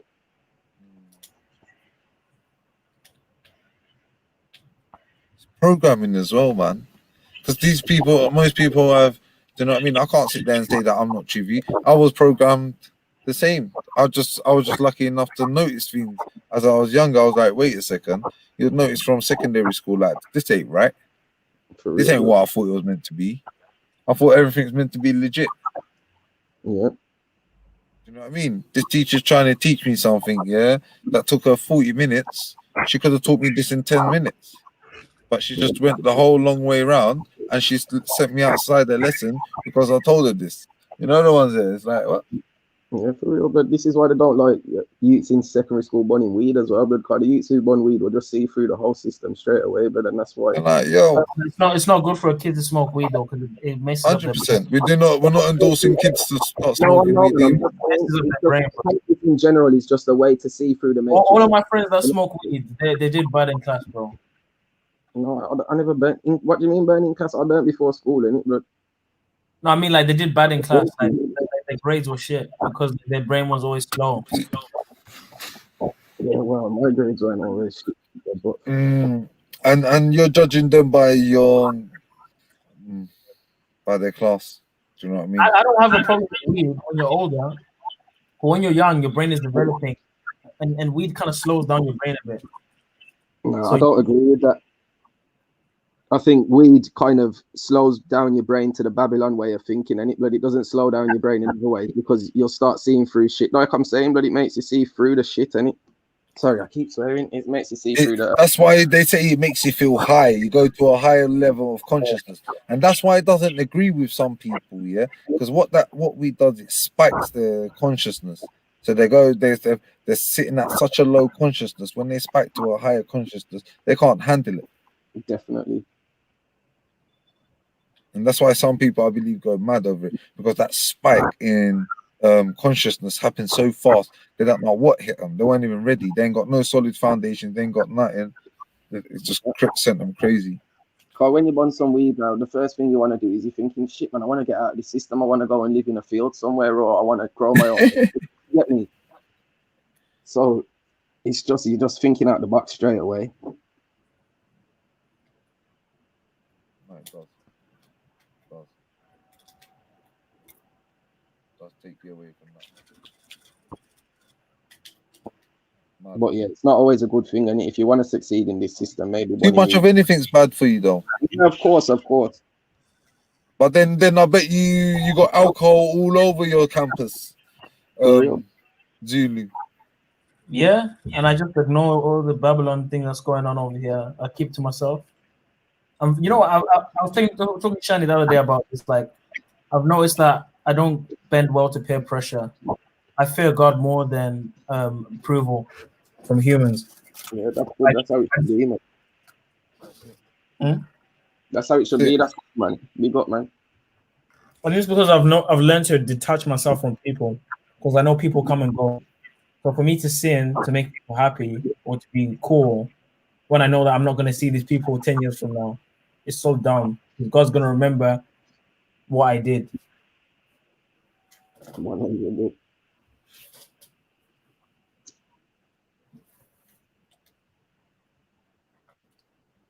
This is why I don't fornicate either, because you know I don't want to risk my salvation for that. Yeah. I don't know. Yeah, man. I rate that still. I obviously I see it differently. The Lord said to be fruitful and multiply in it, so.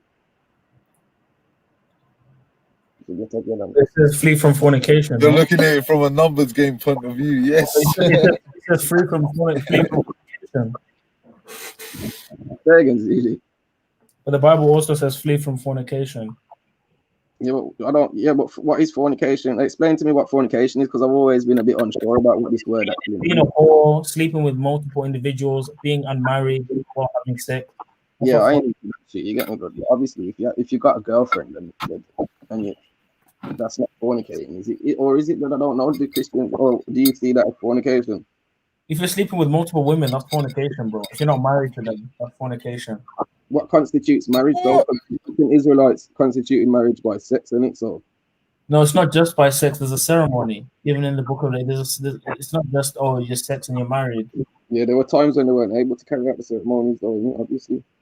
No, there's a whole law on how to do the wedding ceremony. Like, for example, what would happen is when you'd have sex with a woman after you've married her, and then you get the sheets because she should bleed, and you'd show her father the blood to confirm that you broke her virginity, and now she's yours. So there's a whole process. So you're telling me now, Zulu, when God willing, you find your missus. Yeah. Yeah.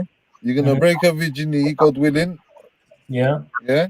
And then you are gonna go up to her dad, and you're gonna show him the sheet. Is that what you're telling me? Well, I'm not under I'm not under that law because I follow Christ. I follow Christ, but if I was following that, I would be doing that. Yes. So what does Christ? If that was written, you would do that. You'd sit there and be like, "Father-in-law." There's people that do that now in Africa and males. I mean, in the Middle East, in Arabia. No, it's done in Turkey as well.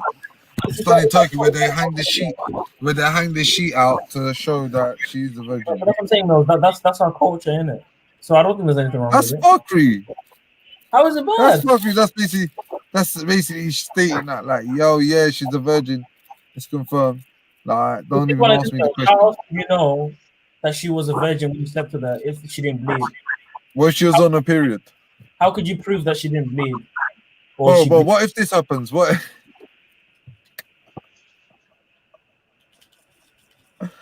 Oh, mate. How could you prove? Because this is, you know what, there was a penalty for being a whore back then, right? Yeah, but bro, let me tell you something now. Yeah. What if? All right, scenario.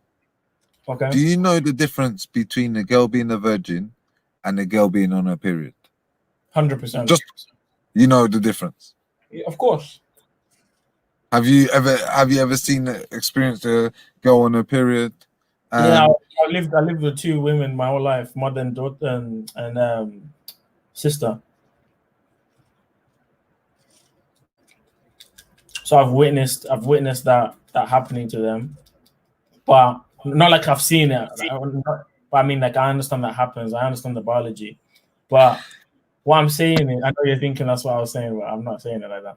But anyway, Yeah, I understand that, Mills. But then when you're having sex with someone, you're not gonna have sex with them while they're on the period, though, are you?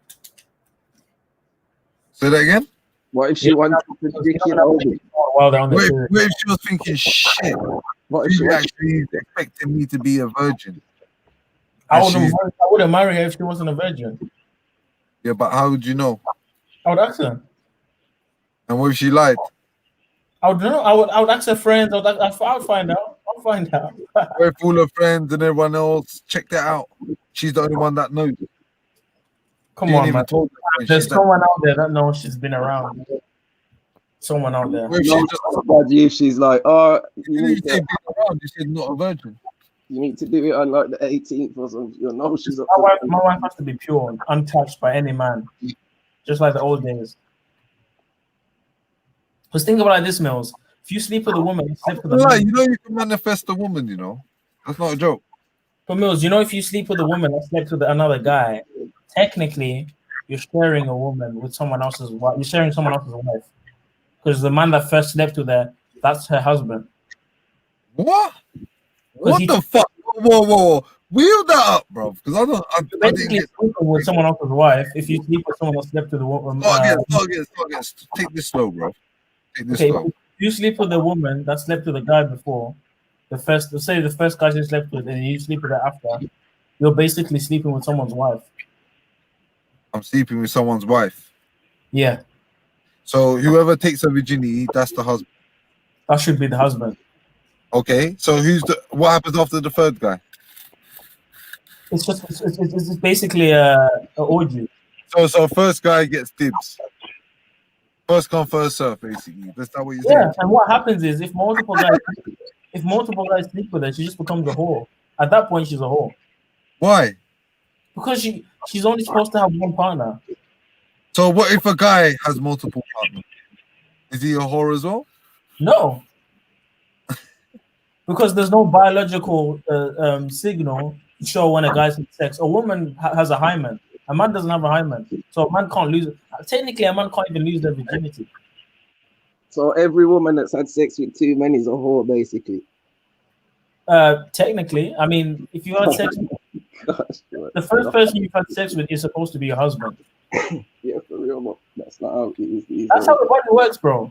There's been scientific studies, brother, on what happens to the body. And then you believe it should be biblically. No, but the Bible says what I'm saying anyway. But I'm asking you, bro. I believe what the Bible says, so I believe it. You are sticking to what the Bible says.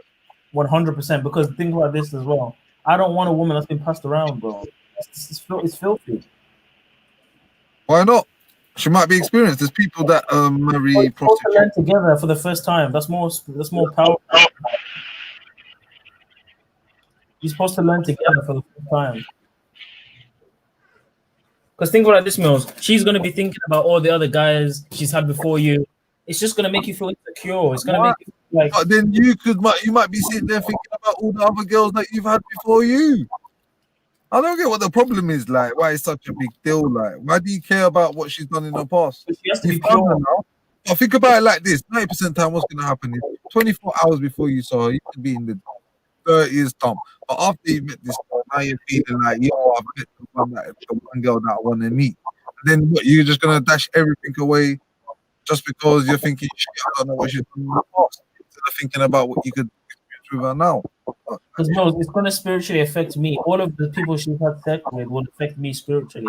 Just think of it like this: when two people have sex, when the man and the woman cleave together, they become one. So what happens? You're protected from microwave, but you're not protected from the girl's ex-partners. I'll be basically taking energy from her past partners, and I'll be basically partaking in an orgy. Whoa. Zulu, you're the guy that's telling me that you would take poison, and now you're telling me you're worried about. No, I'm saying it's basically like an orgy if you think about it. I'll make myself laugh. Mills, it's basically an orgy. Because think about it like this, Mills. If when a man and woman have sex, they become one. If she's became one with 50 guys, that means 50 people have their energy in her. So when you have sex with her, you're basically mixing with all those guys and that one woman that she's has, like you're basically having an orgy. It's no way. Like, So you're saying basically go first. a part of those guys that she slept with stays on her, and when you have sex with her, you're adding to the list, and you're also taking some of what she's had before. It's a big mess when you have sex with someone that's had sex before. It's a mess. Why do you think there was such a fixation on making sure the woman was a virgin back in the day? Because they knew about the complications that can occur when you have sex with someone that's had sex with multiple people. It causes problems, severe problems. But microwaves don't cause no problems, though. No?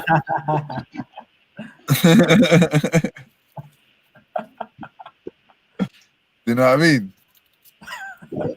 They're talking about all these fucking. But do you agree with what I'm saying, or do you have a counter argument? No, I totally disagree with you, bro. I totally disagree with you.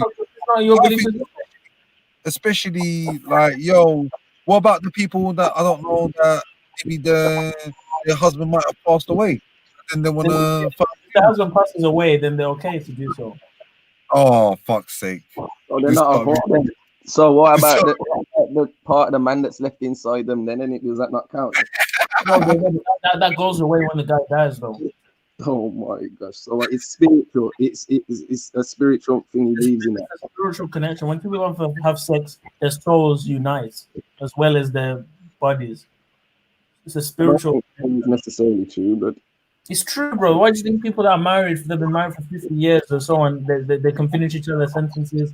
Sex ain't always like about love these days, either, blood. So to say people's souls are connecting when they have sex is a bit deep, blood. But it's true, bro. No, I don't think people are spiritually connected if they do have sex. You get me? Have you ever seen a married couple that's been married for so long and how they can finish each other's sentences, how they're so in tune and connected? Because they're basically one person.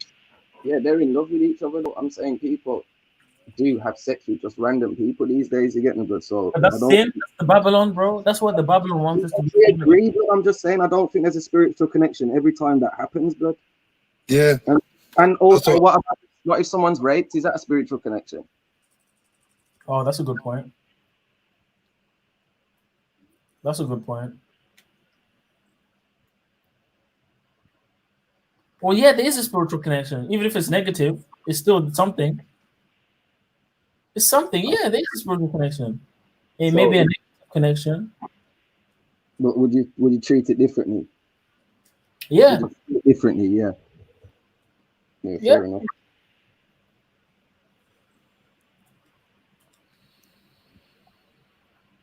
It's a weird one, man. I don't know, man. I think it's a bit extreme, ain't it, bro? And these days, like, obviously, I don't know how it goes for like what, like. Sorry, I don't want to say you're an Israelite. I know you're not an Israelite. What are you like? I'm an Israelite, but I'm a Christian. Yeah, obviously, I know Seventh-day Adventist as well, is that right? Yeah. Yeah, and I don't know how it goes in like them places for like linking girl and that, but it might be tricky to find a girl who's a virgin these days, honestly, man. And even if she wasn't, she could lie. Everyone's a whore, man. And they'll lie, even if they try and tell you they'll lie and say no. They're my brainwash, blood. You get me? I'm not saying that obviously there is virgin girls out there, but I'm saying for the one, you're gonna find one you like, two, you gotta get on, and then she's got to be a virgin as well. But it's like you're setting your standards high, man. Do you think like biblical times, and but obviously it would be lovely if we were. You get me, Bridget? He could definitely find himself a virgin. There are definitely virgins out there. But how do you think? The difference is, do you think a virgin sitting there thinking, I want to look for another virgin? Oh, and it has to. There's a lot of different things that have to be in place for it to happen, innit? But it can happen, Zulu. Don't lose hope, man. Trust me, you can manifest it if you wanted to. You understand? But the problem is, though, so I feel like the problem is anything, bro.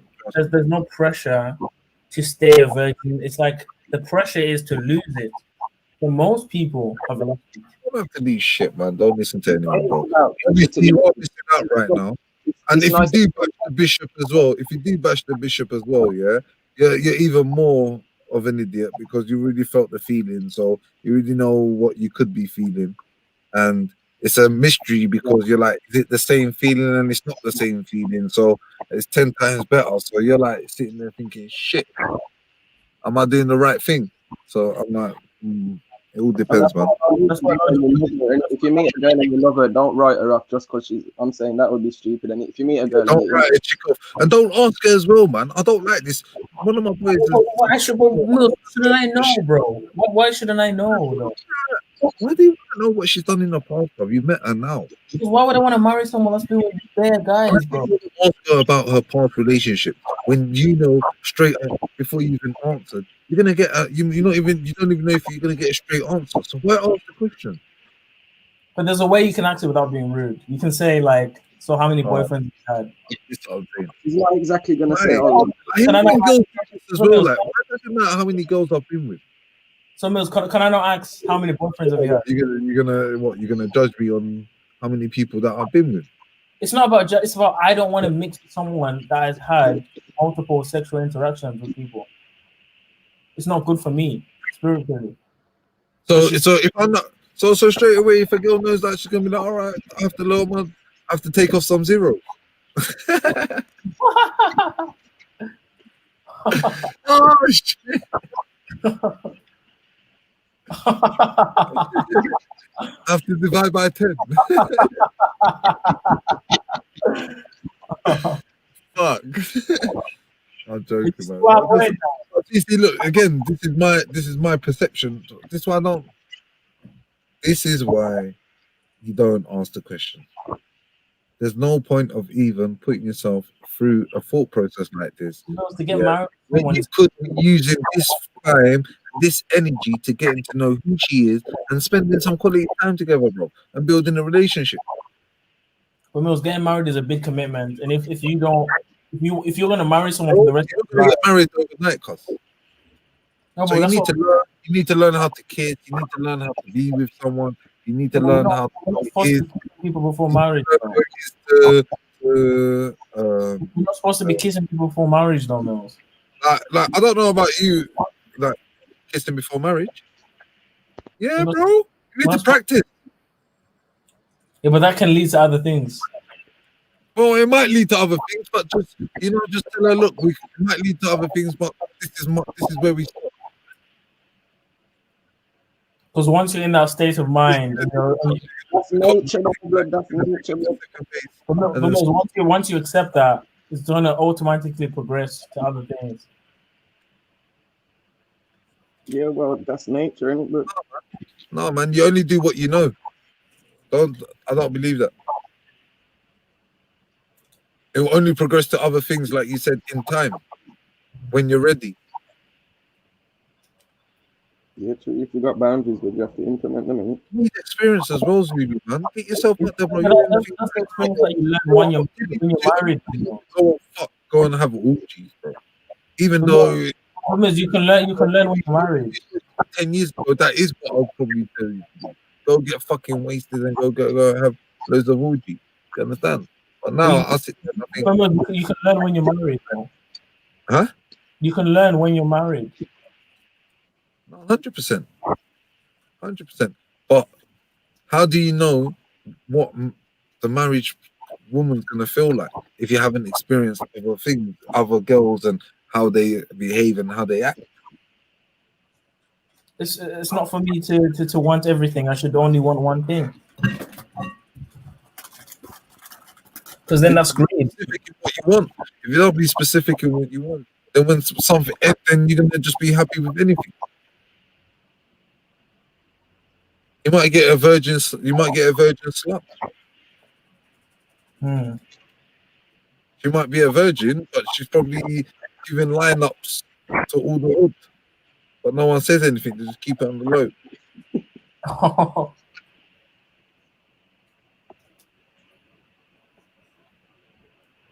It's very important to keep this sexual energy pure, man. There's too many Jezebels out here stealing people's energy, man. That's what sex is. What about the women that maybe might have thought that way and then just haven't had a certain experience which has spiritually awoken them? You know what I mean? Maybe she might have had sex with a guy that was spiritually awakened that's leveled her up. You understand it now? Or she might have had a certain experience that's leveled her up. And now she's spiritually awoken, so she doesn't want to do that shit no more. And maybe she has cleaned her dirty spirits inside. You know what I mean? And now she's pure. So what are you gonna do then? You're gonna judge her on her past? I mean, I can make one consent. Like if it's one person she's been with, maybe one person. But if she's been with 3, 4, 5 guys, there's a problem there, bro. That's what I'm saying. You're putting numbers on it. You're still on the numbers, bro. I'm counting the souls. For Mills, these are souls. For Mills, these are spiritual connections she's had with people. I don't want to be mixed into that, bro. It's an orgy. It's a spiritual orgy. It's demonic. It's fornication. If it will affect my spirit if I have sex with an individual, it will affect me. It's deeper than you just have sex. It's a spiritual thing when you're having sex. And if she's a fornicator, that shit's gonna affect me. You don't know. Maybe after being with you, she might end up being a fornicator. You know, there's so many variables. I hope not, man. I don't even want to put these things into your head, bro. But I mean, I can let it go if it's one person she's been with before, and she made a mistake when she was a kid or whatever. But look, let me tell you something now, yeah. Even if you're letting her go now you're letting it go, saying no, I don't mind if she's not ready. So then you're allowing her not. She can lie to you, bro. So just leave it there and just take the woman for what she is. Don't judge her from the past. I just can't damage myself. She's not worth it. She's not worth me hurting myself. This may be the woman that you're gonna have a great family with. Is this someone that you're gonna move forward with, have children with? Do you know what I mean? Have a spiritual connection with. But you're sitting there and worrying about how many relationships you have. I can't allow the mother of my children to be a whore.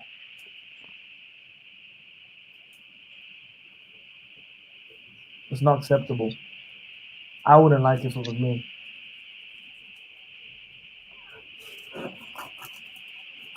What do you define as a home? Someone that's sleeping around, man or woman, with multiple individuals and they're not married. So basically, pretty much the whole population. Not the whole population. Loads of people are monogamous. Loads of people are monogamous. Loads. This whole promiscuity thing is a recent phenomenon. Yes, it's been going on for years, thousands of years, but marriage was the main push. But now in recent days, become sleep with whoever you want, safe sex, condoms, just treat sex like it's a random thing, even though it's a deep spiritual thing.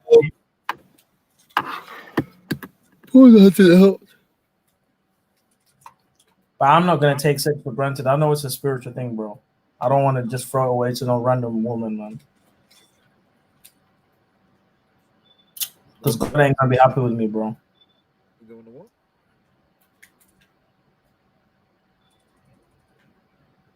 You don't know what, Zulu?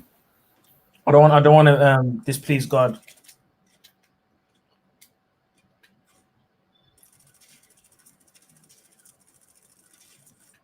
Because he's giving me this ability. You know, I can't ruin it, man.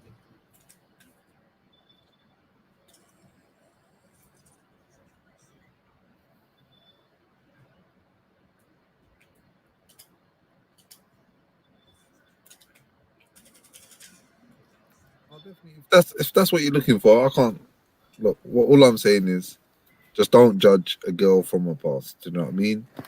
And just don't. If you're friends with her, a virgin, bro. Do you know what I mean? Just be careful, because I've had girls tell me they're virgins, and then I've noticed that she's on a period instead.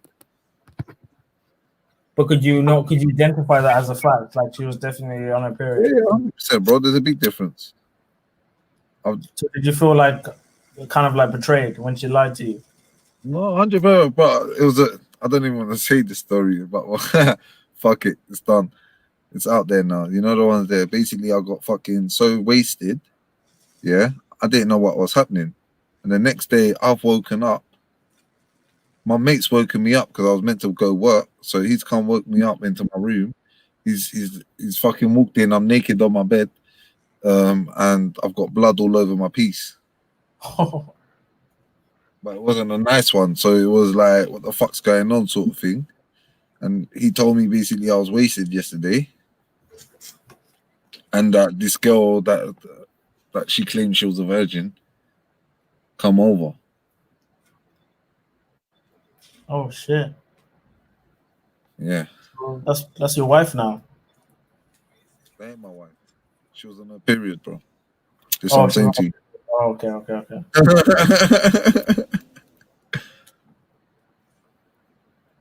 But you see, it's deep, man. You see how all this shit happens? Like, bro, you can't tell me that it's not deep. You can't just be, just have sex and that's it. There's something going on when you're doing that. There's something going on. There's a reason why the ancients wanted. Of course, bro. But there's a reason why they wanted it to be marriage. Every culture has marriage. Even the pagan ones, they have marriage. It's deep. It's not just have sex with whoever you want. There's marriage, bro. Marriage is the consummation of that. Sex is the consummation of marriage. Marriage in what? What are we talking? That's Legal why marriage? Pardon? Legal marriage? What? According to the system? What we talking? Talk to me, man. I don't mean like the wedding dresses and all that shit, but the union between man and woman, a public ceremony showing that you are united with this woman for life. That's what marriage is. So it doesn't have to be the traditional way. It can be maybe a Turkish way, your culture way, or a Zimbabwean way, or whatever way. But it's marriage. Marriage is marriage in every culture. There's marriage.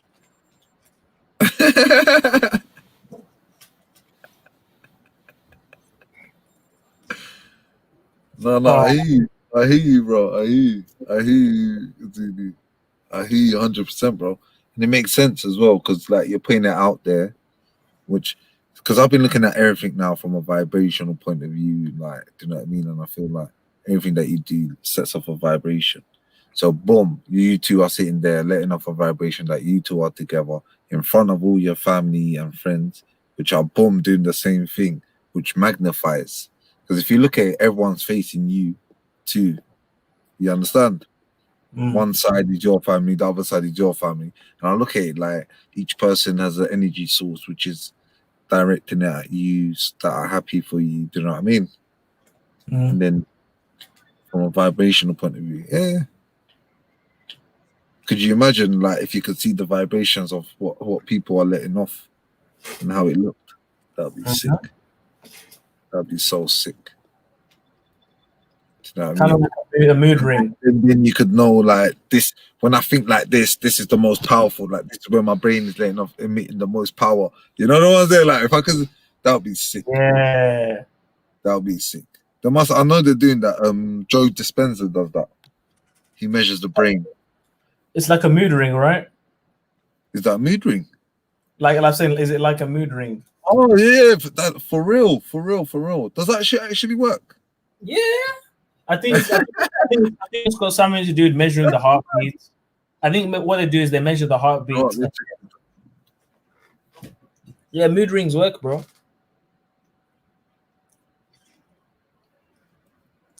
Can you imagine if everyone just wore mood rings? So when you see the emotion, you can just check the ring, check what they're feeling. The stone itself is made of thermotropic liquid crystals, which move and bend in response to changes in temperature. When these crystals move, the color they express changes according to the mood ring law. Each color represents a different emotional feeling.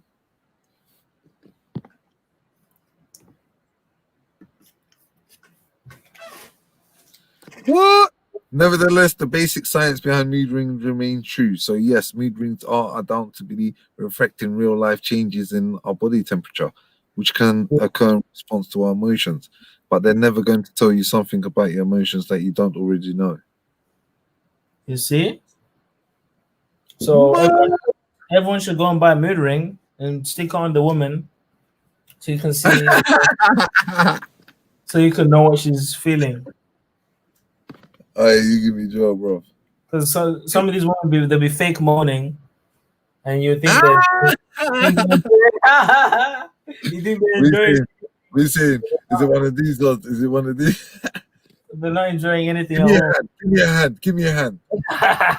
Give me a hand. Give me a hand. Are you a virgin? Yeah, true. The truth detector.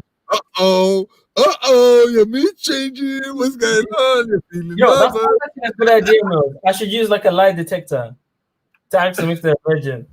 Oh, you're fucked. You're I fucked. should, you know. You're fucked up, Zulu. I can't believe that we're sitting there talking about you taking a lie detector to tell your wife. This meals, like, but think about this meal, especially in my culture, we have to give money to the parents of the woman that I'm marrying. So imagine you're paying for a woman to marry her, and she's already been freaking passed around. How much do you think she's gonna be worth? Why does she have to be passed around? What if she's been in like 3-4 relationships and they just turned out bad? But she shouldn't have to engage in sexual actions with them. She should save that. What if she ended up with sexual activities? Then she's cheap. That means she's cheap. What if it took her ages and they got married and she got married 3 times? Well, she can't. The only way she can divorce is if the guy cheated on her. She can't divorce randomly like that. All right. The only way we're allowed to divorce, according to the scriptures, is if someone cheats on you. She's broken the contract if she cheats on you. All right, let's say she got cheated on twice or 3 times. I mean, she's still going to be cheaper because she still had sex with multiple people, but I wouldn't be insane. Why? She hasn't. It's not her fault. She was faithful. She done everything right. It's not her fault. Spiritually, she's fine. You're still calling her cheap, bro. No, spiritually, she's okay for me, but biologically, she's not fresh, so she's cheap. Man's talking like it's a piece of meat. Like man's walked into the doner kebab and like, boss man, that ain't fresh today, fam. I'm not even feeling it. Mills, do you know what it's like? It's like chewing gum. When you get chewing gum, to chewing gum. I mean, you know, no, hear me out, Mills. Hear me out, bro. Yeah. You got chewing gum, yeah. When you chew the first time, the juice is everything sweet. That's how it's supposed to be. But when you chew it, it's gonna get dry. It's gonna get flavorless. That's what happens with these women, man. When you have sex with them. Oh, you kill me, guys. You kill me. You know, you give me it's true though. One thing is true. They're like chewing gum. You can't compare the girl to chewing gum, but that's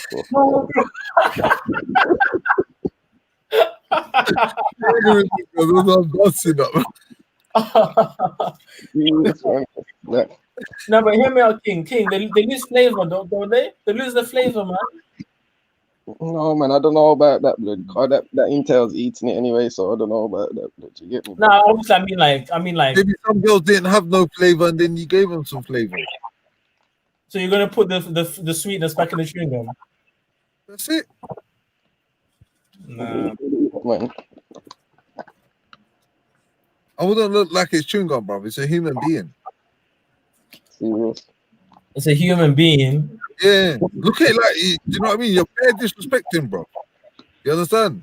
You shit like you want a virgin, but do you know what I mean? What if your mum was with multiple men? She was with her family. Then I'd be very disappointed. Your mum used good. I'd be very disappointed. I mean, there's nothing I can do about it, Mills, if that's the case. So you would disrespect your mom. You would tell your mom. There's nothing I can do about it if that's the case. It is what it is. I'm here now. But it's not something it's not a good thing. It's a very bad thing. And she should teach me not to do it myself if she's done it before. If she's done it before. She should teach me. If she did do it before, would you call her cheap and used goods? Well, she's now married, so I guess it wouldn't count anymore. She's not on the market anymore for any man. But if it was a woman that was on the market and she's had sex with multiple people, no, bro. You know what? You've actually seen it. You're actually looking at it like it's good. But that's what it originally kind of was. Like it was property to a degree. I'm not saying that's how it should be. I'm just saying they were thinking about it from that point of view, right? Oh, shit.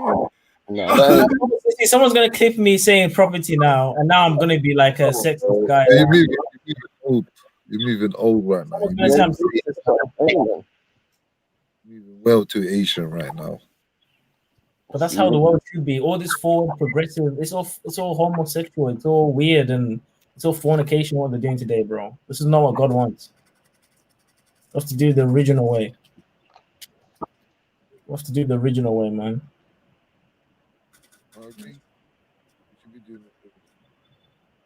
Because they're normalizing promiscuity, man. That's why, like, someone like me would get marked or kind of treated like a weirdo for not engaging in polygamy. You're right. A broken down of the family self. Because then you get deadbeat dads. That's what happens. Well, you get all these deadbeat dads because they're just banging all these women, getting them all pregnant, and then they don't care about their kids. Yeah, and then you get these deadbeat mums because all they want to do is, all they care about is dick more than their kids. That's why they need to be virgins. That's why they need to be trained to not open the legs for everybody. It's a skill. It's a skill. It's a talent. It's all about the programming. People are programmed and peer pressured to go around just being sexual rather than controlling it. There's more power in control. Yeah, I agree, but there's degrees to that, innit, man? It don't even matter. You get me, bloody stress. Because let's be honest, if it was back in the day, like saying, that wouldn't even be necessary because people would be getting married at young ages. That's what should be happening, though, man. People should be getting married at young ages and having kids at young age, which isn't happening. People are having kids very late. But people should be getting married. Back in the day, 5 kids was normal, bro. Now you're lucky if people having more than 2. And scientifically, to have more than for your family to survive, you need to have 2.8 kids. But most people should be having kids at 16. Kids, but yeah, that's the But people should be having kids at 16, 17, 18, because biologically, they're aroused. That's where everything's like heightened. That's when they should be having kids. But it's because the peer pressure is to go to the uni, go to school, get a job, and then have a wife, and then, it's like they've trained us to not use our bodies the way we're supposed to.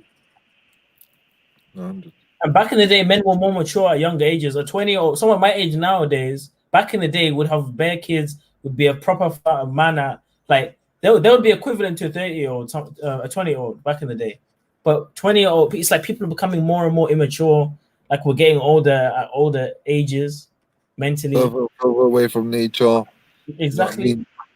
I should be having bare kids right now. Right now, I should have bare further away from the family self, spending time with your family, then your outside family and friends. Do you know what I mean? Bro, by this time, now they're not even allowing more than 6 people to meet up with each other. It's madness, bro. They don't want no one to meet up with each other no more. Bro, by this time, everyone from each other. But by this time, 2,000 years ago, I would have had like 4 or 5 kids by now. I would have been busting nuts by now. At this age. Jeez. But nowadays, you have to be married, you have to go to uni, you have to do this, you have to do that, and then you can have a kid. And then you can. Yeah, but come on, bro. How are you gonna sustain life as well? That's what you got to remember as well. The system that is in place. But this is the thing, though. They don't teach us how to make money. They teach us how to get a job. Exactly. And then they say, no, it's not the system. Because if I knew ways how to hustle and make money as a kid, as a youth, I would be able to support a child, and I'll still be at my parents' house anyway. I used to hustle as a youth. Do you know what I mean? Now that's learning from a young age. You understand? Yeah. But still, that's not the same as learning from young. Now I'm talking people at 4 or 5 years old are learning about money already. You understand? Even my son, I'm teaching about money straight away, bro. He used to know. Do you know what I mean? I've even taken them out with me in a job, and I've said to him, look, this is how much this costs. So now you want this. Did you see how much it took me to fucking get that? Now you know how much everything's worth. Do you know what I mean? It's not even a joke. You have to show them, bro. even food. I said to him, look, we're eating a tomato, yeah. Boom. I was like, you see that seed tomato? He goes, yeah. He goes, we're gonna turn that into a tree. He goes, what? I said, yeah, we're gonna turn that into a tree. So we dried out all the fucking tomatoes, fucking planted them. He fucking watered them every single day. You know what I mean? Planted them outside, watched them grow, and now he's eating the fruits. Yeah, man. And then that when I done that to him, yeah, that instilled to him now. Every time I tell him to do something, it's for a reason. And I said to him, look, you're the seed, and I'm trying to water you to grow so you can bear the fruits that I water you with. So now he's getting, even at a young age, he's getting what I'm doing to him. You know what I mean? That's what you got, bro. Trust me, bro. You got to get into the head. I'm even thinking about opening up a school, inshallah. You know what I'm saying? Yeah, man, that's good. Us open a school, man, so kids can come. You know what I mean? Yeah, teach them how to meditate. Teach them how to know their bro. Come on, bro. Teach them about money, first of all. breathing techniques, all these things. Yes. Come on, bro. Survival technique. Come on. Going out camping with them and that. You know what I'm saying? Teaching them survival technique. If anything ever happened. Teach them which berries to eat when in the wild. Yeah, come on, bro. Farming and that. Come on. Agriculture, everything. But you know what the problem is, Mills? The disconnect with their grandparents is the big issue. Because if you look at how information was passed, you used to sit around the fire, the elders. If you look at this, if you look at when it happened, you would see that when it was like the care homes came in. Exactly. My culture, the grandparents all live in one house. All of them. And then it actually benefits having the grandma there because she can cook, she can look after the kids. It actually benefits. Experience. And imagine that kid is soaking up 2 generations worth of information. And now when he grows up, whew. But that's the problem, man. And the problem, the unfortunate thing is for us immigrants that come from other countries, some of us leave our grandparents at home. But I find it so annoying when I see these white kids or kids that have their grandparents, the way they just disrespect them or not even see them. Like, I would wish to see my grandparents every day. Trust me, bro. I wish I had my grandparents alive, man. That's one thing. Trust me. If you got your grandparents out there, I'll tell you lot now, enjoy your grandparents. And if you don't have your grandparents, enjoy your parents. You understand? Yeah, man. And if you don't have your parents, enjoy the people around you. You understand? And if you don't have people around you, enjoy yourself. Yeah, man. Because you see some people swearing at their parents and saying F off and this and that. It's like, bro, that's your parent, man. Like, they brought you into this world, man. How could you say that, kid? I just never understood that, man. And plus, I was too shook to do that idea because mom would lick me across the head if I I've never ever said shut up. I've never even said like light things. Like, she would beat me down, bro. I've never even uttered the words. Never. But yeah, you see some of these kids that be saying F off and this and calling them bitches, and I'm like, whoa. Whoa. You lot are brave. Brave, man. And all the parents says go to your room. So they go to the room and they just play Xbox. It's like, wow. It makes no sense, man. The whole go to your room thing don't work, man. You have to beat the kids, man. I believe in physical. I believe in belt, man. You have to beat the kids, man. 100%. Youths need discipline still, but don't spoil the rod. I don't think beating's gonna do it, yeah. Because you gotta remember, yeah, whatever what you instill in them, then you're gonna say to them that if someone else beats you, that you're gonna give them discipline. You understand? That's why I don't believe in hitting. You don't think physical abuse disciplines the mind? No. But how else do they like pain is a good teacher? No. No, man. Even the fact you said physical abuse, that's fucked Okay, up. not physical abuse. Sorry, I worded it wrong. Physical discipline. How about that? Yeah, I don't know, man.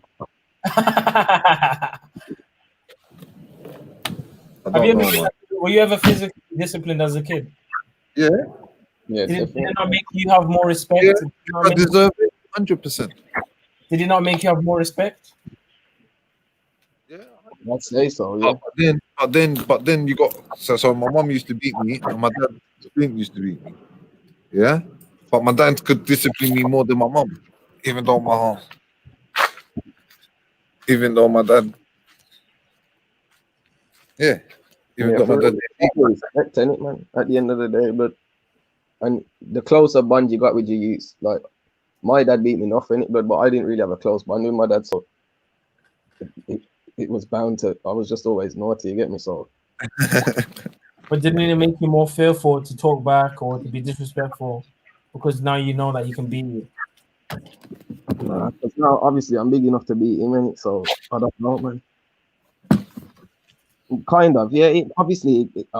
There's certain things made me have more respect for him, though. You get me? Like how he lived, his integrity. You get me? Makes me have more respect for him than the beatings. You get me?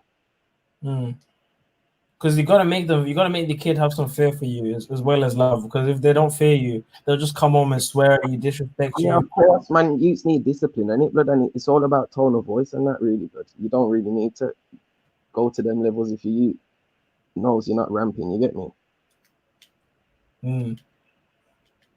And also, you don't want them to be a pussy as well. Like you need to let the kid feel some pain here and there, man. Because they're gonna get into fights in school. They're gonna get into so much stuff. They need to be able to handle pain. Yeah, but your youth should be doing stuff like climbing up stuff and falling off things, so they'll experience pain in other ways. So that's not really the be all and end all of that. You get me? If they're an active youth, they'll be dropping off things and falling over all the time. You get me? Yeah. But yeah. So would you ever beat your kids? Nah, the word beating, I don't agree with that. Would you like twist the ear or just give it a little tap? I'll smack my youth's hand in it, and yeah, but that's all it's had to ever be. Really, you get me, bud? Obviously, it depends on how old they are. You don't want to beat it like a 1-year-old. But if it's like a 5 or 6, I was beat when I was a youth, man. It's not good. You get me, bud? now there's levels to it, bro. 100%. But it has to be done because kids are reckless. It has to be done. Yeah, for real. Not all kids are reckless, though. I'm agreeing with the thing you said. Kids are reckless, but not all kids are reckless. My youth's crazy, but you don't need to be beat. You get me? Because think about it this year, you don't even need to beat them all the time. You just beat them once or twice, and then all it takes is your voice, because they'll know what comes after the voice. Nah, so man, you gotta set the beating there. Just extra, man. You get me? I think beating is just too much. Exactly, man. You can say anything to a kid. You understand? You got to remember they're just children at the moment, so they're just testing the walls. Understand? And they're always going to test a kid. That's just what a kid will do. Just keep arguing. Understand? Or keep doing what they want to do until you just show them. You can't tell it. It's another thing that we do as parents. Yeah, I realize is that we always say no, or we tell them not what to do instead of telling them what to do. Yeah, for real. Do you know what I mean? Always saying, pointing out what they're doing wrong instead of telling them what they should be doing right. Yeah, that just shows a lack of pre-thought, though. You get me? You have to be on it when you got a youth, man, and be thinking 10 steps ahead so you can guide them in the right direction. You get me? No, 100%, and it makes you think as well. For real. And it brings back memories. Definitely, man. I get bare flashbacks. I'm not even gonna lie. Yeah, see what you're saying, man. It's like reliving your own childhood to a certain extent. Yeah. It's mad, man. Crazy. It's crazy world, though, but in these days, you get me, but it's a constant worry, man. Definitely, man. Especially in this day and age now, man. It's not easy. Man. It's all gone fucking fucked up. So I keep saying it's gone horrible, you get me? Trust me. It's like you bring them into a war zone, bro. Literally, you're bringing kids into a puzzle. Really, man. It's more vital than ever to like make sure you teach them the right things, man. Because fucking If hell. I don't beat them, I'm gonna take them to boxing classes so they can get punched up in boxing classes. Yeah, that's the kind of thing they need to do. You get me? But exert their energy and learn about discipline in a fair way. You get me? On their level, sparring with a youth of their age. You get me? But with each kid, you got to teach them that look, they've got a beast inside them. You understand? Yeah. They've got a fire inside them. Each person has fire inside them, bro. You just got to know how to release the fire. You know what I'm saying? And when to release it. Say that again. And when to. Oh, go on. Sorry. I didn't hear what you said. For me, I was just saying, make sure they exert the energy in the right ways. That's basically what I say. Really. Exactly. So releasing that fire, releasing that beast. You know what I mean? Teaching that kid how to just let it go. It's mad.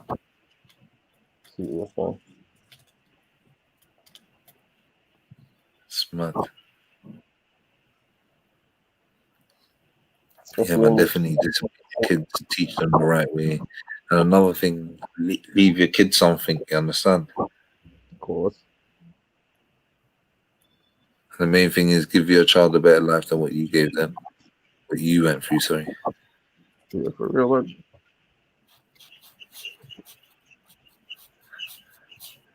That's it, man. Man.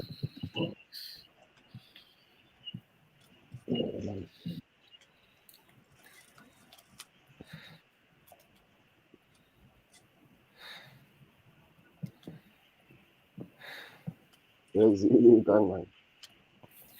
are that saying? I'm going to sleep. Jedi going to sleep long time, innit? It's only 11 is what's name? It's only 12. It's not that late. Yeah, for real. What? I still can't believe Zulu, man. At least I'm honest though, Mills. No, I know you're honest, but I just can't believe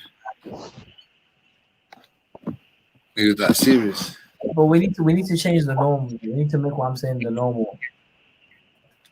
Because I mean, if I had a daughter, I wouldn't want her sleeping with bad people. Why should I want to sleep with someone else's daughter? Bad, you know what I mean? Like you're 21, is that right? You're 21, yeah. So if you're saying that to people your age, it's already going to be too late in most cases. You get me, bro? Well, if I'm doing it, someone else is doing it as well. Yeah, of course, man. There will be people out there. Just have to try and find them. But there must be something. It's not easy though. You're right. Yeah, you have to find some sort of network for other people like that. You get me, good, so you can find someone. But the problem, a lot of people that are virgins, they're kind of like weirdos. I don't want to have a problem with. I don't want to be with a weirdo in it.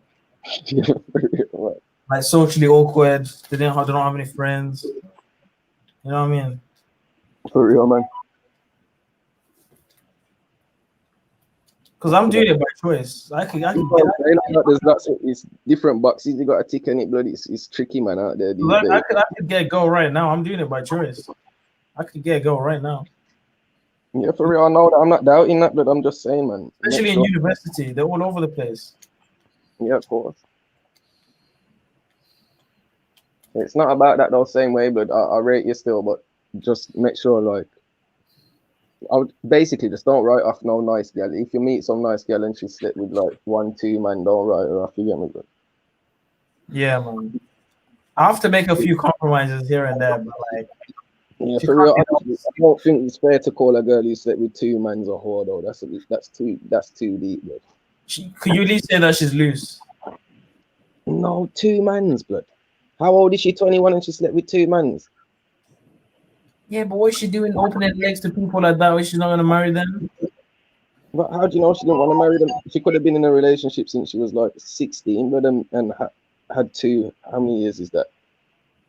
Like 2-3 year relationship with 2 mans, and she's a whore.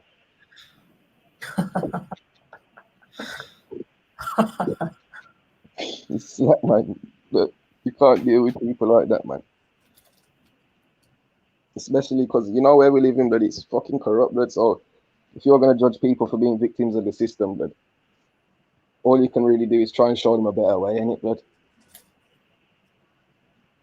Yeah.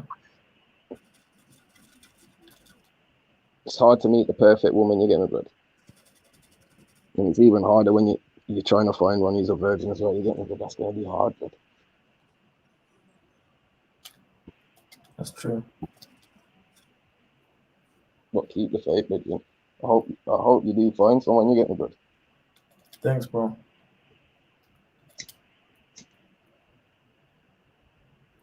Because I'm definitely not gonna be single forever because it's not healthy. You can't be single forever, man. It's not good. Oh, man.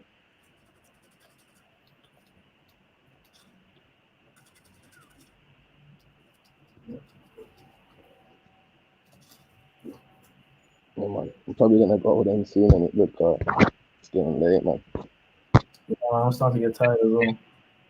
I think Mills is asleep. Are you sleeping, Mills? Yeah, Mills is asleep. No, not yet. Not yet. I'm nearly there though. No, yeah.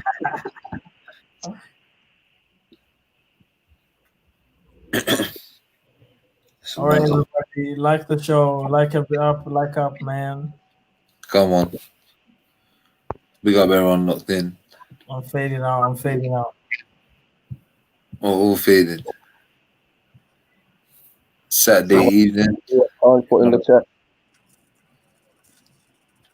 Khan's going nuts in the chat. What is he saying? He said he's your mum on a second marriage. Telling me to ask you. The funny thing is, Mills, Khan, I remember one time we did an extremely balanced, and some guy asked the question about what should I do? I'm struggling. I'm alone. I can't find a woman. And Khan told him to go to a brothel. So he fully supports fornication. Fully supports that. How can you tell a guy to go to a brothel when you know fornication is wrong? That's the worst. What's the cheapest woman? That's like a 2 pence woman right there. That's a 1 pence woman right there. Yeah, definitely don't endorse them kind of things. But you're on the complete other end of the spectrum. But you get me? But you disagree with the brothel thing, though. Yeah, of course, but I never go them places, but in my life I've won that shit. I've been to damn it and seen them. You get me? I walk past, blood, obviously. You never went in? No, man, I ain't into that shit, blood. But I've been with mans who go in there, blood, but I ain't never been in there, blood. You've been in the brothel, Mills? Who, me? Yeah, I've been in a brothel, strip club. What do you think about brothel, bro? What can I say, man? It's girls that say that you go in there, it looks like a massage table, and do you know what I mean? Some places you get a massage and then a happy ending. You know what I mean? Some places it's straight. Yeah. But didn't you feel a bit like scared to interact with someone that's interacted with bare people? It depends on what you're going in there for. Do you know what I mean? Mm.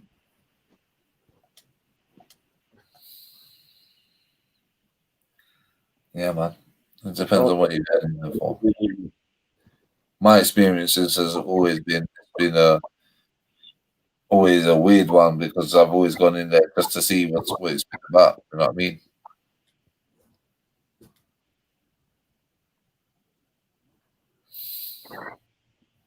Yeah, I'm too fearful of it to enter into it. I had a few friends that indulge in that industry. And I was like, yo, like, I gotta get myself out of this.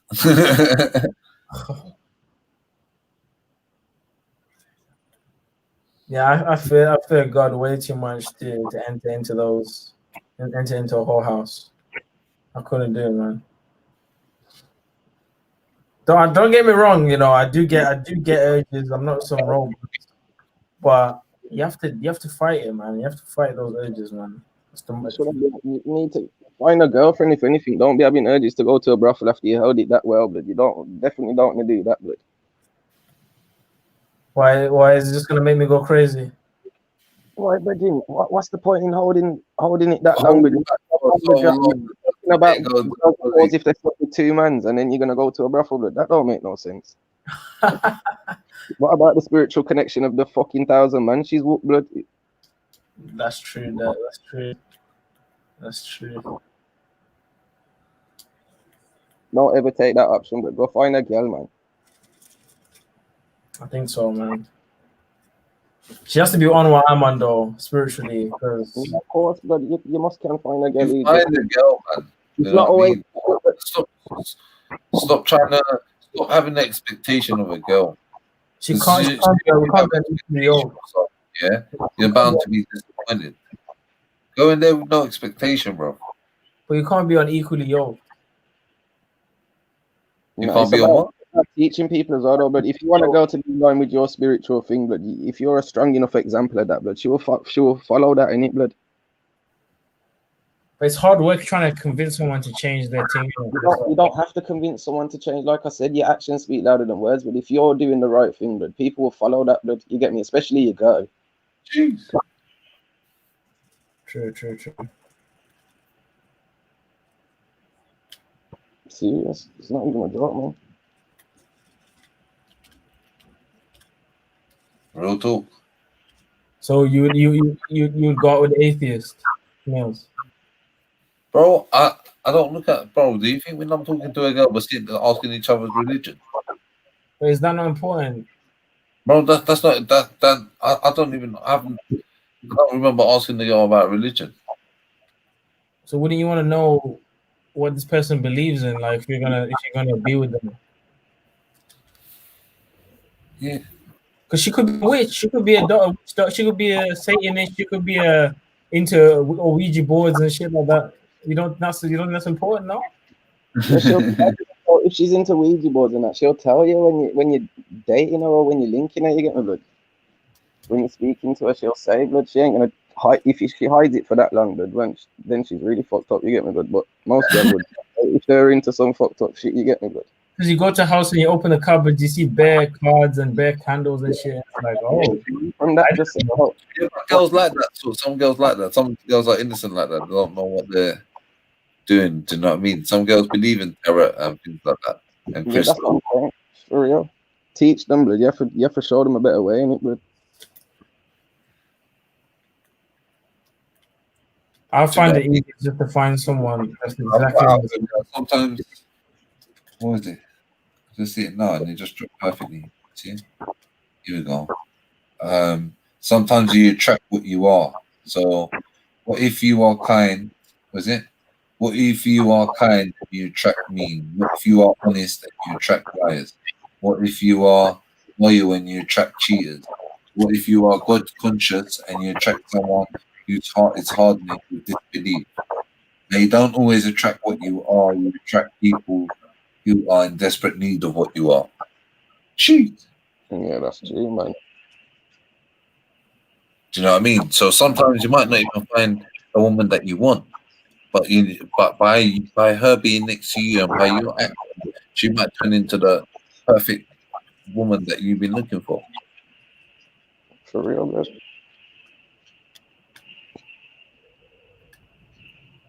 Do you get it, Zulu? I get what you're saying, Steph. So this is why I told you to go in there with no expectation. And do you know what? That's the most beautiful thing. I'm telling you, bro. You know, when you go in there, you know, every time I approach a girl with no expectation, that's where the magic happens, bro. Because then you don't want to disappoint them when you let them know after talking to them. There's no disappointment before you even begun. You don't expect anything from her. You understand? Because as soon as I hear, I don't really believe in this. I kind of believe there's a creator. I'm like, okay, goodbye. See, that's what I'm saying. You're going in to create a conversation on the first date. It's like, no, man. There's so much more you can be talking about. Yeah, 100, man. It's about building it. That's what it's about, building a relationship. It's not always just gonna happen like that. I want to know, like, what's her opinion on it. It's not I want to know. relationship overnight. I want to know what she thinks about the world, about the system, about everything. You know, I don't want to just marry. There you go. You can be talking about things like that. That's not a problem. I don't want to marry some bots. You know what I mean? 100%. But then again, you might wake her up. You might give her the red pill. Do you know what I'm saying? I might give her the black pill.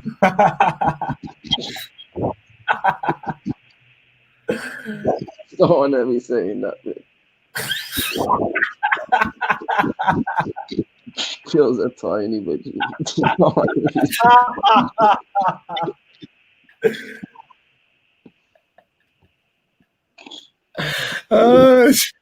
Don't be saying that shit when you're speaking to no girl, man.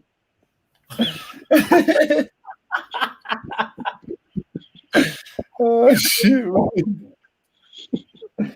Oh, you don't know. No, 100%. Stick to the red pill. So when do you think it's appropriate to talk about like? Huh? When do you think it's appropriate to talk about that kind of stuff with them? It's appropriate any stage if you know how to dress it without scaring. Sorry, go on, man. Go on. I think it depends on the scenario, me personally. So if you're just meeting a girl on the road or something like that, 90% of the time you've got stuff to do. So usually it's a quick interaction. Understand? Yeah. Where 90% of the time you want to speak to her, get a name and get a number, and then be on the way and tell her that you message her. Do you know what I mean? Mm-hmm. And leave her with something that she can remember you by. Sure. But if you're talking first date, that's a whole different ballgame. Do you know what I mean? But then again, you would have built up to that from prior if you met on the roadside. Well, that's the way I think of it. And even if it doesn't amount to nothing, it's nothing anyway. Like I said, you didn't have no expectation. Yeah, 100.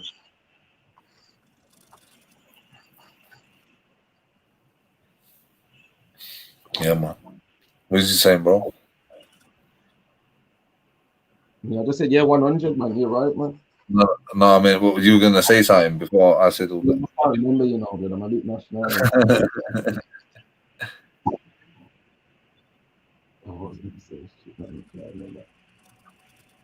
Yeah, fucking.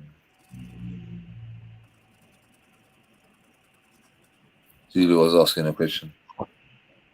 Somebody sewing. Somebody what? Sewing, it sounds like a sewing machine or something. Zulu sewing. It's not. I think it's the fucking.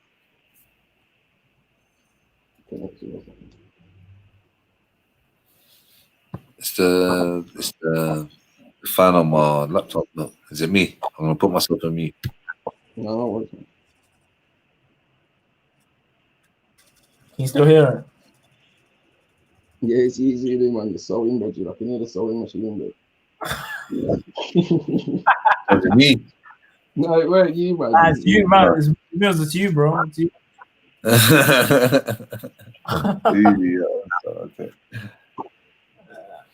I'm playing PlayStation still. No, see.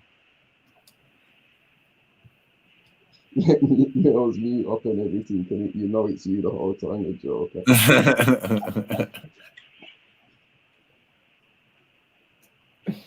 Really, he's still young like that. You know the ones there. It's just cheeky. Man. Why don't people wear masks anymore, man? I find it so frustrating, man. No one's wearing a mask. Why? Because it's like, I don't want to catch the coronavirus from these people, man. They're so disrespectful. I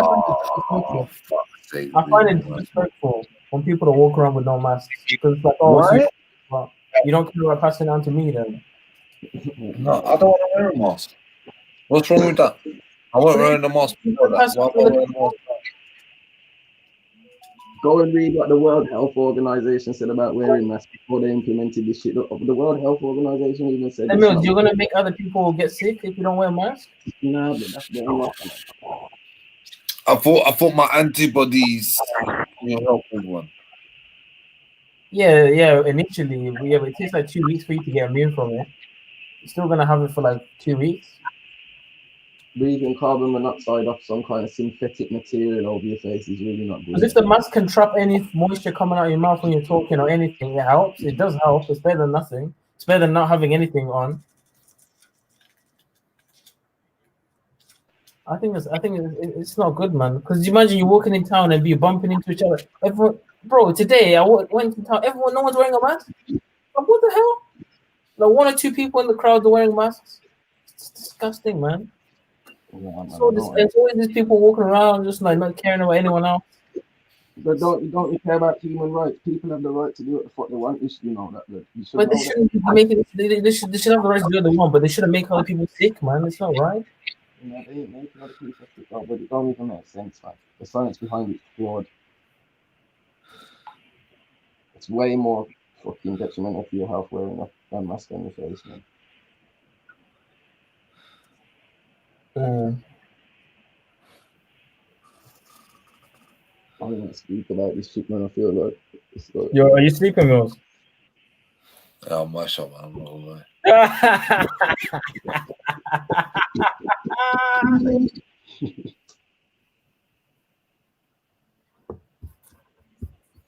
All right, everybody in the chat. I think I'm gonna call it out now. Because I'm done. Yeah, man. It's been good talking. You woke me up before I started fucking snoring. Another one's there where I get caught sleeping on live snoring. Fuck's sake. Yeah, man. Bless up anyway. Bless up, Zulu. Yeah, Bless up. that was a big conversation. Yeah, man. Proper conversation still. Big up, man. Good evening, bro. Bless up, man. Blessings, bro. Blessings, you know what to do. Slap that like button. Tell a friend to tell a friend. Peace.